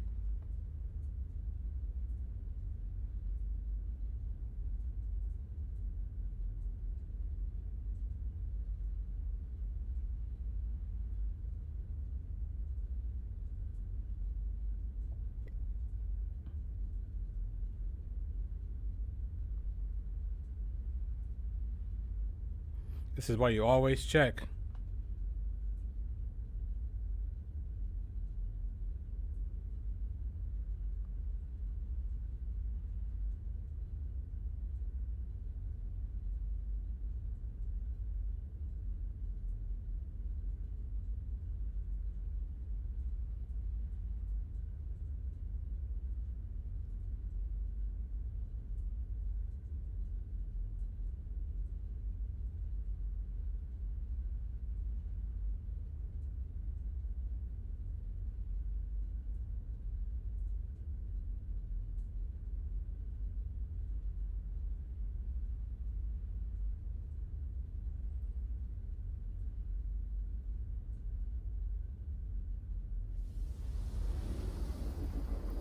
Beautiful. Beautiful. Beautiful bombing run. I love it.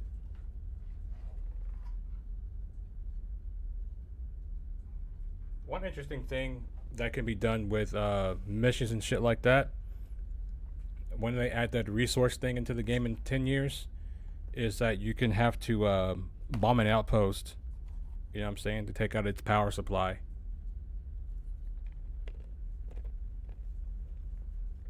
Something crazy like that.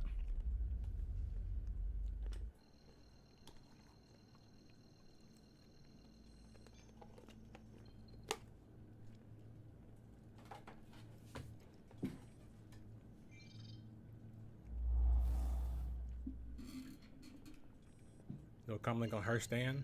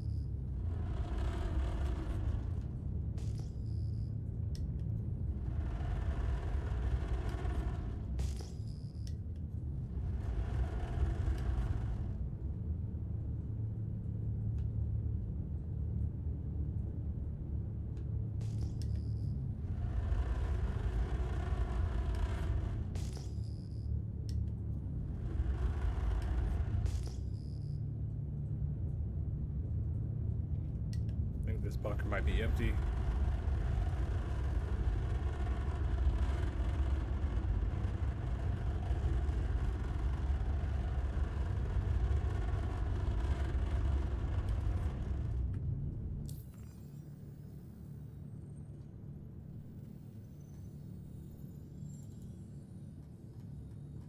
I think a lot of people are doing drug running and shit right now because a lot of the big PvP orgs are at Citizencon. So people trying to get away with doing bad shit. The PvPers are the real police of Star Citizen. Because they wouldn't dare try this.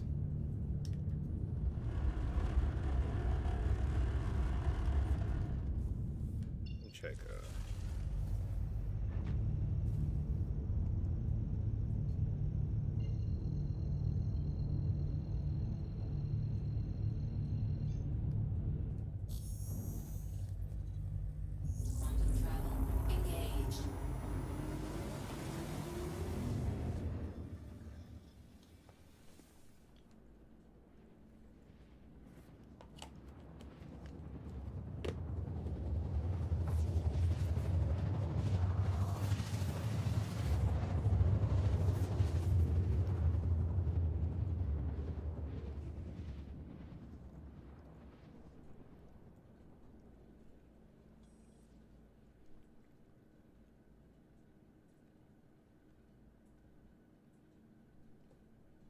Quantum travel complete.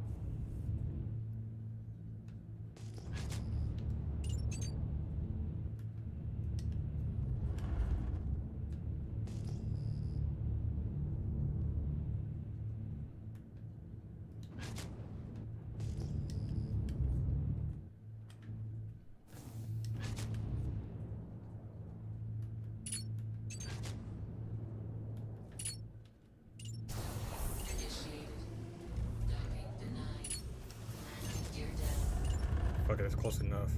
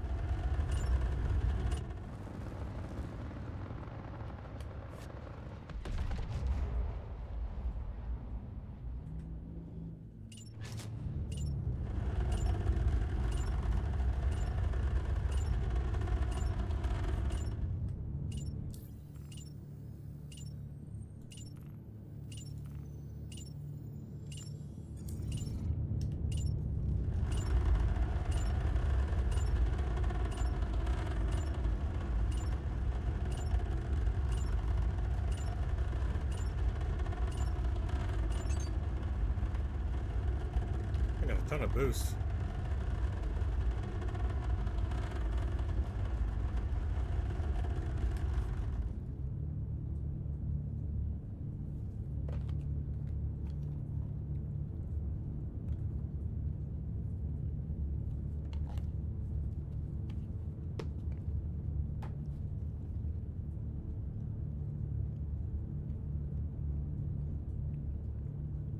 They are sometimes.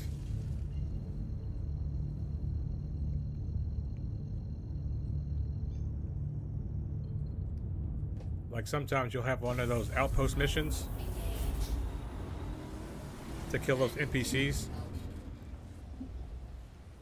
the execution warrants, and you'll drop a bomb and they won't even die. So they need to fix that. If they can fix that, that would help a lot.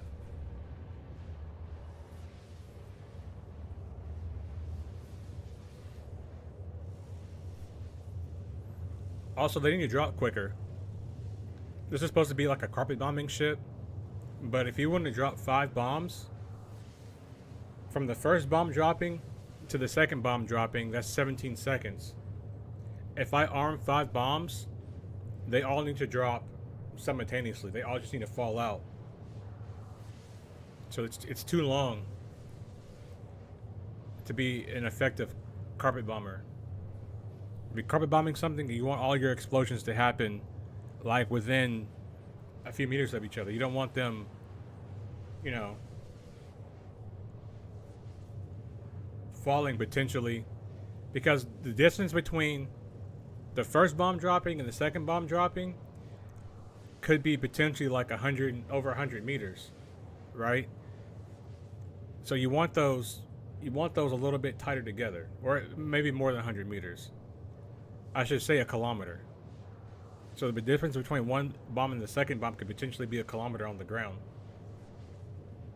So they need to tighten that up. I want all my bombs to fall at once. If I arm 5, I want 5 to drop.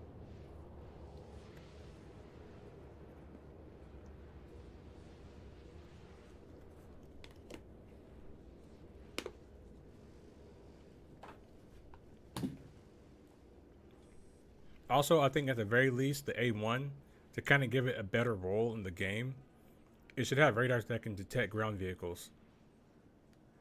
Quantum travel complete. That way, you know, people in ballistas and tanks during Jump Town, you know what I'm saying, don't have the upper hand. It's just be like, bitch, I can see you.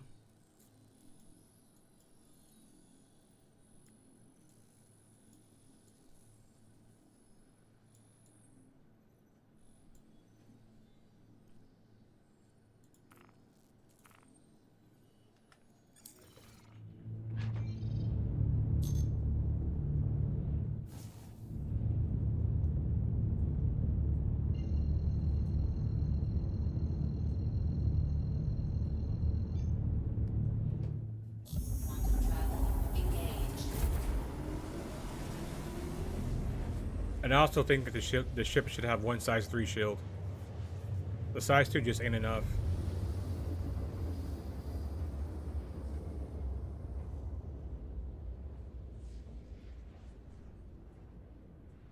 Quantum travel complete.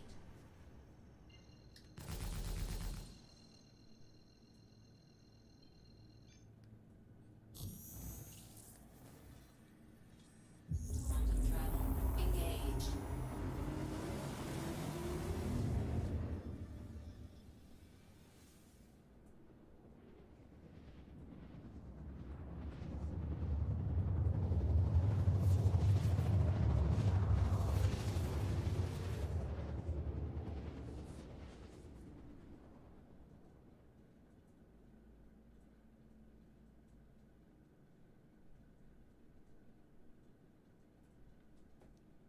Quantum travel complete.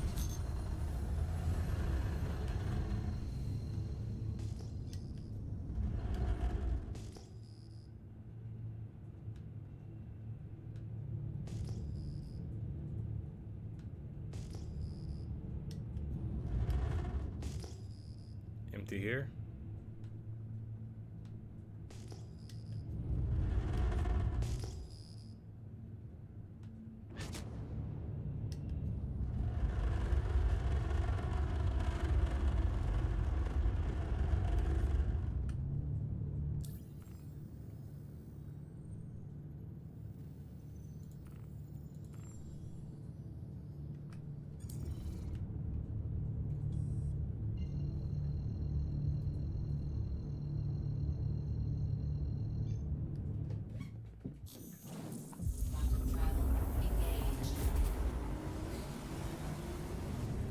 And I don't like the idea of them doing master modes, especially when they're talking about making the universe even bigger, and then we're effectively going to fly slower through a bigger universe. Doesn't make sense. At least to me, it doesn't.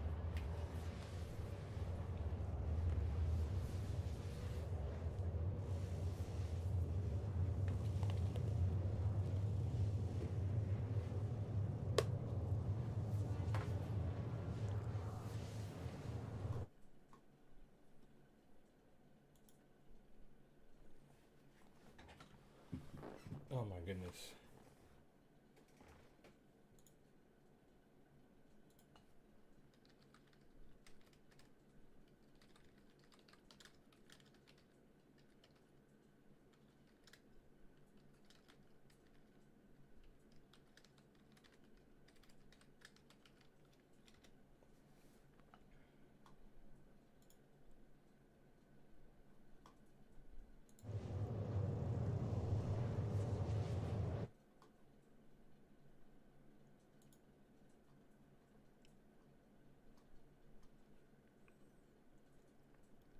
Oh, they're back on.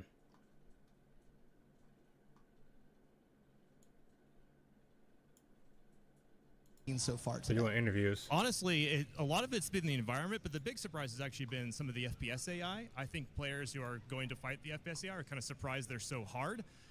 Some of that stuff is new tech, so it's neat to see players dealing with that and realizing, oh my god, I have to really struggle with this and really fight to deal with these AI. It's really fun. So would you say it's a little bit more improved than what's currently on live right now? Miles better, yeah. That's fantastic. So give us your 30-second journey of when you got your hands on Pyro, because we've had multiple internal playtests leading up to Citizencon. I've been in several of them, and I know what it was like for me being in Pyro for the first time. But for you, what was it like getting to play Pyro for the first time? Honestly, by the time I played it, it was pretty polished, pretty surprising, and it was just so mind-blowing to see how different the environments were. But it's also moved a long way since then, and so it's been fun to see every single iteration. But yeah, the first experience is just super mind-blowing. It just looks so different. Yeah, it's just being on Checkmate Station. You can get lost for there forever, and players only have 40 minutes to do the Pyro Playground. And I've seen people go back in line. I've seen people just like go and redo things that they didn't get a chance to do the first time. So what advice do you have for people who are here at Citizencon? Spoiler-free, again, we want to give people at home something to look forward to. What is your spoiler-free suggestion for people who are here going through it? Honestly, I would suggest to get out of the station. The station is really cool, but get to a ship, get to one of the planets, and get to an outpost, and especially see if you can do one of the FPS AI missions, because they're really cool, and that's a really fun journey. And we have Chief Technology Officer Benoit here. Benoit, what do you feel? Completely unplanned. Didn't ask him to come by, and he just stopped in. Benoit, what do you feel about Pyro? Oh, Pyro is fantastic. I love the new experience. I love the new environments. I love the FPS we're getting on these machines here. If you were at the playground, oh my god, like this is great. So I'm super excited about the... Yeah. Sorry for cutting you off there. Yeah, I'm just looking at some of the screens, and it's so smooth. Like, it's so great to see people like enjoying Pyro for the first time. It was such a great experience to have for the first time for Pyro. So thank you guys for bringing Pyro to the players' hands for the first time. I'm surprised too that it came out so quick. We're going to talk really quick. Thank you, Benoit, for your photo bomb. Thank you, Bayor. We're going to talk to a player who just got to experience Pyro for the very first time. We got user Nick at Night here. So tell me, Nick at Night, again, what was your spoiler-free impressions of Pyro? Sort of impressions or feelings when you got to be in Pyro for the first time? Yeah, I mean, I think calling it a playground is just missing how immersive that is currently in this build. I, as Bayor mentioned, got out of the station, was able to see everything in the universe. And man, was it just amazing to kind of go between the asteroid belts, into the new planets, and see all those new things that you guys have been working on. So I was really excited. I love that. Yeah, there's some really cool things. I cannot stress enough how, if you are here at Citizencon, come over to the Pyro Playground, because it is just such an amazing experience. It's nothing like Stanton. It is so unique to its own vibe. So how do you think we did making Pyro here at Citizencon? I mean, the people at home have seen bits and glimpses, but for you who's been able to see the whole thing, do you think we did a good job recreating Pyro now that you've gotten a chance to be in it? Oh, absolutely. I mean, from the game into the boost to the community events to the way that you guys have put everything together, I mean, it does feel like we are in Pyro right now. It's amazing. Good. We did it, guys. Everyone wrap it up. We're calling it a day. That's not true. We're still got another day of panels left to do. So last question. This is kind of a fun one. When Pyro makes it into live, where are you setting your spawn? Are you setting it to Stanton or are you setting it to Pyro? Oh, Pyro, hands down. You heard it here. This guy had such a great experience at the Pyro Playground that he is going to set his spawn to Pyro. Nick and I want to thank you for coming up here. Really appreciate it.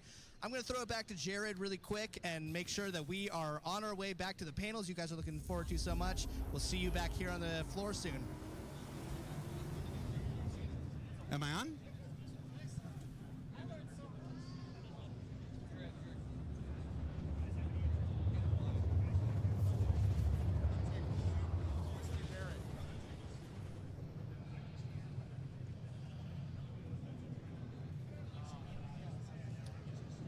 Am I live?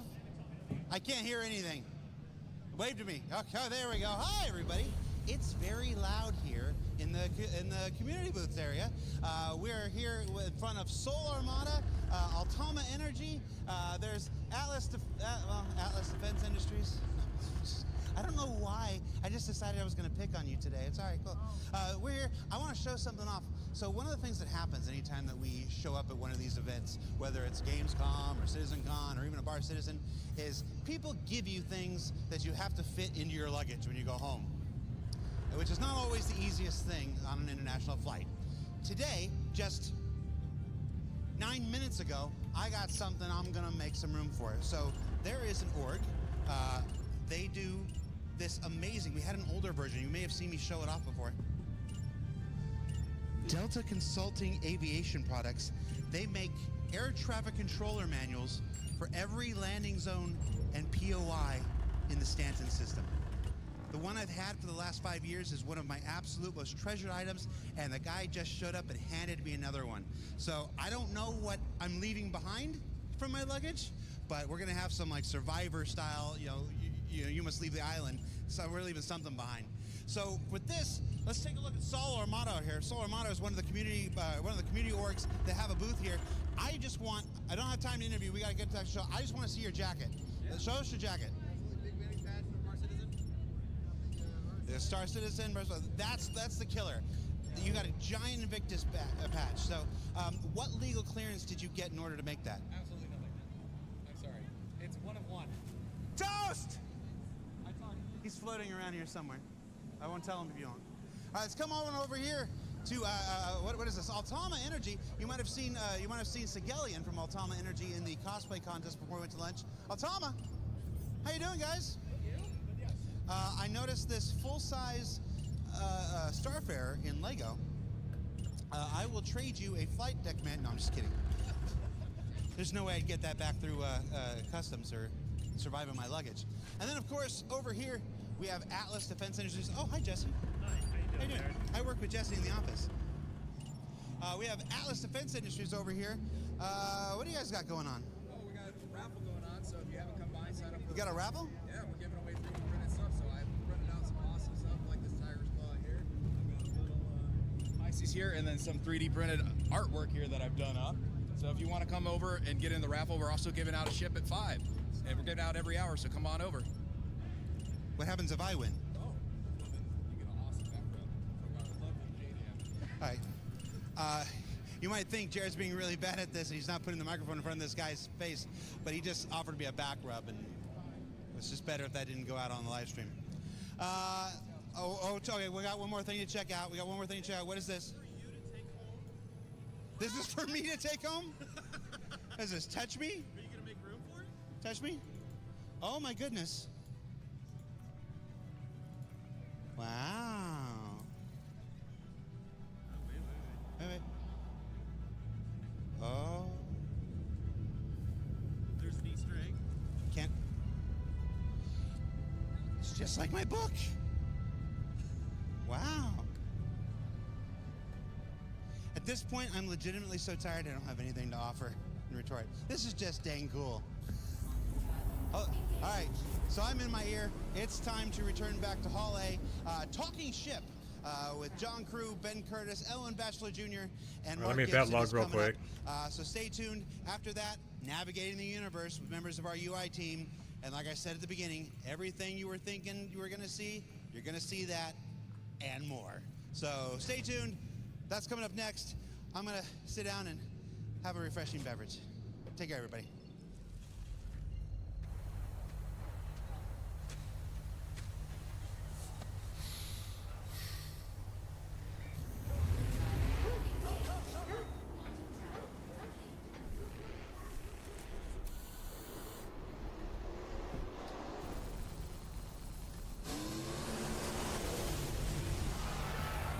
Is that a NASCAR sound?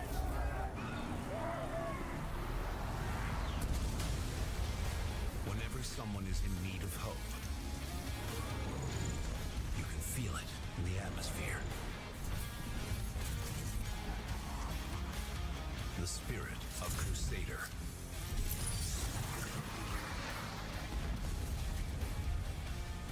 Keeping the universe safe and secure. Forge the future you want to see. The A1 spirit from Crusader Industries.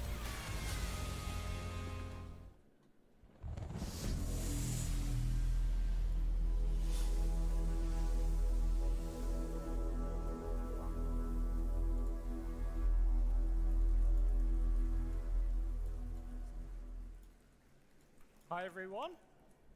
Have we all had a good morning looking at cool stuff? Great. My name's John Crew. I'm the vehicle director here at Cloud Imperium Games. And my name is Ben Curtis. I am the vehicle art director at CIG. So we're going to spend the next 45 minutes talking ship. We're going to show you some cool stuff that you've hopefully seen, some cool stuff that you're not supposed to have seen, but you probably already have, and some cool stuff, again, you're not supposed to have seen, but what you've seen is wrong. So hopefully we can clear that up for you all. Right, so that was the All right, here we A1 go. Spirit trailer. Pretty cool video. But we're now going to do a bit of a slightly deeper dive into the actual art and visuals of the ship. It's already out.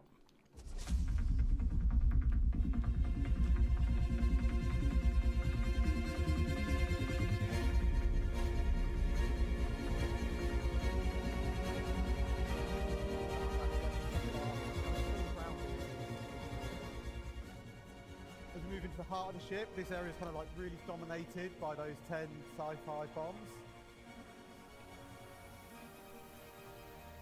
And then we go straight into engineering, where you find the rest of the ship components that it needs.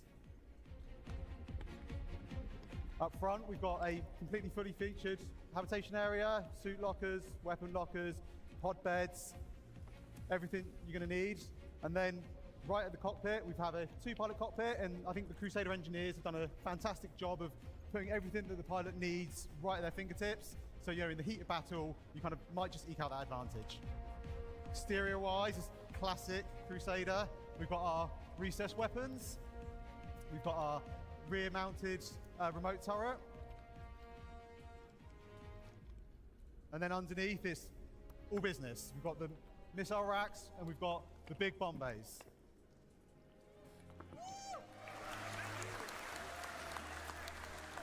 And I think overall, Crusader have done it again. They've done a amazing job of packaging something that's like super feature rich and something stylish, sleek, looks fast, but still super aggressive. And then here is one last look. Oh, or not. Okay, that was one last look of the interior. We go there. So we had a really cool cutaway that you half saw. I'm sure we can show you that again later. If you like what you saw there, that is available now on that link and a QR code there that hopefully takes you to the right place. So that is available in Alpha 321, which went live Thursday. I've honestly lost track of time the last few days. So yeah, that's the current. Let's talk about something a bit further in the past.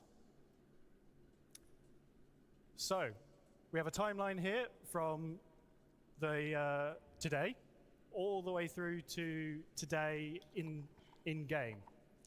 And throughout that time period, we have our manufacturers in law, starting with RSI in the very near future, going all the way through. Of course, RSI be the first one. To Mirai, which is this year in game. And over that, we have some very old ships, ships that people think are quite old. We have the Hornet, we have the Aurora, and we have the Gladius.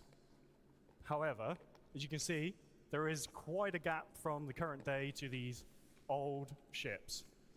So let's talk about one that is a bit older than that. So, the RSI Zeus. So, in 2130, in 2130, RSI made some major kind of advancements in quantum technology. They developed, or they released, the first ship that was kind of available to the mass market that had quantum capability. This kind of mid-range explorer really put RSI at the kind of forefront of ship development. Now, it was a really good thing. It really kind of boosted them as a company, but it wasn't kind of all good. The original RSI Zeus had some major issues with its hull integrity. That being said, there's always kind of been this demand for RSI to release the Zeus. It's kind of had this cult following that's grown up over the years. I'm kind of very happy to announce today that RSI have kind of taken that challenge on board. They've developed a whole new vehicle that is designed to ferry a whole new generation of travelers across our universe. Visually, it's something that pays homage back to the original Zeus, and something that's really is justified to have that name. And I'm even happier to say it exceeds all current safety standards and all our current ship production techniques. So, do you want to have a look at the all-new RSI Zeus Mark II? Okay then. All right. Here it is. So, we are going to hand over to Elwin and Mark to go through this, and you can see there's three. It's a light fighter. So we're going to do a bit of a deeper dive onto these three ships now. So, over to Mark and Elwin. Let's give them a welcome. Come on, let's go, let's go. I like the black one.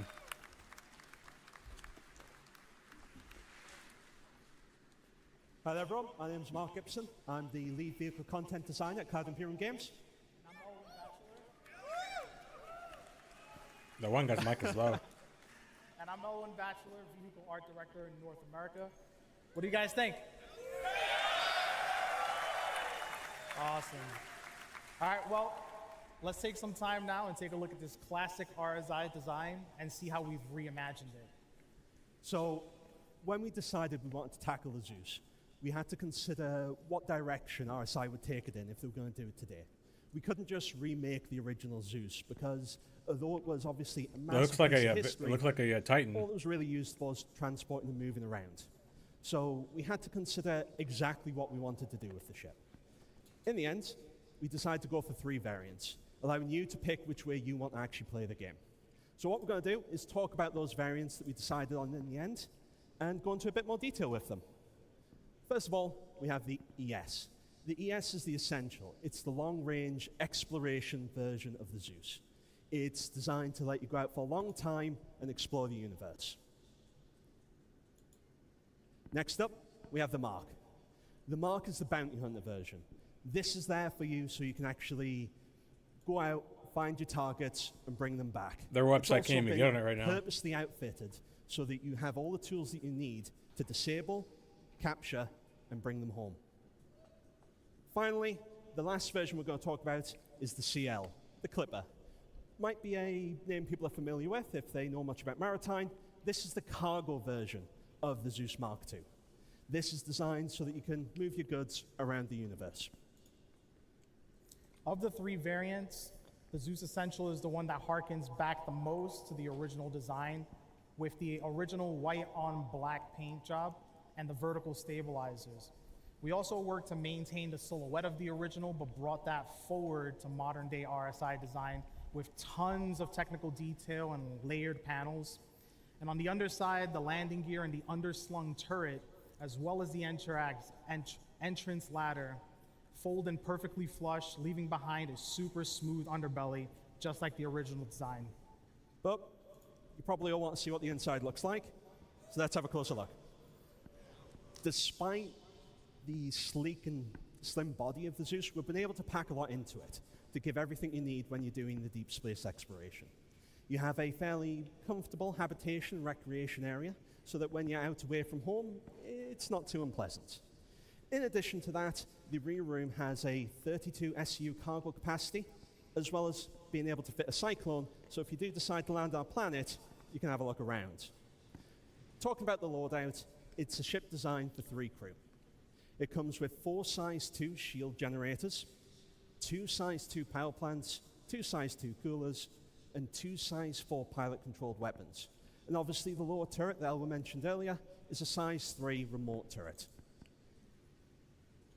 Now, the Zeus Mark was always designed from the beginning to be a sleek and aggressive bounty hunter. As such, the black paint will help you stay hidden in the shadows until you're ready to strike. We've also redesigned the spine in order to embed an EMP and a quantum dampener, which allows us on the art side to really crank up the level of detail on the exterior.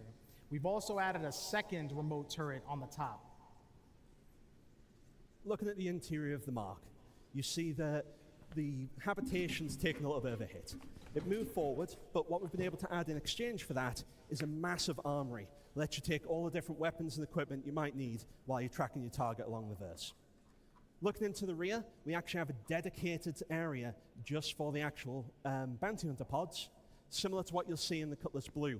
So you can stack up the pods and take multiple people back with you. It has less SCU than the ES. It only has 16 SCU. And it does have a different loadout with the components, only having 3 size 2 shield generators.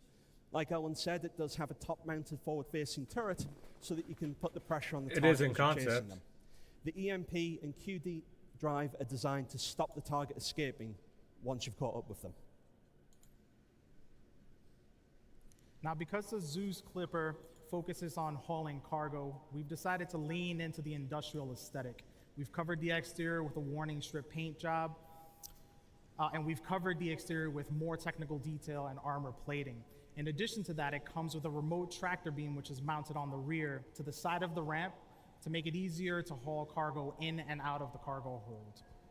We've also added thrust capacity to the base of the wings. As you can see, there is an absolutely massive rear to it compared to the others. The habitation areas have been massively pushed so that you don't get much space, but we can get way more cargo in. It actually has 4 times the cargo capacity of the S, coming in at 128 SUs of cargo. This one also features 3 size 2 shield generators, and like Al mentioned, it has a size 3 tractor beam to make it much easier to get those cargo containers in and out as you're actually playing. What do you think?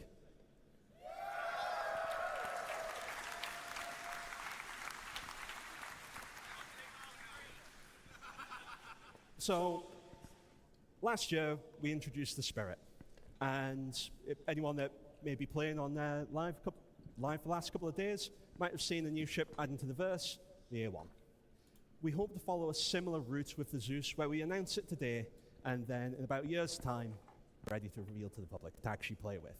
But this isn't just a concept. We're not just going to show you some images. The Zeus is actually in active white box development right now. Do you just want to have a look? Shall we? Okay.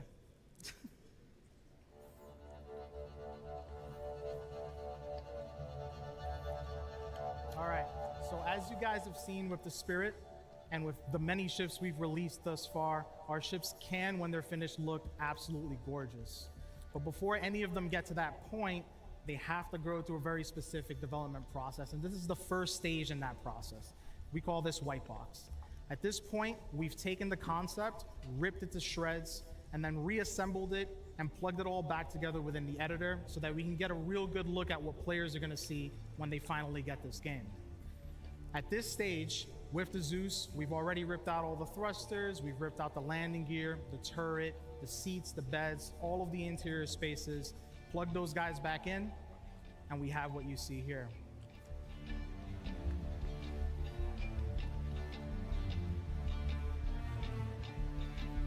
So again, the beginning of the process. Pretty much.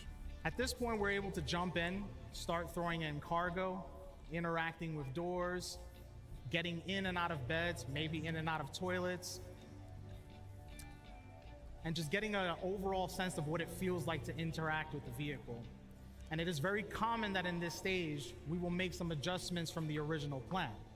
As an example, on this ship, we've just made the decision to expand the center corridor, add a little bit more space to the rooms. And as a result, that's going to make it much smoother experience for players to traverse the interior of the ship, as well as for AI to traverse the interior of the ship. We've also expanded the main airlock that leads to the enter-exit ladder. And up here in the cockpit, we've separated the co-pilot seats a tad bit just to allow players to get in and out a little easier. So with White Box, not the prettiest stage in the process, but it is essential that we nail this, because it means we'll be able to deliver a beautiful ship that is also extremely fun to play.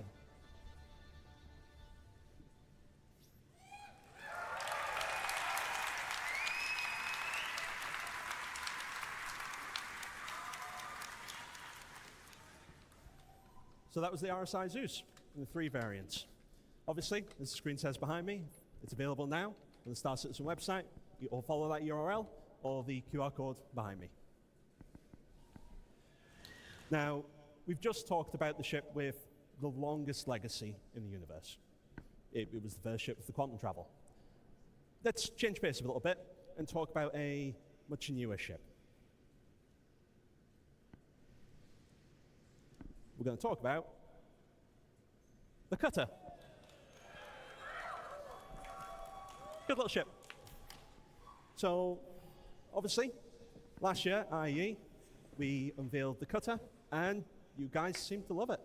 Some interesting information about it. It was actually the single most popular straight-to-flight ready ship we've ever released. You guys really, really liked it. In addition to that, it's actually the best-selling Drake ship to date. But what people didn't know, and we kept a very good guarded secret that no one managed to figure out, no one, it was always meant to be a family of 3. Now, what everyone is already familiar with is the base. That's the version that's out in the universe right now that you're already enjoying. What we're going to do today, though, is we're going to talk about the next variant in the family, the Scout.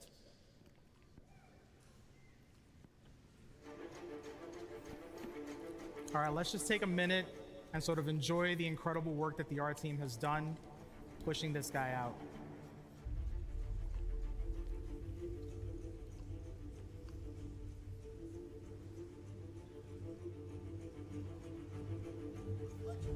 I've already seen it. I've already flown it.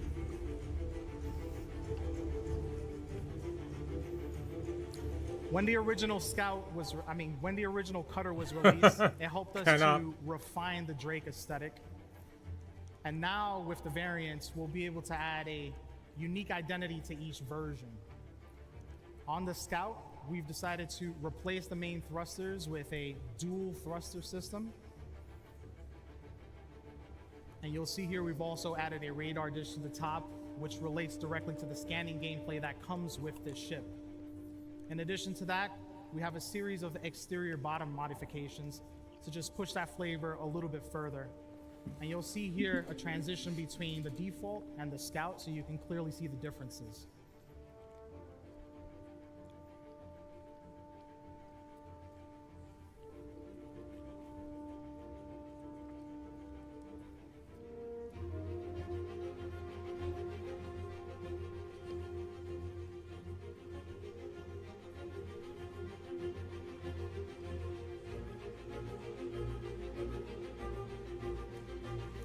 On the interior, we've expanded the rear section of the ship in order to include a dedicated standing scanning station, which will show up here in a second. Along with that, we've also increased the space in the rear to house the larger components that are necessary to support that gameplay. Now, expanding the rear did encroach into the habitation, but we were able to rearrange the components in that room so that nothing was lost in the transition. And on the cockpit, it's the same cockpit that you all know and love from the original Cutter. From this view, you'll more clearly see the shift that we had to make in the rear in order to support the gameplay that we're trying to achieve.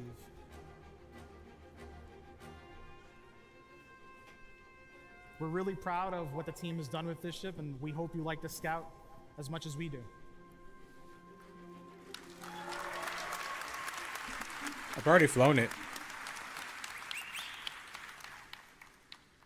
So, obviously, we've just introduced the Scout. What are the main differences between the base? It is a variant after all. So, the first big difference is the radar. It has a size 2 radar, and to supply that, it comes with a size 2 power plant and a size 2 cooler. Getting tripped on my own words. As well as the dedicated scan terminal that Elwin mentioned earlier.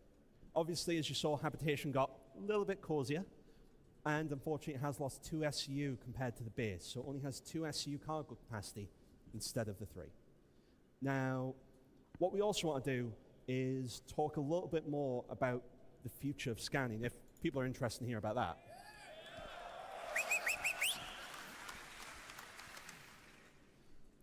So what is the future of scanning? We'll touch on it lightly.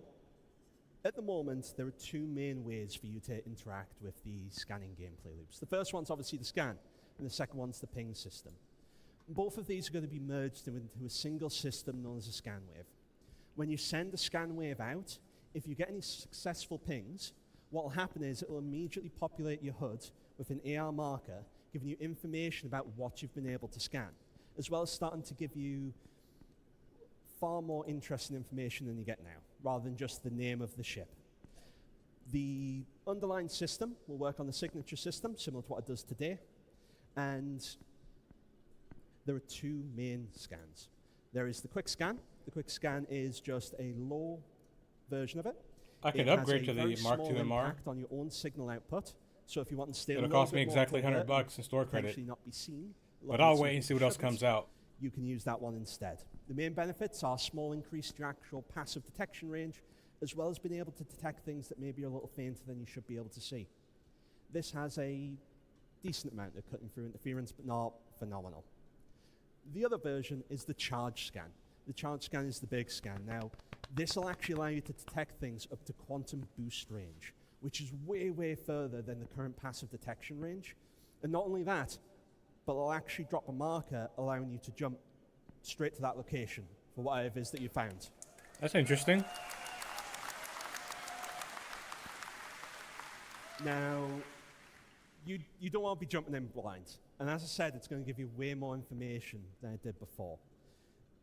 Some examples, but not limited to this, are things like whatever it is it charging a quantum drive? Is it firing? Is the shields generating? Does it have any shields?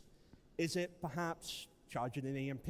Maybe it's got a snare up trying to catch you. One day. It gives you that additional information so you can make the decision whether you actually want to get to that location. That's just a brief glimpse into the future of scanning and what our vision is for it. Right now, the Scout is actually in 321. It's available. If you go to that address or go to our website, QR code, it's actually in the universe right now. You don't need to wait for a patch for that. I've been Mark. And I'm Elwin. And before we step off, if you haven't had a chance to get one of these hats, this one in particular is signed by 7 members of the ship development team. And if you want it, during the meet and greet, if you can tell me the name of the 7 people who signed this, all of who are in attendance here, by the way, today, the first person to give me those names gets to keep it. Other than that, thanks, guys, and have a great SitCon. I don't want somebody else's sweaty hat. John Crew is one of those names. Well, fantastic, guys, everyone. We're going to hand you back to John and Ben. They've got a few more surprises for you.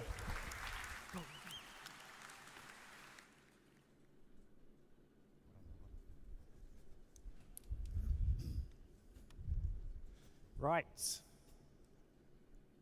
So, as Mark said there, scanning stuff is coming in the future. We didn't show a lot of it because it does sort of turn up in some other teams' panels, and we didn't want to steal their glory a day early. So I highly recommend sticking around for both the UI one and the flight one tomorrow. So we've talked about the past, we've talked about the present. Let's talk about the future.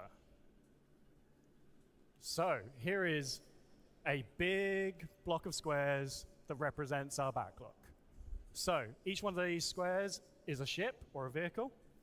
All the light blue ones are all the ones we have released to date. All those gray ones are the ones that we have not done yet. The dark blue ones are the ones that will be in your hands by the end of the year. So we have over 200 vehicles for us to support as a vehicle content team. For those of you that are trying to do the maths in your head right now going, that's a wrong number. This includes every single vehicle that we've ever shown to you, whether that's in a Squadron 42 visual tease or like a trailer. Some of them are obviously Squadron exclusives, some of them are going to be NPC exclusives. We still have to support them all.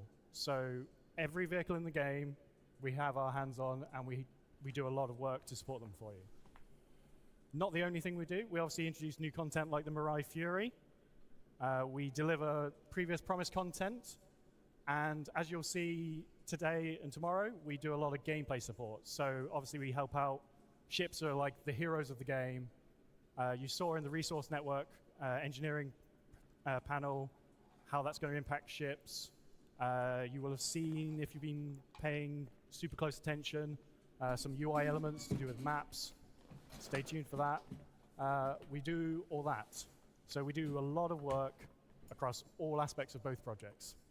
And to do all that, we need to do a few things. Okay, yeah, so John's talked a bit about the backlog.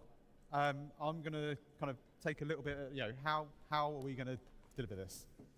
So in April 2023, we actually kicked off a new ship team in our newest studio, Turbulent, based out of Montreal.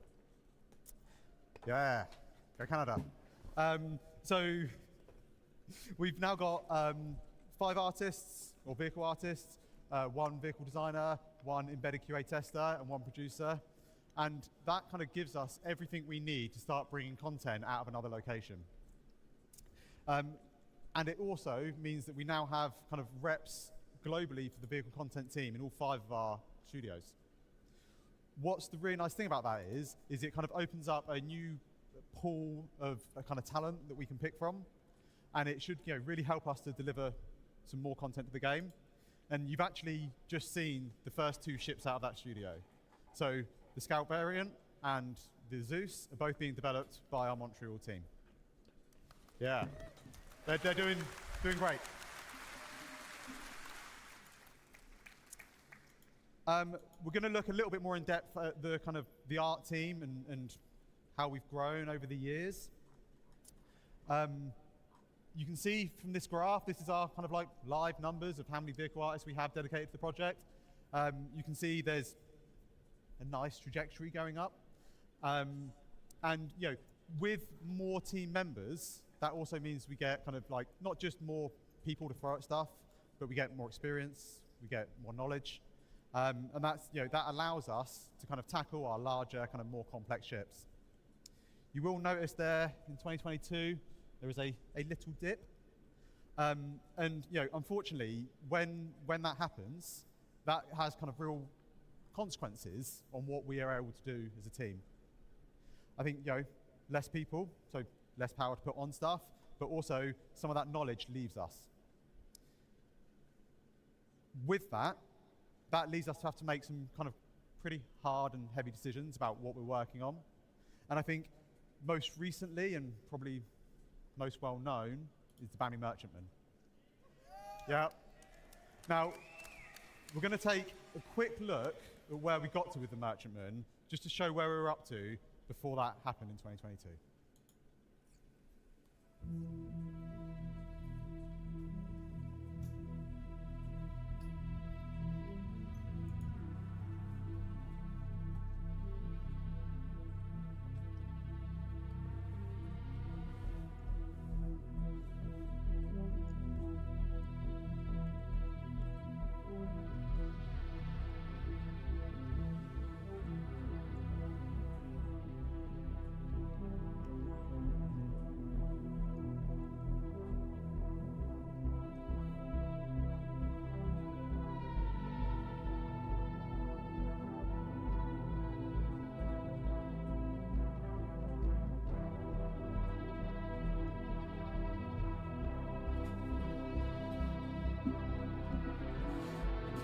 So is this damn thing done, or are they just teasing the shit still?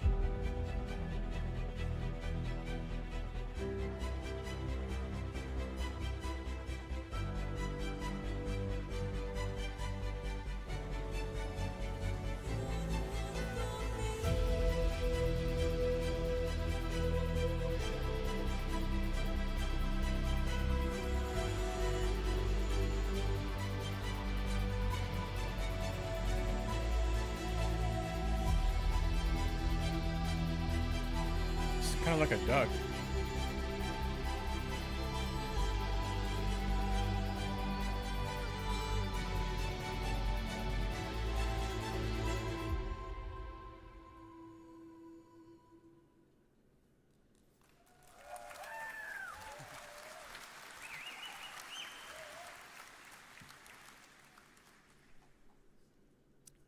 So that video shows, where we got up to with the merchantman. You can see we finished white box.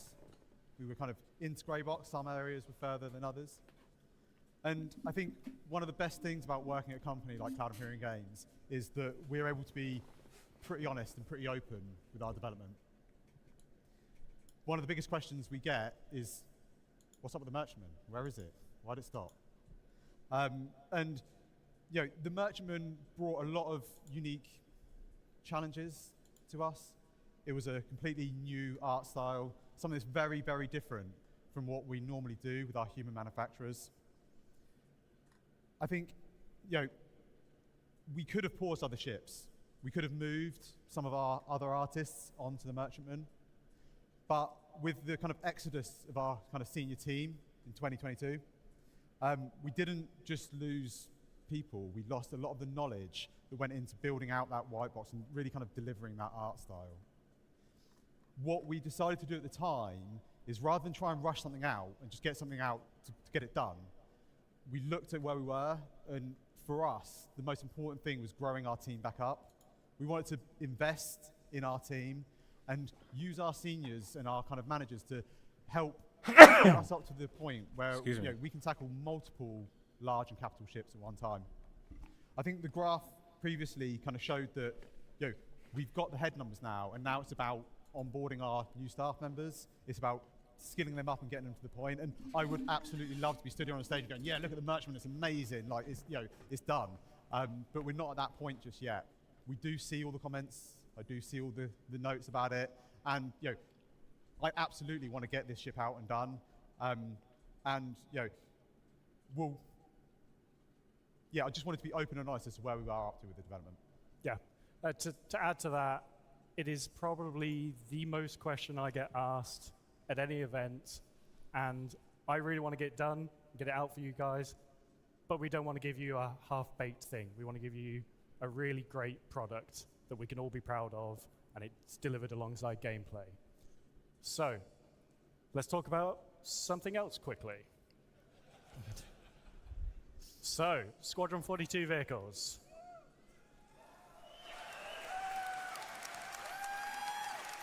How many of you have an Idris of some kind? Right. So, we plan to deliver the Idris alongside the Squadron, and that doesn't mean just the M. We're going to deliver the M, the P, and the K kit all together in one delivery.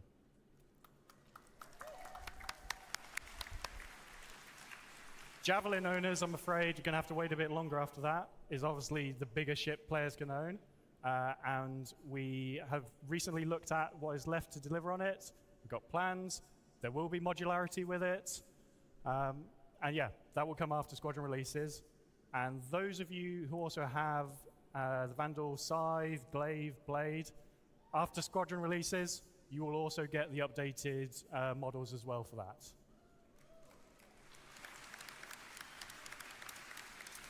Right. Next. Okay. No kind of ship panel at a Citizencon event is kind of done without looking at what's coming up next. Previously, we used to do these kind of like silhouettes, but we kind of always felt they were a little bit predictable. We ended up just making most of them anyway. So last year we changed things up. We asked what manufacturer do we want to see make our next large mining ship. And you're going to see more about that at IAE next month. But again, this year, we decided just to mix things up a little bit with how we wanted to deliver this. So you're about to see in a minute a video. It shows some ships you might recognize. Hopefully, it will show you some that you don't recognize. But feel free to get on Spectrum afterwards, take a look, give us a guess at what you think they might be, because we'd love to hear your input. And I will just add to that as well. We aim to deliver everything you see in this video and more in the next 12 months.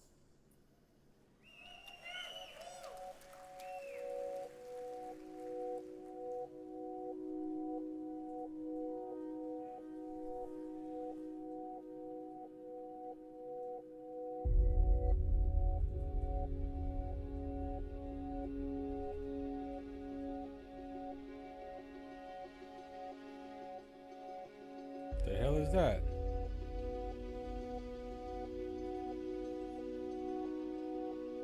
That looks like some type of hurricane.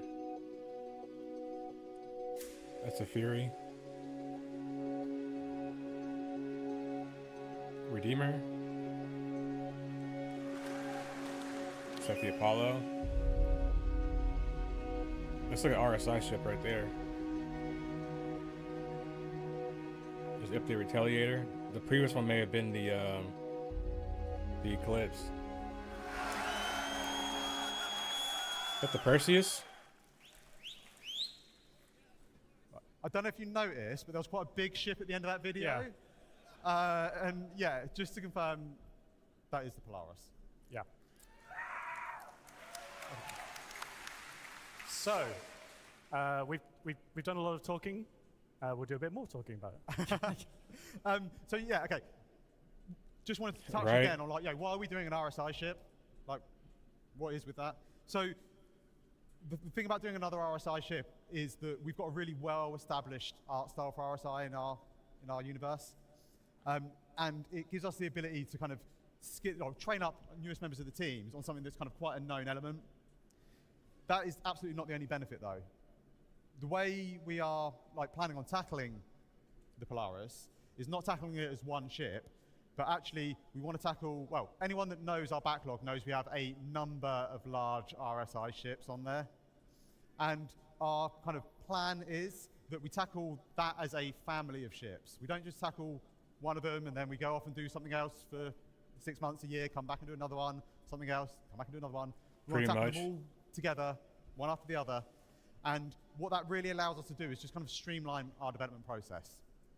We're able to, for our more common areas of the ship, we're able to build kits that we're confident in, that we can reuse and we can make the most out of them. And then that allows us to focus our development time and our efforts really on the much more unique and the important and exciting areas of each ship. Tackling them as a family kind of allows us to expedite their development. We leverage the experience that we've got within the team. And it just allows us to, like I say, streamline everything. So first up, we've got the Polaris. Next up, we've got the Galaxy. Then we've got the Perseus. And that kind of closes out most of our large RSI ships. And then we can see what we want to take on after that. Well, I think that's pretty much everything we want to talk about today. However, before we go, we're going to... Torsten's already stolen the predictable joke here. So we'll do one last thing to show you guys. So let's have a look at the current state of the Polaris in engine in its white box state.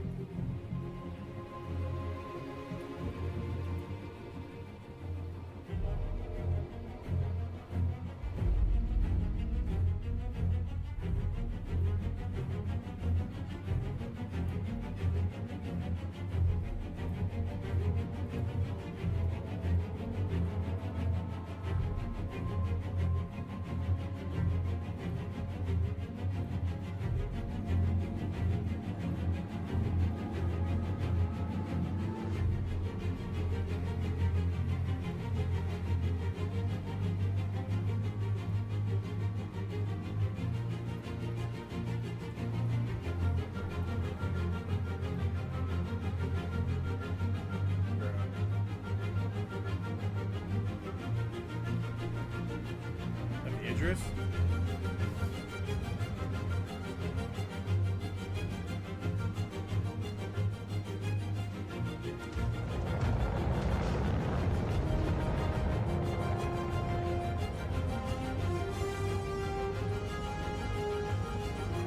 You fit a Scorpius inside?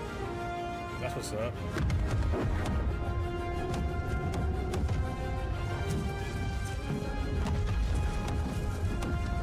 What they hit it with?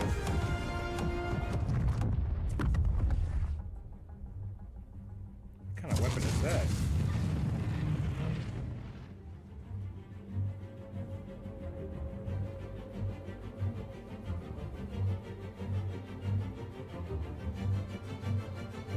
It's pretty sick.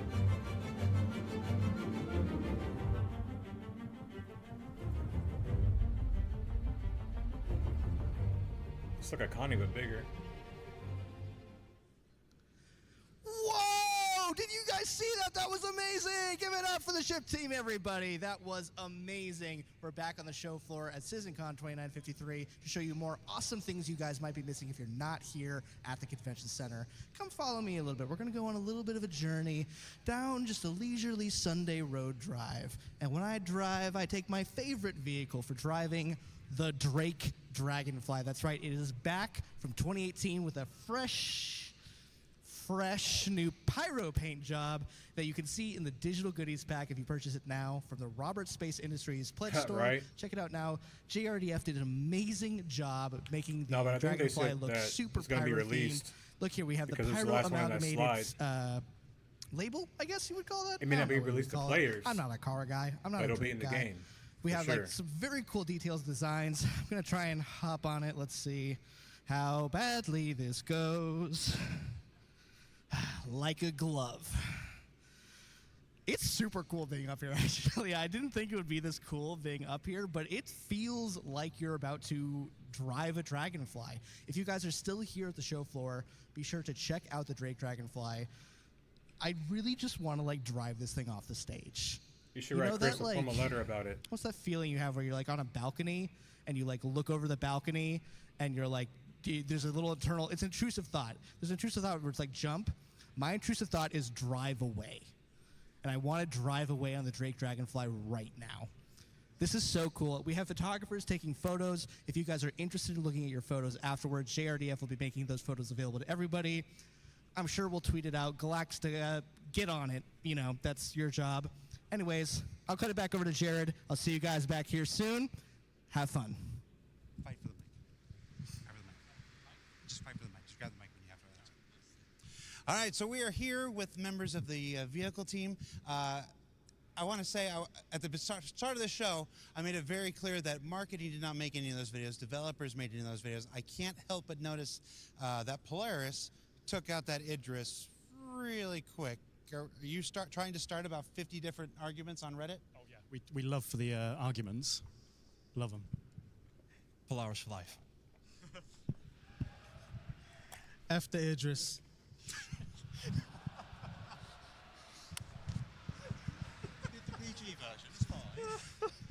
Ben, would you like to go on record? All ships are equally as brilliant as each other. Until they get what's coming to them. What stage? And Ellen, would you like to revise your answer? F the Idris. The views and opinions of Ellen Batchelor Jr. do not represent those of Cloud Imperium Games, Robert Space Industries, or its subsidiaries.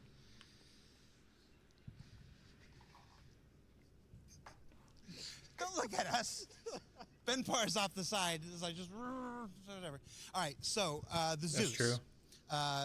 First question that I see a lot of people had on Twitch watching the stream is obviously it doesn't look like the Zeus that we've all known from the lore and stuff. I mean, I think the first image of the Zeus was probably in 2012 or 2013 in that really early lore post. Why did we change it? Were they not listening to the presentation? I wasn't. So there's a few things. Obviously, it was built as a product of its time, both in lore and back in the day. I was too busy looking at how handsome you look. Oh, thank you. But also, and I think Ben will probably want to talk about more of this, is we have design languages for RSI now, and it doesn't really fit in with them anymore. Yeah, I think when we look at reimagining one of our ships, our manufacturers, we didn't want to just release the classic Mini today. We wanted to look at it and today, so maybe tomorrow? No. So what we wanted to do was bring it up to standard. I gotta piss. Both in in terms of its quality and what it can deliver as a ship, but also visually. I think RSI has grown as a manufacturer over the years. I think you can see how not all ships roll off the production line in day one. Each of our manufacturers also have a history, and I think it's fine to see progression for that throughout the timeline of our game. Sorry, Zach. Just say you hate the Zeus. But it's not just the visuals of it, though. It's important that the amount of time it would take to get your jalopy, because that's why I ask, and up to level. I didn't do it. He did it. He did it.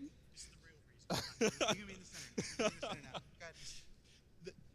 The amount of time it takes to actually get a ship, the amount of time it takes to get a ship actually flight ready and in the universe, it would be a lot of work to get something that, for the most part, has about the same amount of space as a space shuttle, and you wouldn't be able to use any of the gameplay. You wouldn't be able to fill it with cargo. It'd be really difficult to get in and out. And if we're spending that amount of time getting something flight ready and in the universe, we'd much rather give you something you can engage with and do. It's fine. Do more with. It's far more interesting to get a ship that you can do bounty hunting in, or cargo in, or. He comes over, asks us to do an interview, and wanders off. It's going to be one of those live streams, huh? All right, we're almost at the end. All right, so enough about what the Zeus isn't. The Zeus, favorite thing, top of your head, what's your favorite thing about the Zeus? Ellen? F the Idris. Mark, favorite thing about the Zeus? EMP, quantum dampener. Okay, favorite thing about the Zeus? The white and black color scheme.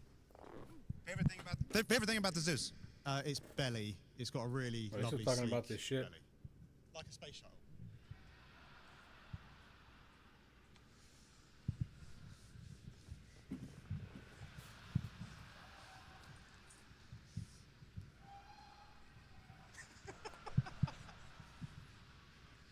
I just had this image of a Zeus wearing Spanx.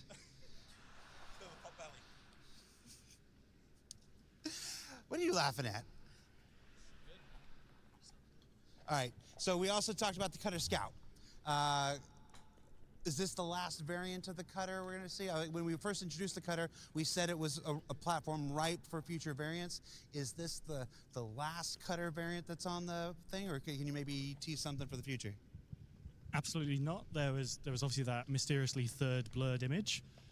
So Montreal, the Montreal team, did both of them as basically their first onboarding task into the vehicle pipeline. Both of them are done now. So you will see the third one soon, TM. You just have a done spaceship and you're not putting it out there. Strange, isn't it?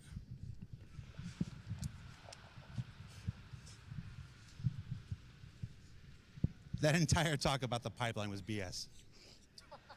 You've got a done spaceship. Put it out, John Crew. No, we've just really streamlined it. It's about the belly.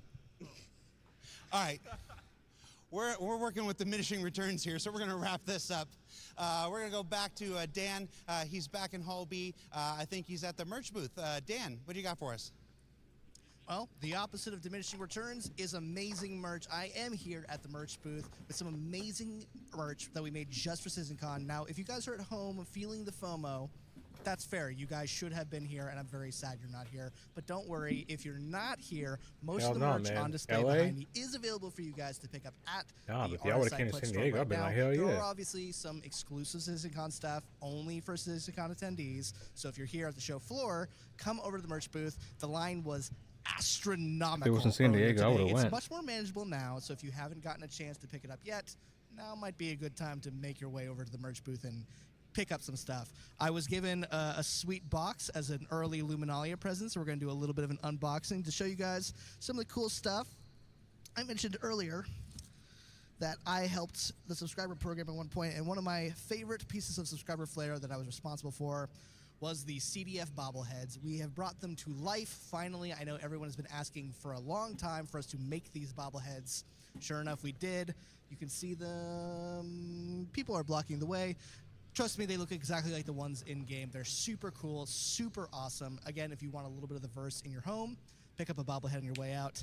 Thank you, Luminalia Claus, for your bobblehead. This is hard to do with one hand. What else we got here?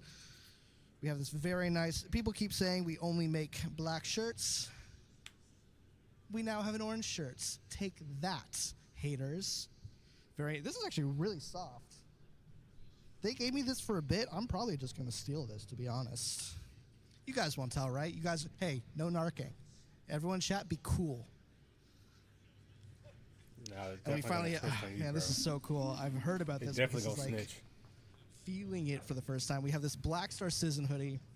You can see on the sleeves we have Xion and Banu.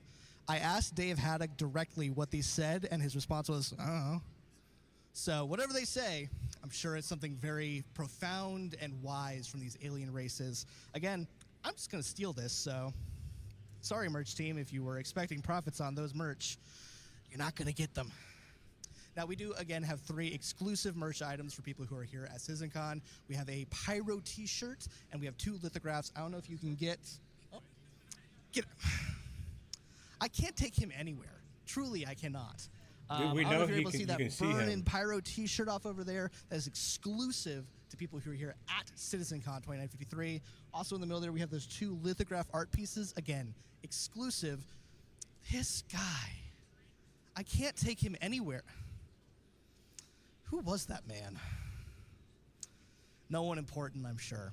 But yes, we have those 2 exclusive art pieces for people who are here at Citizencon 2953. This is kind of cringe. Oh, what's this? Oh my God, that strange homeless-looking man also gave me these AirPod cases with a little Finley attached with it. You know what?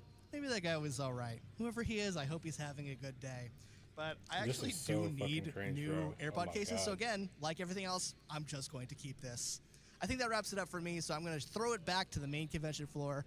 There's going to be a lot more stuff here at Citizencon. You guys will see it either later today or tomorrow. See you guys then.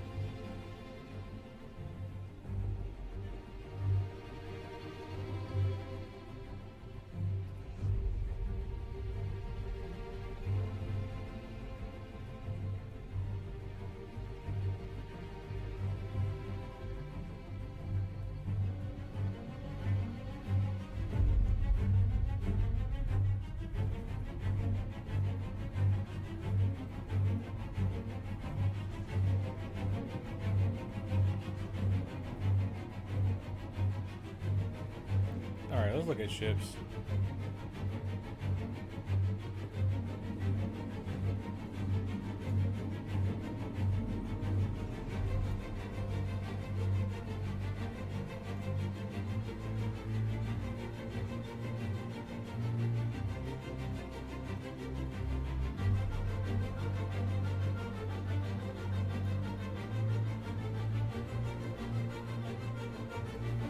How much money y'all think they made today?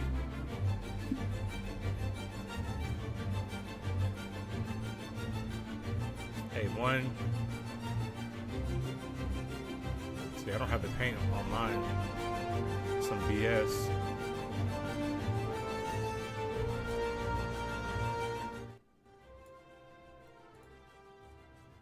So that shit was getting loud in my ear. The Zeus.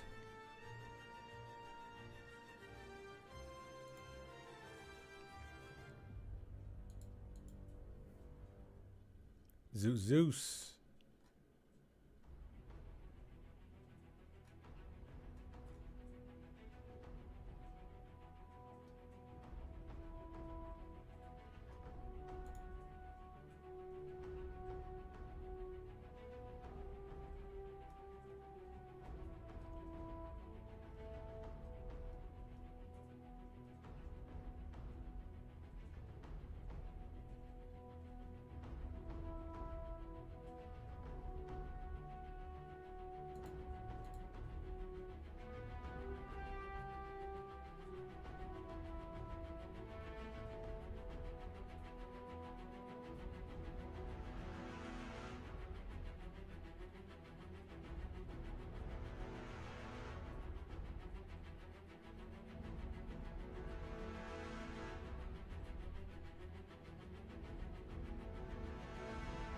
I kind of like this one.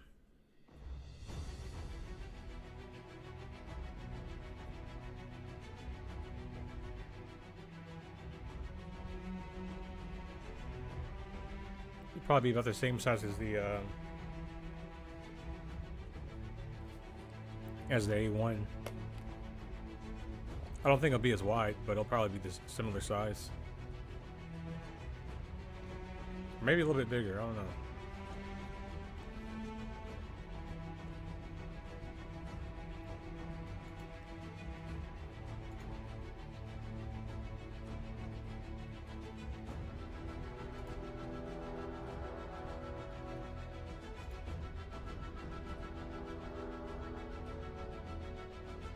That's what I currently got in here right now.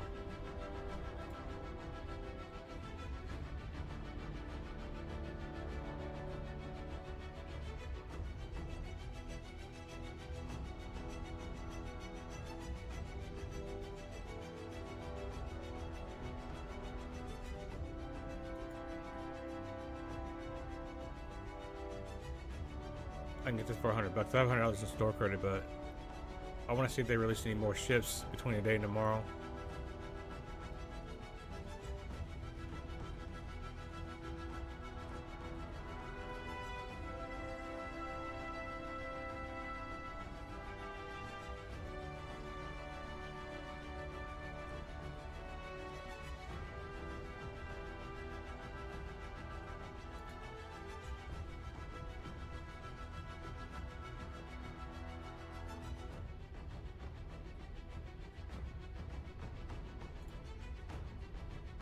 I like that paint. That shit is nice.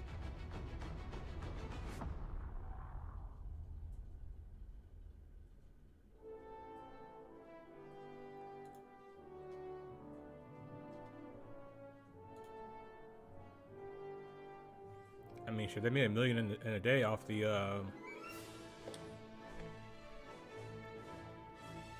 FAC. And this one's more affordable. Tom, what's going on, man?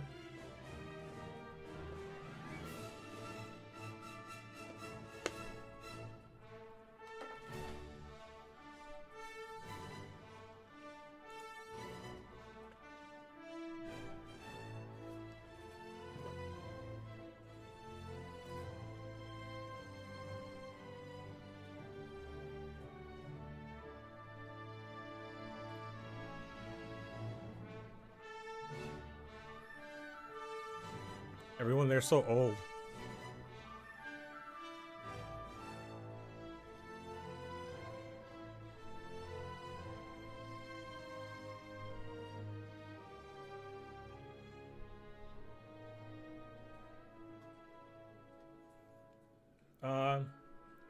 To be honest, they didn't show me anything crazy yet. I don't know what's next, but I haven't seen anything that's like made me go like, oh wow, that's so great.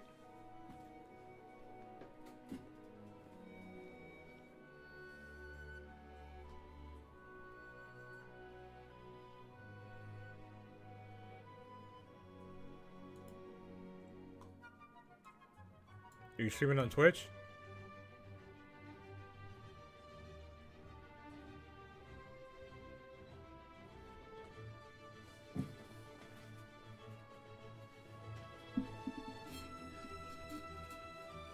I like the Zeus Mark II though. I think that's pretty cool.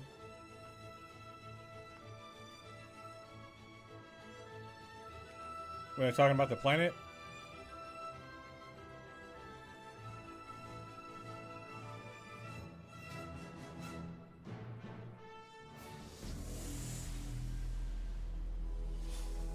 We back.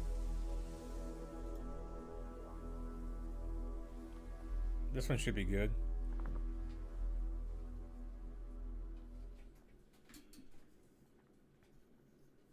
How you doing, Los Angeles?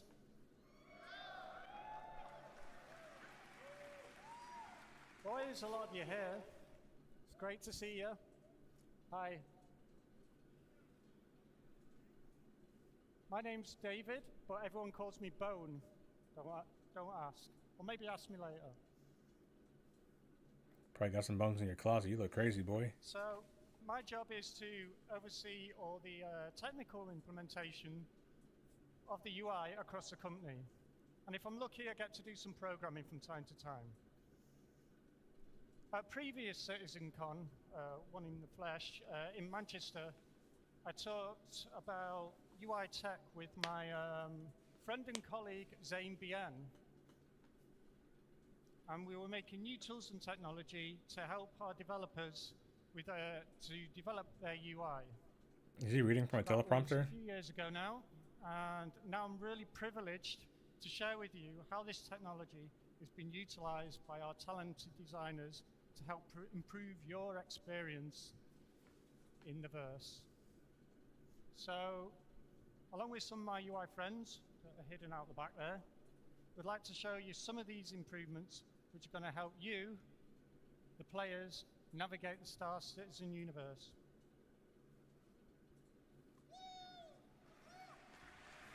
Huh. So, why are we doing this?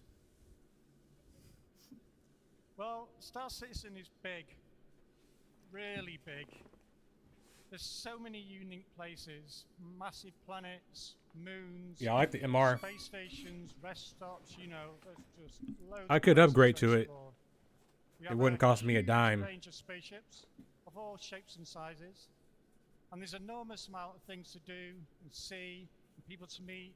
I wonder what the And all loaner this ship will can be be. shared with friends online. It depends. I And think as the we've loaner will seen probably be a today, Cuddy Black. As our amazing online technology grows, it takes great leaps, and our online player count grows, the possibilities become almost endless. So how are we going to make sense of all this? Sorry for coughing in your ear. Right. Well, one of the main ways we do this is with a user interface, or UI for short. Well, that's where we come in, fortunately, being the UI guys. And we do this in loads of ways that you see already, whether it's your vehicle MFDs, or the HUD, or the kiosks, where you get your spaceship, or you trade commodities, or buy weapons, and all manner of diegetic UIs that you see. Diegetic meaning like things in the world that you can interact with. But our first real opportunity is through the helmet visor display. Now, the visor They needed this display for a long time. gives you vital information about your status and the environment around you. But this display has gone through many iterations over the years, and it's been built upon and adapted. And I don't know if who remembers Arena Commander 1.0 that came out. That came out about a year after I started, which was primarily space combat and racing, so the visor was geared towards that. And then it evolved with our first ventures into the online universe, and as all the features get added and all these new I think I have his volume low. The visor grows. My bad. And we put things on it to show you, different statuses and like tells you all about what's going on. But with all this evolution, we sometimes lose focus. There's so much we need to know, and when we need to know it is important. So how do we zero in on what's important and at what time?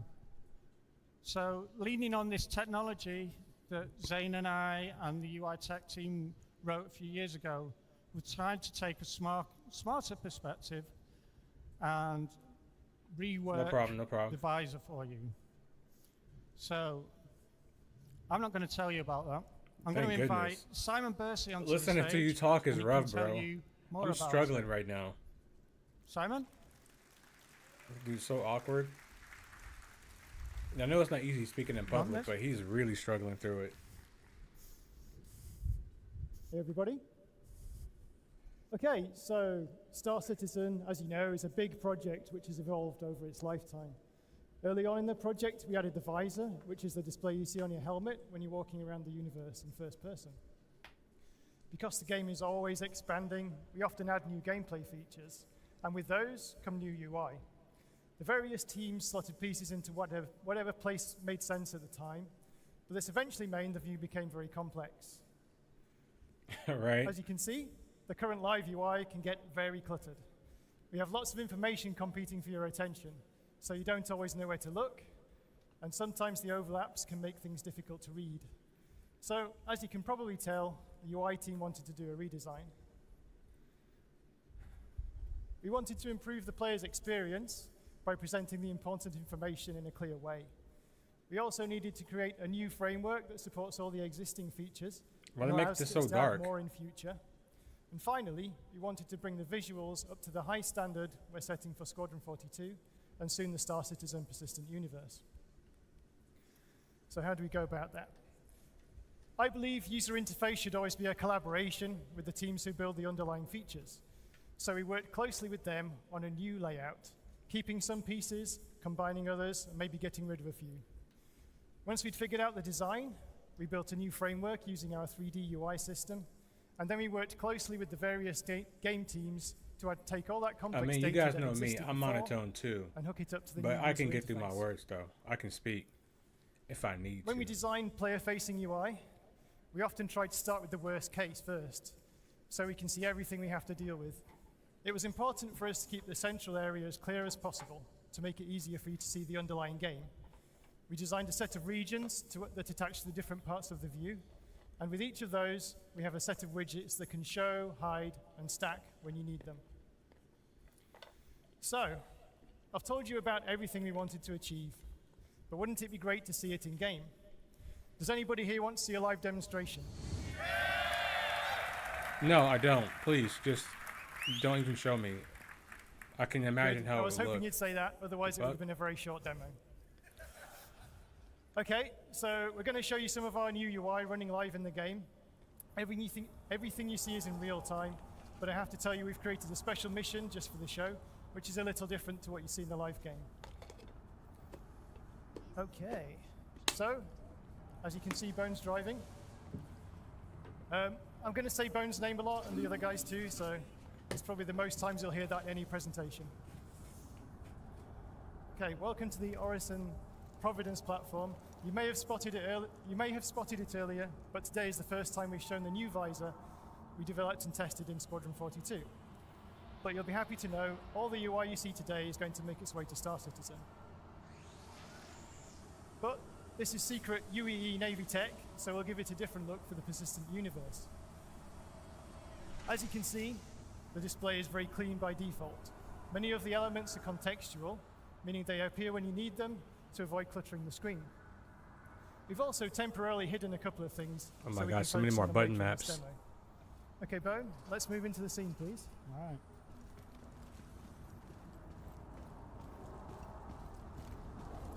Okay, when we get a new mission objective, it appears in the top right of the screen. And you can see that our first mission is to repair a radiation leak. We've done a major overhaul of the augmented reality marker system, so we can follow the yellow on-screen marker to get to our objective. At the top of the screen, you'll also see the compass. Okay, Bone, let's head towards the objective. We were already happy with the way the player status widgets worked, showing you contextual information about your character and environment. So we've given them some visual polish and added a few new ones. I know, right?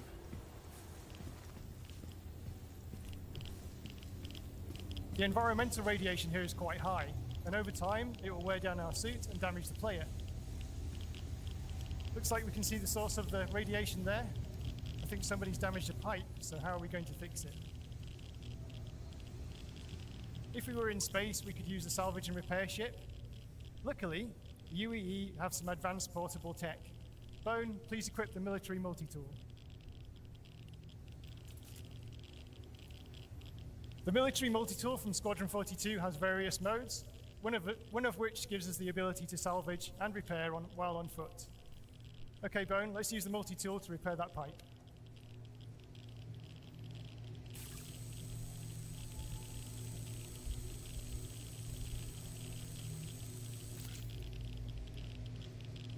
Okay.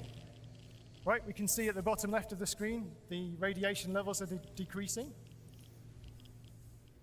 So let's head into the scene.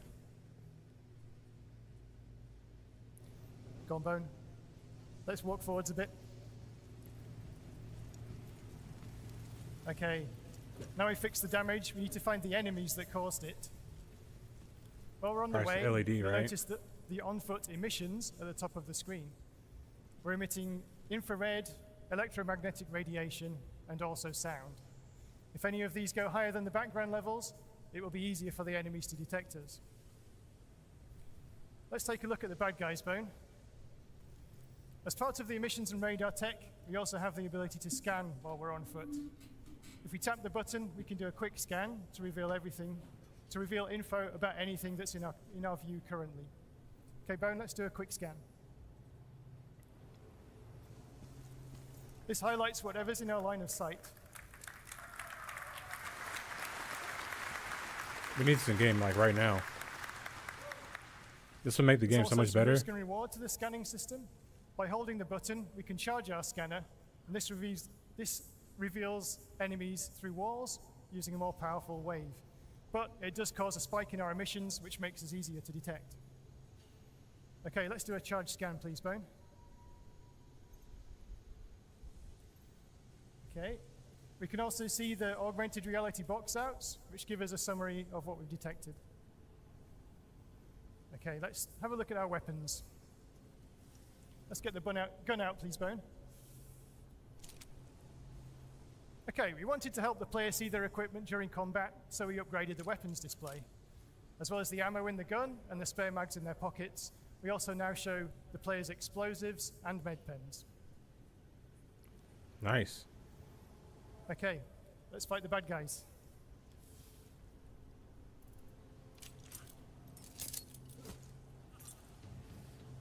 There you can see our new explosives marker, designed to help you spot deadly grenades, mines, and missiles more easily.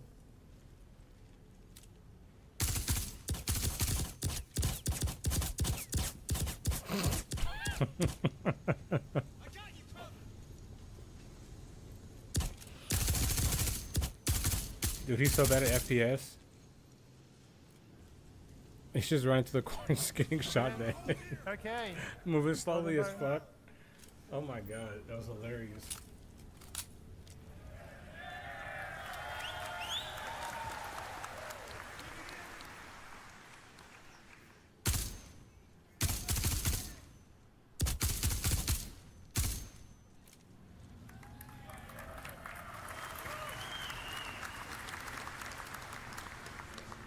Success. Okay. There's no more hostiles nearby, so let's take a moment to talk about the Mobiglass. The Mobiglass is the Star Citizen equivalent of your smartphone. It has various apps that hook into the gameplay systems. Like all the UI we're showing you today, we wanted to redesign it with the player's usability in mind, to make it look good and also lay the groundwork for future expansion. Let's bring up the Mobiglass, please, Bone.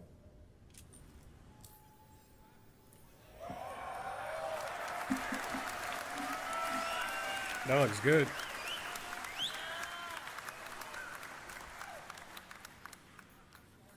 Pretty cool, huh? We've redesigned the interface to give a smoother user experience. We've overhauled the visuals, as you can see, to make it feel more three-dimensional and holographic. This is actually a sneak peek of the UEE military Mobiglass we've created for Squadron 42. This version has a focused selection of apps, and we're going to expand on that when we bring the Mobiglass to the Star Citizen persistent universe. We'll also have more of a smartphone feel in the PU with a wider range of apps. Okay, let's briefly talk about this home screen. It gives us an overview of our health, the environment, and even our ship. We can also check our mission that looks objective. good. I like it.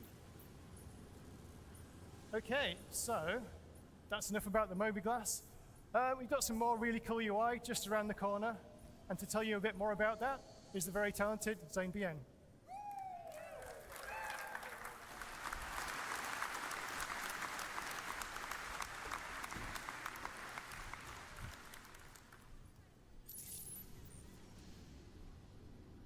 Throughout human history, as we have ventured towards the allure of the unknown, we have used cartography as a key component to help shape our understanding and make sense of the world around us.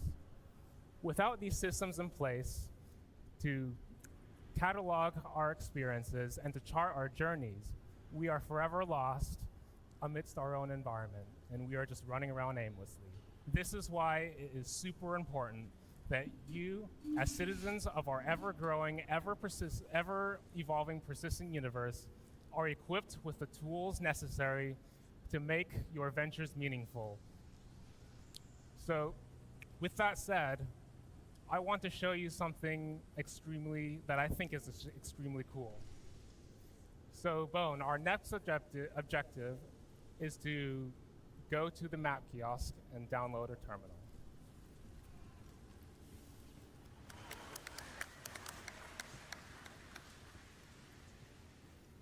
Let's go ahead and activate it. What you see on screen, zoom out a bit, what you see on screen is a fully live 3D representation of the environment that we are in.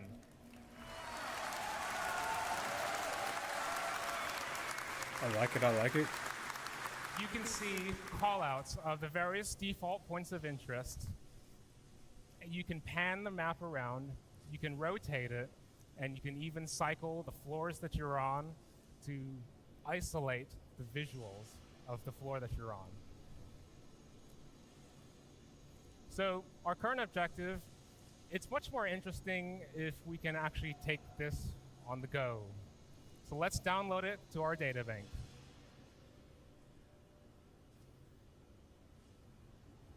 As you'll notice, we now have the representation of the environment in the upper left corner of our visor.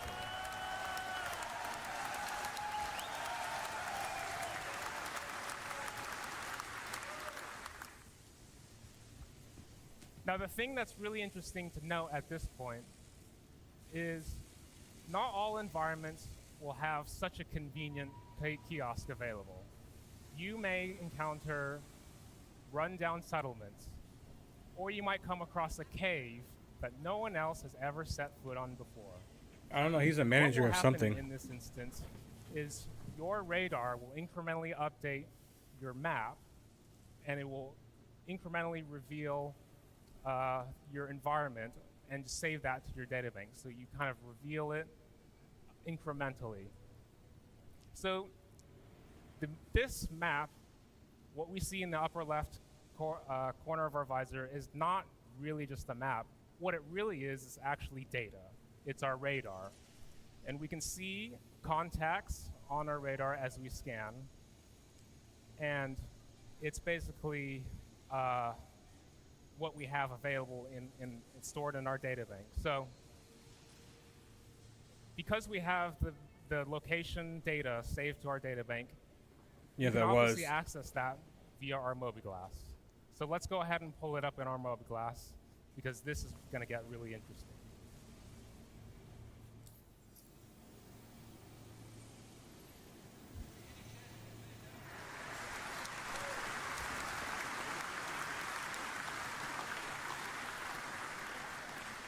So Bone, I would like you to cycle between the different floors for us, please. So you can see this lerping transition between the different floors and marker callouts of our objective and also where we are. I would like to talk a little bit about the tech behind this. What you're seeing is not a pre-baked asset.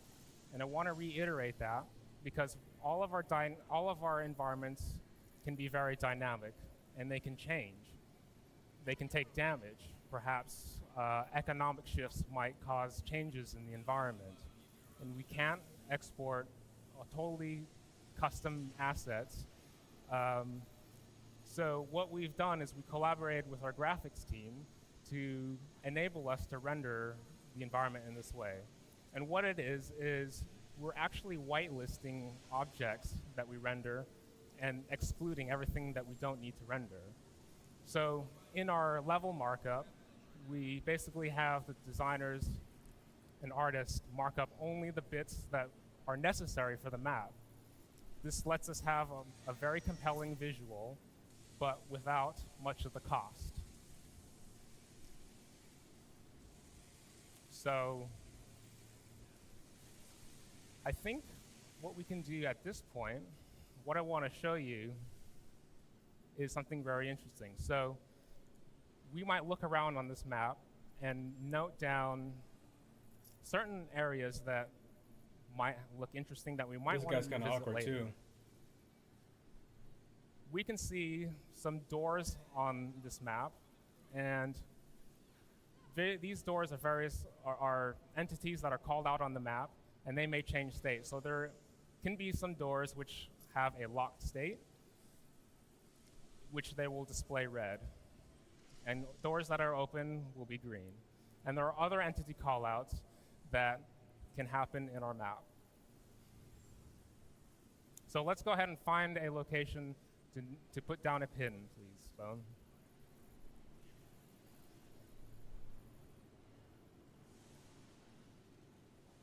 Why are they so awkward, man? Maybe that one.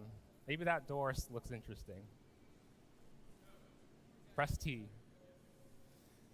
So what we can do is set a marker, and we can customize the details of that marker. Now, what you'll notice as well is as we set markers, there's metadata that is encoded into each of these markers on top of the customized name that we can specify.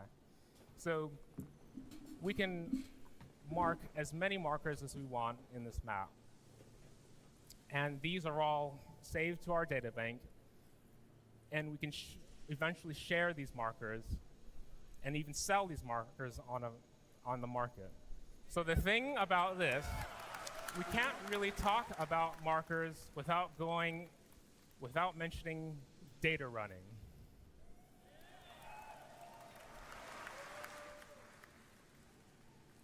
Dude, there's gonna be so many fucked up point you might names. specialize in exploration, whereas I did have an perhaps a editor miner today. might specialize in You can tell I'm equipment, baked, huh? and they make investments in their equipment. It's the only way I can get through so this. you, as an explorer, might be in the business Otherwise, of going Ben's like, around I guarantee and you I would've turned this shit exploring off already. and finding locations I'm that like, are I'm gonna do very something else. valuable to other professions. And the role of these markers are very important in coming up with the data and yeah, so it's very important. Yeah, man, we I'm can toasted, bro. Basically, when you name your I'm fucking markers, toasted. you can make it as maybe obvious, or you can leave it a mystery. So you'll have when you sell it on the market, you my could get goodness. rated for how accurate the data is. So the other thing is we have a mission objective as well, and it would be very nice to be able to route to that mission objective. How do we get there? That is another purpose of the map, is basically navigating and letting us know the way towards that objective, towards a They do destination. for real. So let's go ahead and plot a route to this objective.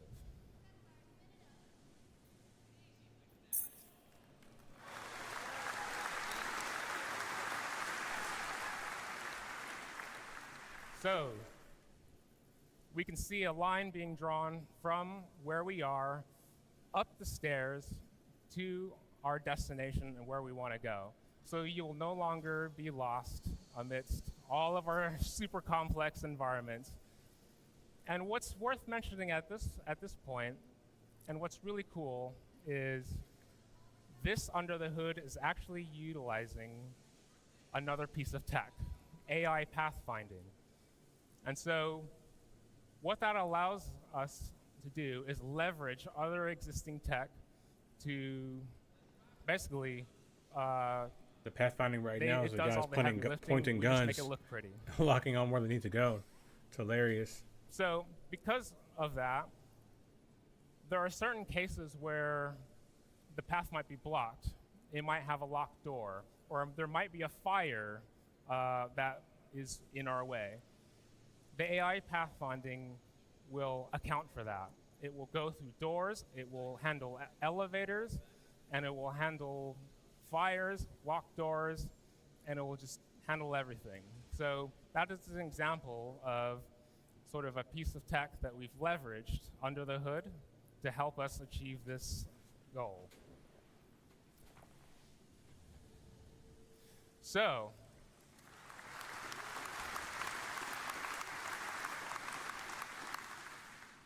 one last thing we can do at the moment is we want to ensure that there are no more hostiles in our way as we make our way to our objective. So what we can do is we can send out a ping. Bone, if you send out a ping, please. So the scanning will also be represented in the map in the same fashion as it is when you're in FPS. So we know that there's no more hostiles. Let's go ahead and make our way to our objective. As you can see in the upper left corner, we now have the route line represented, our destination, and the distance it takes to get there. As we traverse this path, the path automatically updates, and if you deviate from that path, it will recalculate the route you need to get to your destination.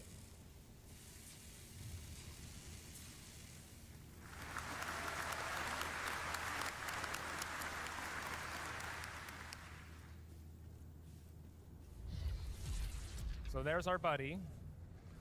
He's flying in. So we'll make our way up to the Carrack here, to the right. He wants to show the carrot coming in. You'll also notice the pin that we've laid down, as well as our marker objective called out on the map. And as you'll notice, as we head up the stairs, the floor will dynamically change as you head up the stairs.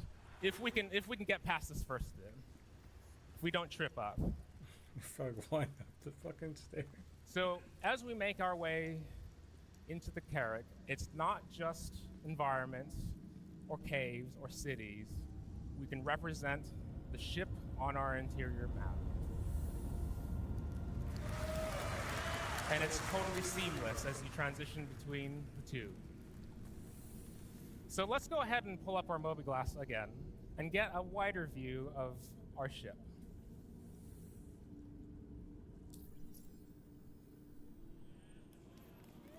So we are now on the technical deck, but we can also see the other floors. If you traverse the floors, Bone, just to demonstrate it.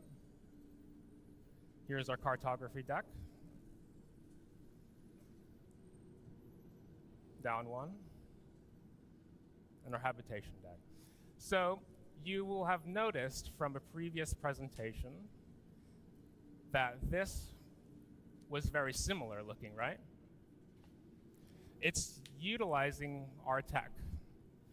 So not only will this benefit you as a tech player, demo. but it also benefits us as developers, because we generalize this system so that other developers can leverage our map to create compelling gameplay. So other teams can leverage our tech, and we leverage the tech from other teams, and it's a circle of life. And I think that's just too cool for school. Cringe. So, we've been talking about environments, cities, representing ships on our map, maybe planet terrain. These are... Do we get night vision finally? I mean, our universe is quite big, right? That's only a small fraction of what our universe is. What happens? Have we tried this? What happens if we just take your mouse wheel and just zoom out a little bit? Keep going. Keep zooming out, all the way out, all the way out. Let's go, let's go. So, it's not just the interior map, it's not just the radar, it is the map. It is one single unified system just across different scales. And I want, at this point,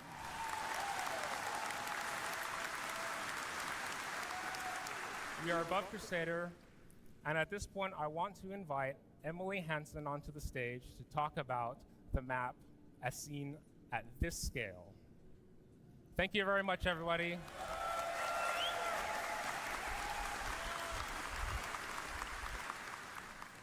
Hello, Citizencon! Are you ready for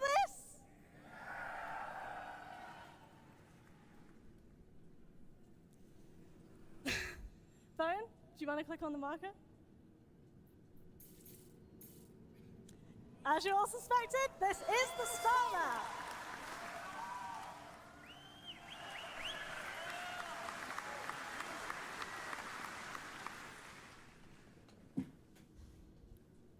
I'm so excited to be here today to reveal this to you all. I hope you're excited too. Now, I think we all know the current star map needed a bit of work. And we've done that. Now, mapping the universe is no easy task, but we've taken some big steps forward with this upgrade to make it so much easier for you to navigate the stars. Before we dive into the details, let's just take a second to admire Crusader's new look. Bone, why don't you take a look around? Much like the interior map, the star map is holographic. And this lets us add some cool interference effects and details to our planet textures. You can also see our improved player marker and that we're currently at Orison. The player and location markers have merged at this scale because they're so close together. The player marker takes priority, which is why the marker displays the player icon and color. By smartly merging with bigger points of interest at larger scales, the player marker always remains visible to you. You'll always know where you are relative to points of interest near and far. So, is everyone ready to see more? No, I'm not. Of course, I'm just... Bone, let's take the step back button. That's the one on the right over here. Of course I'm not ready to see more. So we can take a look at Crusader and all of its moons.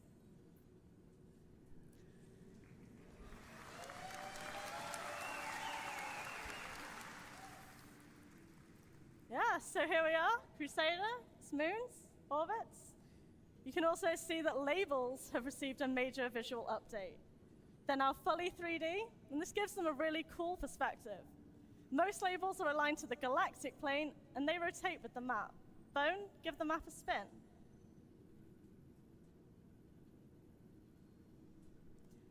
Bone, can you tilt past the horizon, please? Cool. When we do this, the labels flip so you can always read them clearly.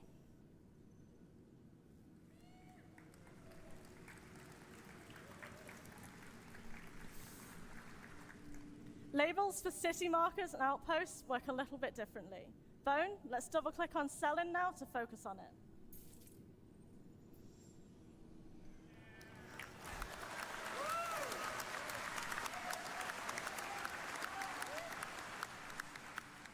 Surface labels face the camera and appear when they're in the central part of the planet, reducing on-screen clutter. Bone, want to show this in action?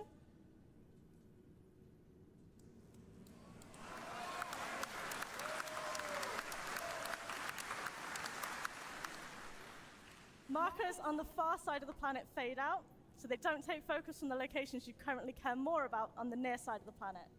Bone, can you double click on one of the points of interest?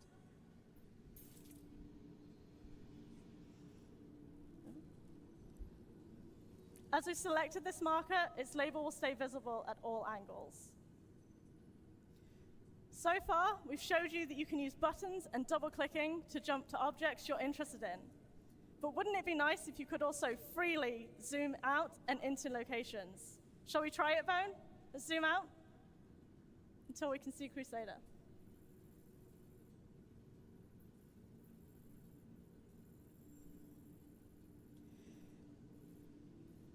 We wanted to ensure you have freedom to move around, but this flexibility requires us to be really careful about how and when markers appear. Coordinates.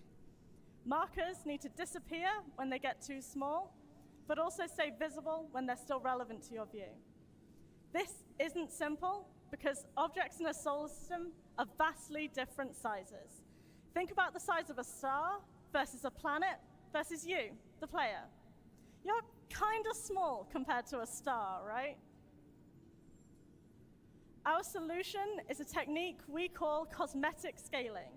This allows us to draw a marker at its real size when we are close to it and artificially increase its size as we zoom out until we reach the point where it collapses into larger points of interest in the hierarchy.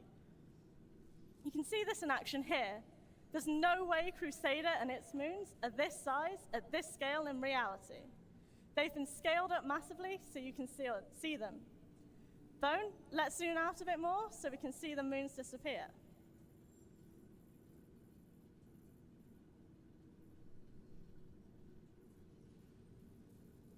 You can also start to see Crusader's orbit line around the sun here. But before we move on to that, let's zoom back in so we can see everything come back as we get closer.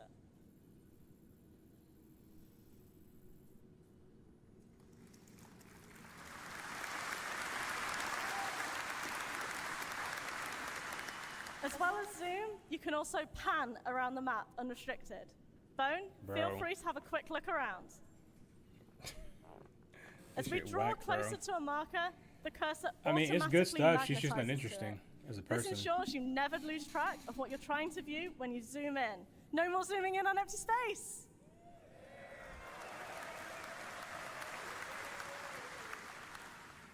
Bone, let's use this technique to take a closer look at Yayla.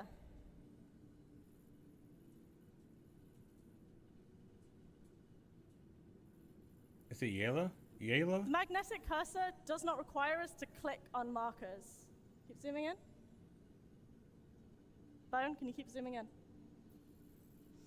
Thank you. You can see that the surface markers appear without us needing to select Yayla itself. Imagine how much easier finding that outpost will be now.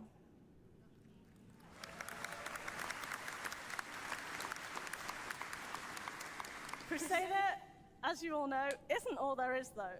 We've got a pretty big universe out here. Do you want to see some more?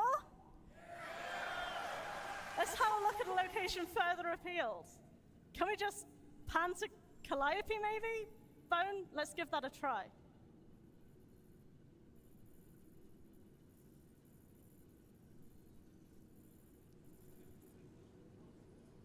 Yeah, I think we're getting lost. Pretty sure we can all disagree this might not be the best strategy. So what can we do? Bone, let's try clicking on the middle button over here. This returns us to our previously selected marker. As I mentioned, we did not select Yela, so we've gone back to Selin. So now we know where we are. That's a step in the right direction, but we're still not at Calliope. So we need to find a different way. Bone, could you take a step? Could you use the step back button until we can see the whole solar system, please?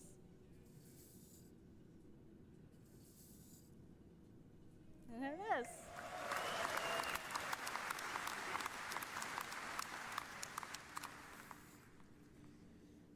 I think Calliope is one of Microtech's moons. So if we double click on that bone, we should be able to see it. And there it is. Bone, let's pan to it and then zoom in so we can see that magnetic cursor in action again.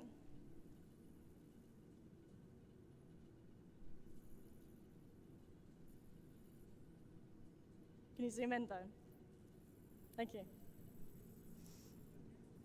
It's so cool to see more of our moons and planets and how different they all look. Okay, so this is great. But what if I hadn't already known where Calliope was? Surely there's a faster way. We've got you. We've provided a drop-down that lists the points of interest in the solar system. Bone, want to expand it now?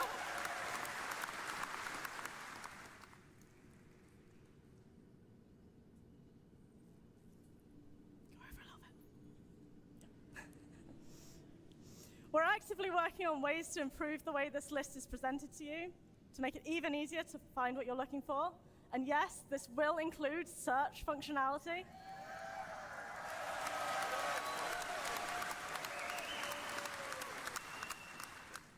But for now, Bone, let's use this to go to Aerial.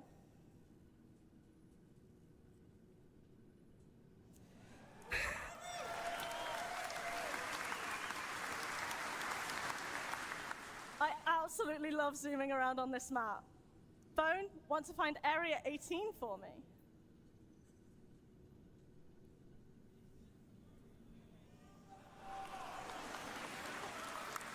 So, Area 18 is currently on the dark side of the planet, it seems. Of course, it's not just planets. I can't help him, bro. Bone, how This about is we take a beyond look repair. at Security Post Korea? It's quite a long way down, isn't it? This is where the upcoming search will really come in useful. So this is not even done yet. Bone, want to zoom in a little and show off our holographic model of this station?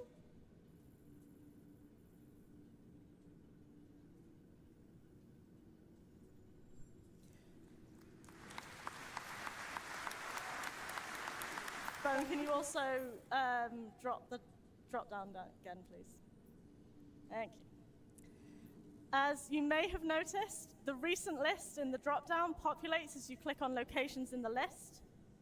It will remember your 3 most recent selections, so you can use this to quickly return to places in case you want to check something out again. Bone, let's use this to go back to They're Aerial. griefing us with this presentation.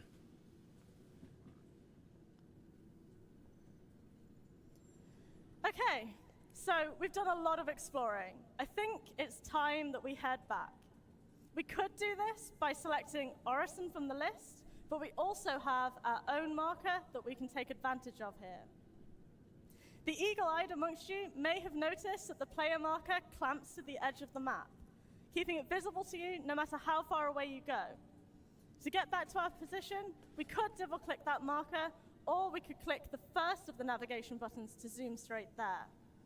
Now, I'm sure many of you have been wondering if we can go back to our Carrack map from the star map, just like how we got here from the Carrack map just a few minutes ago. So, let's see what happens when we focus on our player marker. Go ahead, Bone.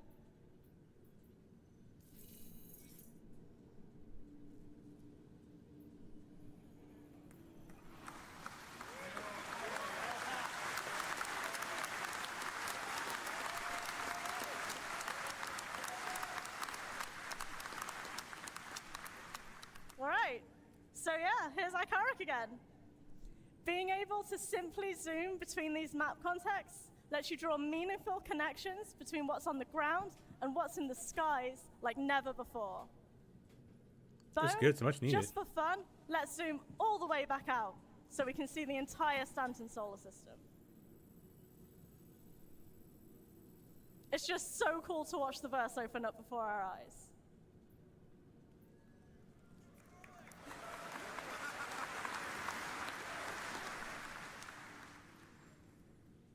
With all these new possibilities for moving around the star map, you should never find yourself lost again. The controls are so much smoother and easier to use than the star map you're all used to, as I hope Bone agrees. Knowing that what we've shown here today is just the beginning for the upgraded star map. You saw pinning in the local map, and we'll add this to the star map before you get it. Just imagine being able to mark something interesting you find out there in the verse and then sharing that location with friends, just like Zane said. Exploration is about to get a lot more interesting, and we're doing everything we can to ensure the star map is your brightest window to the stars yet.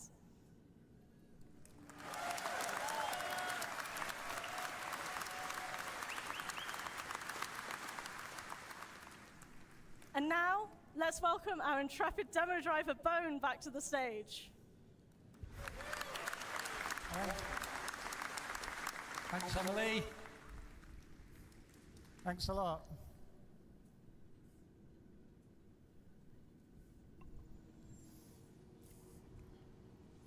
So we're really, really excited about getting all these features into your hands of the players of Star Citizen and Squadron 42. We know they're going to make a huge difference to the way you make your way around the universe. So let's just quickly review what we've seen. We've rebuilt the visor display to give you a better understanding of the environment around you. With the new minimap, with the integrated radar and ping, and it will help you find your way around.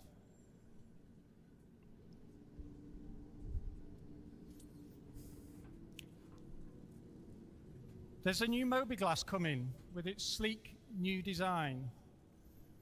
We're this guy's improving back? all the existing apps, and we're going to develop some new ones too along the way. So we've got a video now.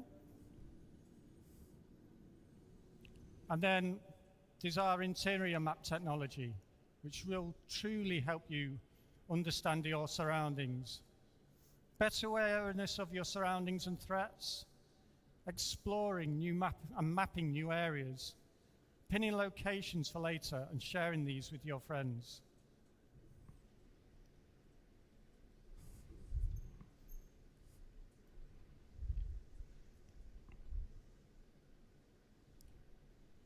Oh, the Idris. That looks great. Saw that last year.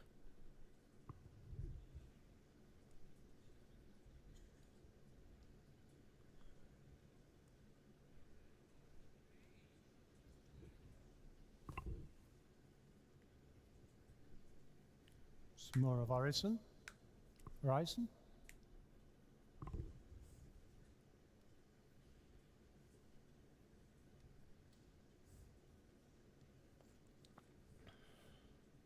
And of course, our entirely new integrated star map with its new interface and, let's face it, a much needed refresh to the user experience. Oh shit. No more getting lost. A whole new perspective.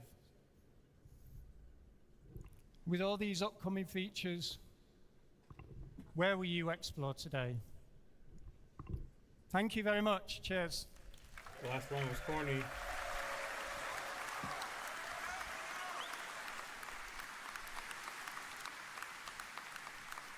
When's this shit gonna be over? I don't know if I'm gonna watch All shit right. tomorrow. I might just Sorry. try to watch I it was back. back there trying to figure out how to reprogram my Alexa to respond to Bone. Bone, add Cheerios to the grocery list. Bone, rescue the hostages. Dave Haddock, if we don't have that in the narrative, I'm going to find you. Welcome Guys, back. You haven't missed much. That's it for day one of Citizencon. What'd you think? Oh, thank God. Oh my God. Thank goodness this is over. Thank goodness. That is a heck of a day one. You want to do it again tomorrow? Maybe. We saw Star Engine and all the amazing improvements that are coming to Star Citizen and Squadron 42. We saw the next step in the evolution of resource management and the birth of multi-crew gameplay. We saw the ship, guys. And of course, come on, the star map, the interior map, everything.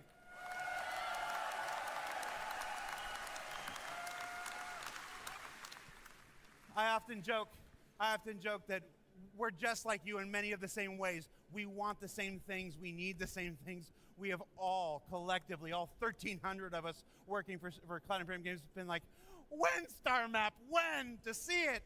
So good. So yeah, this wraps up day one. I'm going to tell you that Hall B is going to be open for about another 2 hours. So if you haven't had a chance to check out the Pyro Playground and all that stuff, go ahead and do that. Tomorrow, be sure you come back. We got character advancement. That's Ian Leyland, Sean Tracy, Forrest Steffen, and Andre Perez. I really want to tell you what you're going to see, but you're not going to want to miss it. If you thought the opening to day one was hot, check out the opening to day two. We got life in the first person. We got our FPS crew. We're going to show you how all of these things integrate into the FPS combat experience. We got taking flight with Yogi. Who doesn't love Yogi? It's another live demo where they're going to show you the space flight and atmospheric flight experience that's been developed with master modes and through Squadron 42. We got Living on the Edge and Destination Adventure. Squadron 42. All the new locations that are coming. Master the Pyro modes. System, the Stanton system. Clipping my and, wings.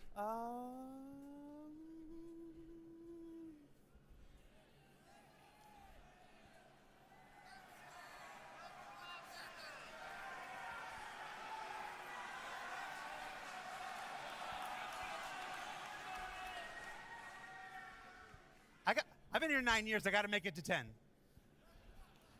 So yeah, everybody, from the bottom of my heart and standing here in front of the 1,300 people who make this game possible, thank you for joining us for Citizencon. Come back tomorrow, 11 a.m. Pacific. We'll see you then. Day one was great. You ain't seen nothing yet. Oh, thank goodness. We made it to the end, boys.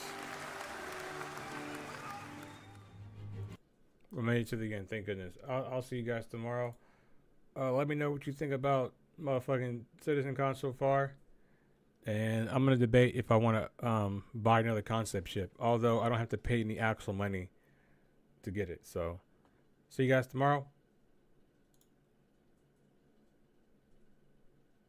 Peace.